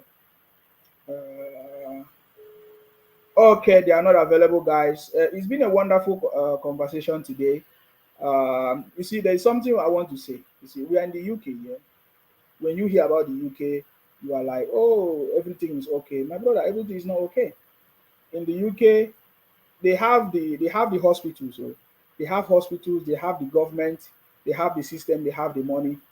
But do you know that before you can see a doctor, do you know how long it will take you to see a doctor? Many of you don't know. This is a problem that has been there for years, especially even before the Brexit. The problem has been there for years. But I have not seen the citizens of the UK writing all kinds of rubbish on social media, trying to run a propaganda or try to talk down their country. I have never seen that. And because there's a law, you can't do that. There's a law. There's a proper channel. They have a complaint channel. There's a department that can take all your complaints. And the government, the system runs at different levels, grassroots level to different to the borough, from the council to the borough, from all different areas, level of governance that you can, and it's very functional. They have channels of reports where you can channel your reports and all of that, and they can address your issues. And I know we also have it in Nigeria. I getting me now? But because we have leaders that have not been using this opportunity to make sure that things work, that is why there's a lot of failures in the system. We can't wait to see the city boy assign different portfolios to the ministers already confirmed, so that we can see how things can change in that country. Because man, there's already a system in place in other countries that are working, and we can provide these ideas. We have lots of these ideas, and we can share it with our government to make sure that things work out. We have never seen any citizen of any country talk down on their country, but it's only in Nigeria that the government allow some criminals, especially from the southeast of Nigeria, Biafra IPOB criminals, to be running down on the government and be running propaganda. I think that needs to come to an end. And we are starting our programs. Our program, the focus of our program is to promote our country, to let the people, everybody know that Nigeria is the best place, and to let everybody know that the propaganda that is coming, where it's coming from, to debunk the lies and propaganda of these people, where it's coming from, so that everybody will know and why. So that is what we are going to be focusing on. It's going to be based on investigative journalism, where we are going to publish. You don't need money to do that one. The writing program, you don't need money. It's free of charge. In fact, we have different bodies that can even sponsor in that program. Are you getting me now? This one, I'm not even talking about Nigerian government, because I don't. What I'm telling you is a reality, right? So let us do it together. When we announce it, if you are interested, you can come along and be part of it. We are going to do it online. That's why I'm saying we need electricity in Nigeria. We need a broadband system, a very good internet system in Nigeria. You can be in Nigeria and you can be working for multinational companies, and you still be bringing the income to Nigeria, pay taxes in Nigeria, and things will be working. We just need electricity, steady power supply, and active broadband or internet service in Nigeria. This is what the government should focus on. These little things will bring development to the country. So you don't need to leave Nigeria. You just need a phone, a very good Android or what do you call it? Android, or what do they call it? iOS device, like Apple phone. You'll be able to do these things with your phone. Even if you don't have a laptop, with your phone, you can do everything, guys. And I'm going to show you how you can even also make income from it, so that it will be lucrative for you and it will be interesting for you. This is what we must do. We have to make sure that we stop the criminality that has been going on for a very long time, and that is our focus. I salute you. Please go ahead. What's your contribution, please? Good morning, Sima. My name is Odufem. I'm calling from America. Please go ahead. What's your contribution, sir? My contribution is, I believe the enemies of Nigeria, they are still at work. Talking about electricity issue, I know that President Tinubu was trying to make El-Rufai the power minister. And as it is today, the enemies of Nigeria have refused to confirm Nasir El-Rufai. And the latest news is that he has lost interest in that position. Oh, okay. So and El-Rufai, being who he is, we know he's an achiever. We know he doesn't give up on anything. So if the power ministry has done to El-Rufai, I'm sure he would put all he could to ensure that Nigeria is out of darkness and is able to deliver electricity for all. But as it is today now, we don't know what is going to become of power problem and electricity problem in Nigeria. Is that an official statement from him? Because he can still become the minister. It's an official statement from him, yeah? Yeah, he said it. He said it that he's no longer interested. He will continue to support the government in any way he could. He would like to go back to continue his PhD in Netherlands. That's what he said.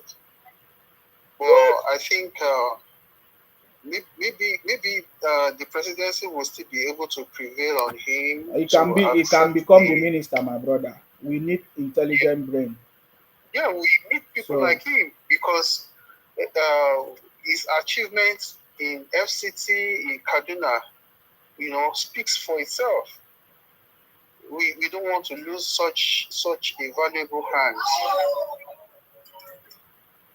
Okay. All right. Thank you very much for your contribution. We know that the city boy is a wise man. He's taking actions. Thank you very much, sir. I appreciate you. Thank you. All right, guys. Okay, guys, let us bring this to an end. We will continue this conversation next time. We pray for our president, His Excellency, Asiwaju Bola Ahmed Tinubu, to be strong and healthy, to continue to choose the right people that will work with him to bring prosperity and to put the country back on track on a successful path. That is our prayers. We pray for all of us to be alive, to be strong and healthy, to witness this new government, this renewed hope, and to enjoy and to be part of it. That is our prayers. May God bless you. May God bless the Federal Republic of Nigeria. May God bless our president, guys. Stay blessed until I come your way next time, guys. Yeah, we need to go. Thank you very much, guys. Of course, you know my name. My name is Akparawa Nsima, the first son of Idu. I'm from Akwa Ibom. Our job is to make sure that we continue to fight in order to protect and to defend our land. Guys. Stay blessed and bye for now. Bye-bye.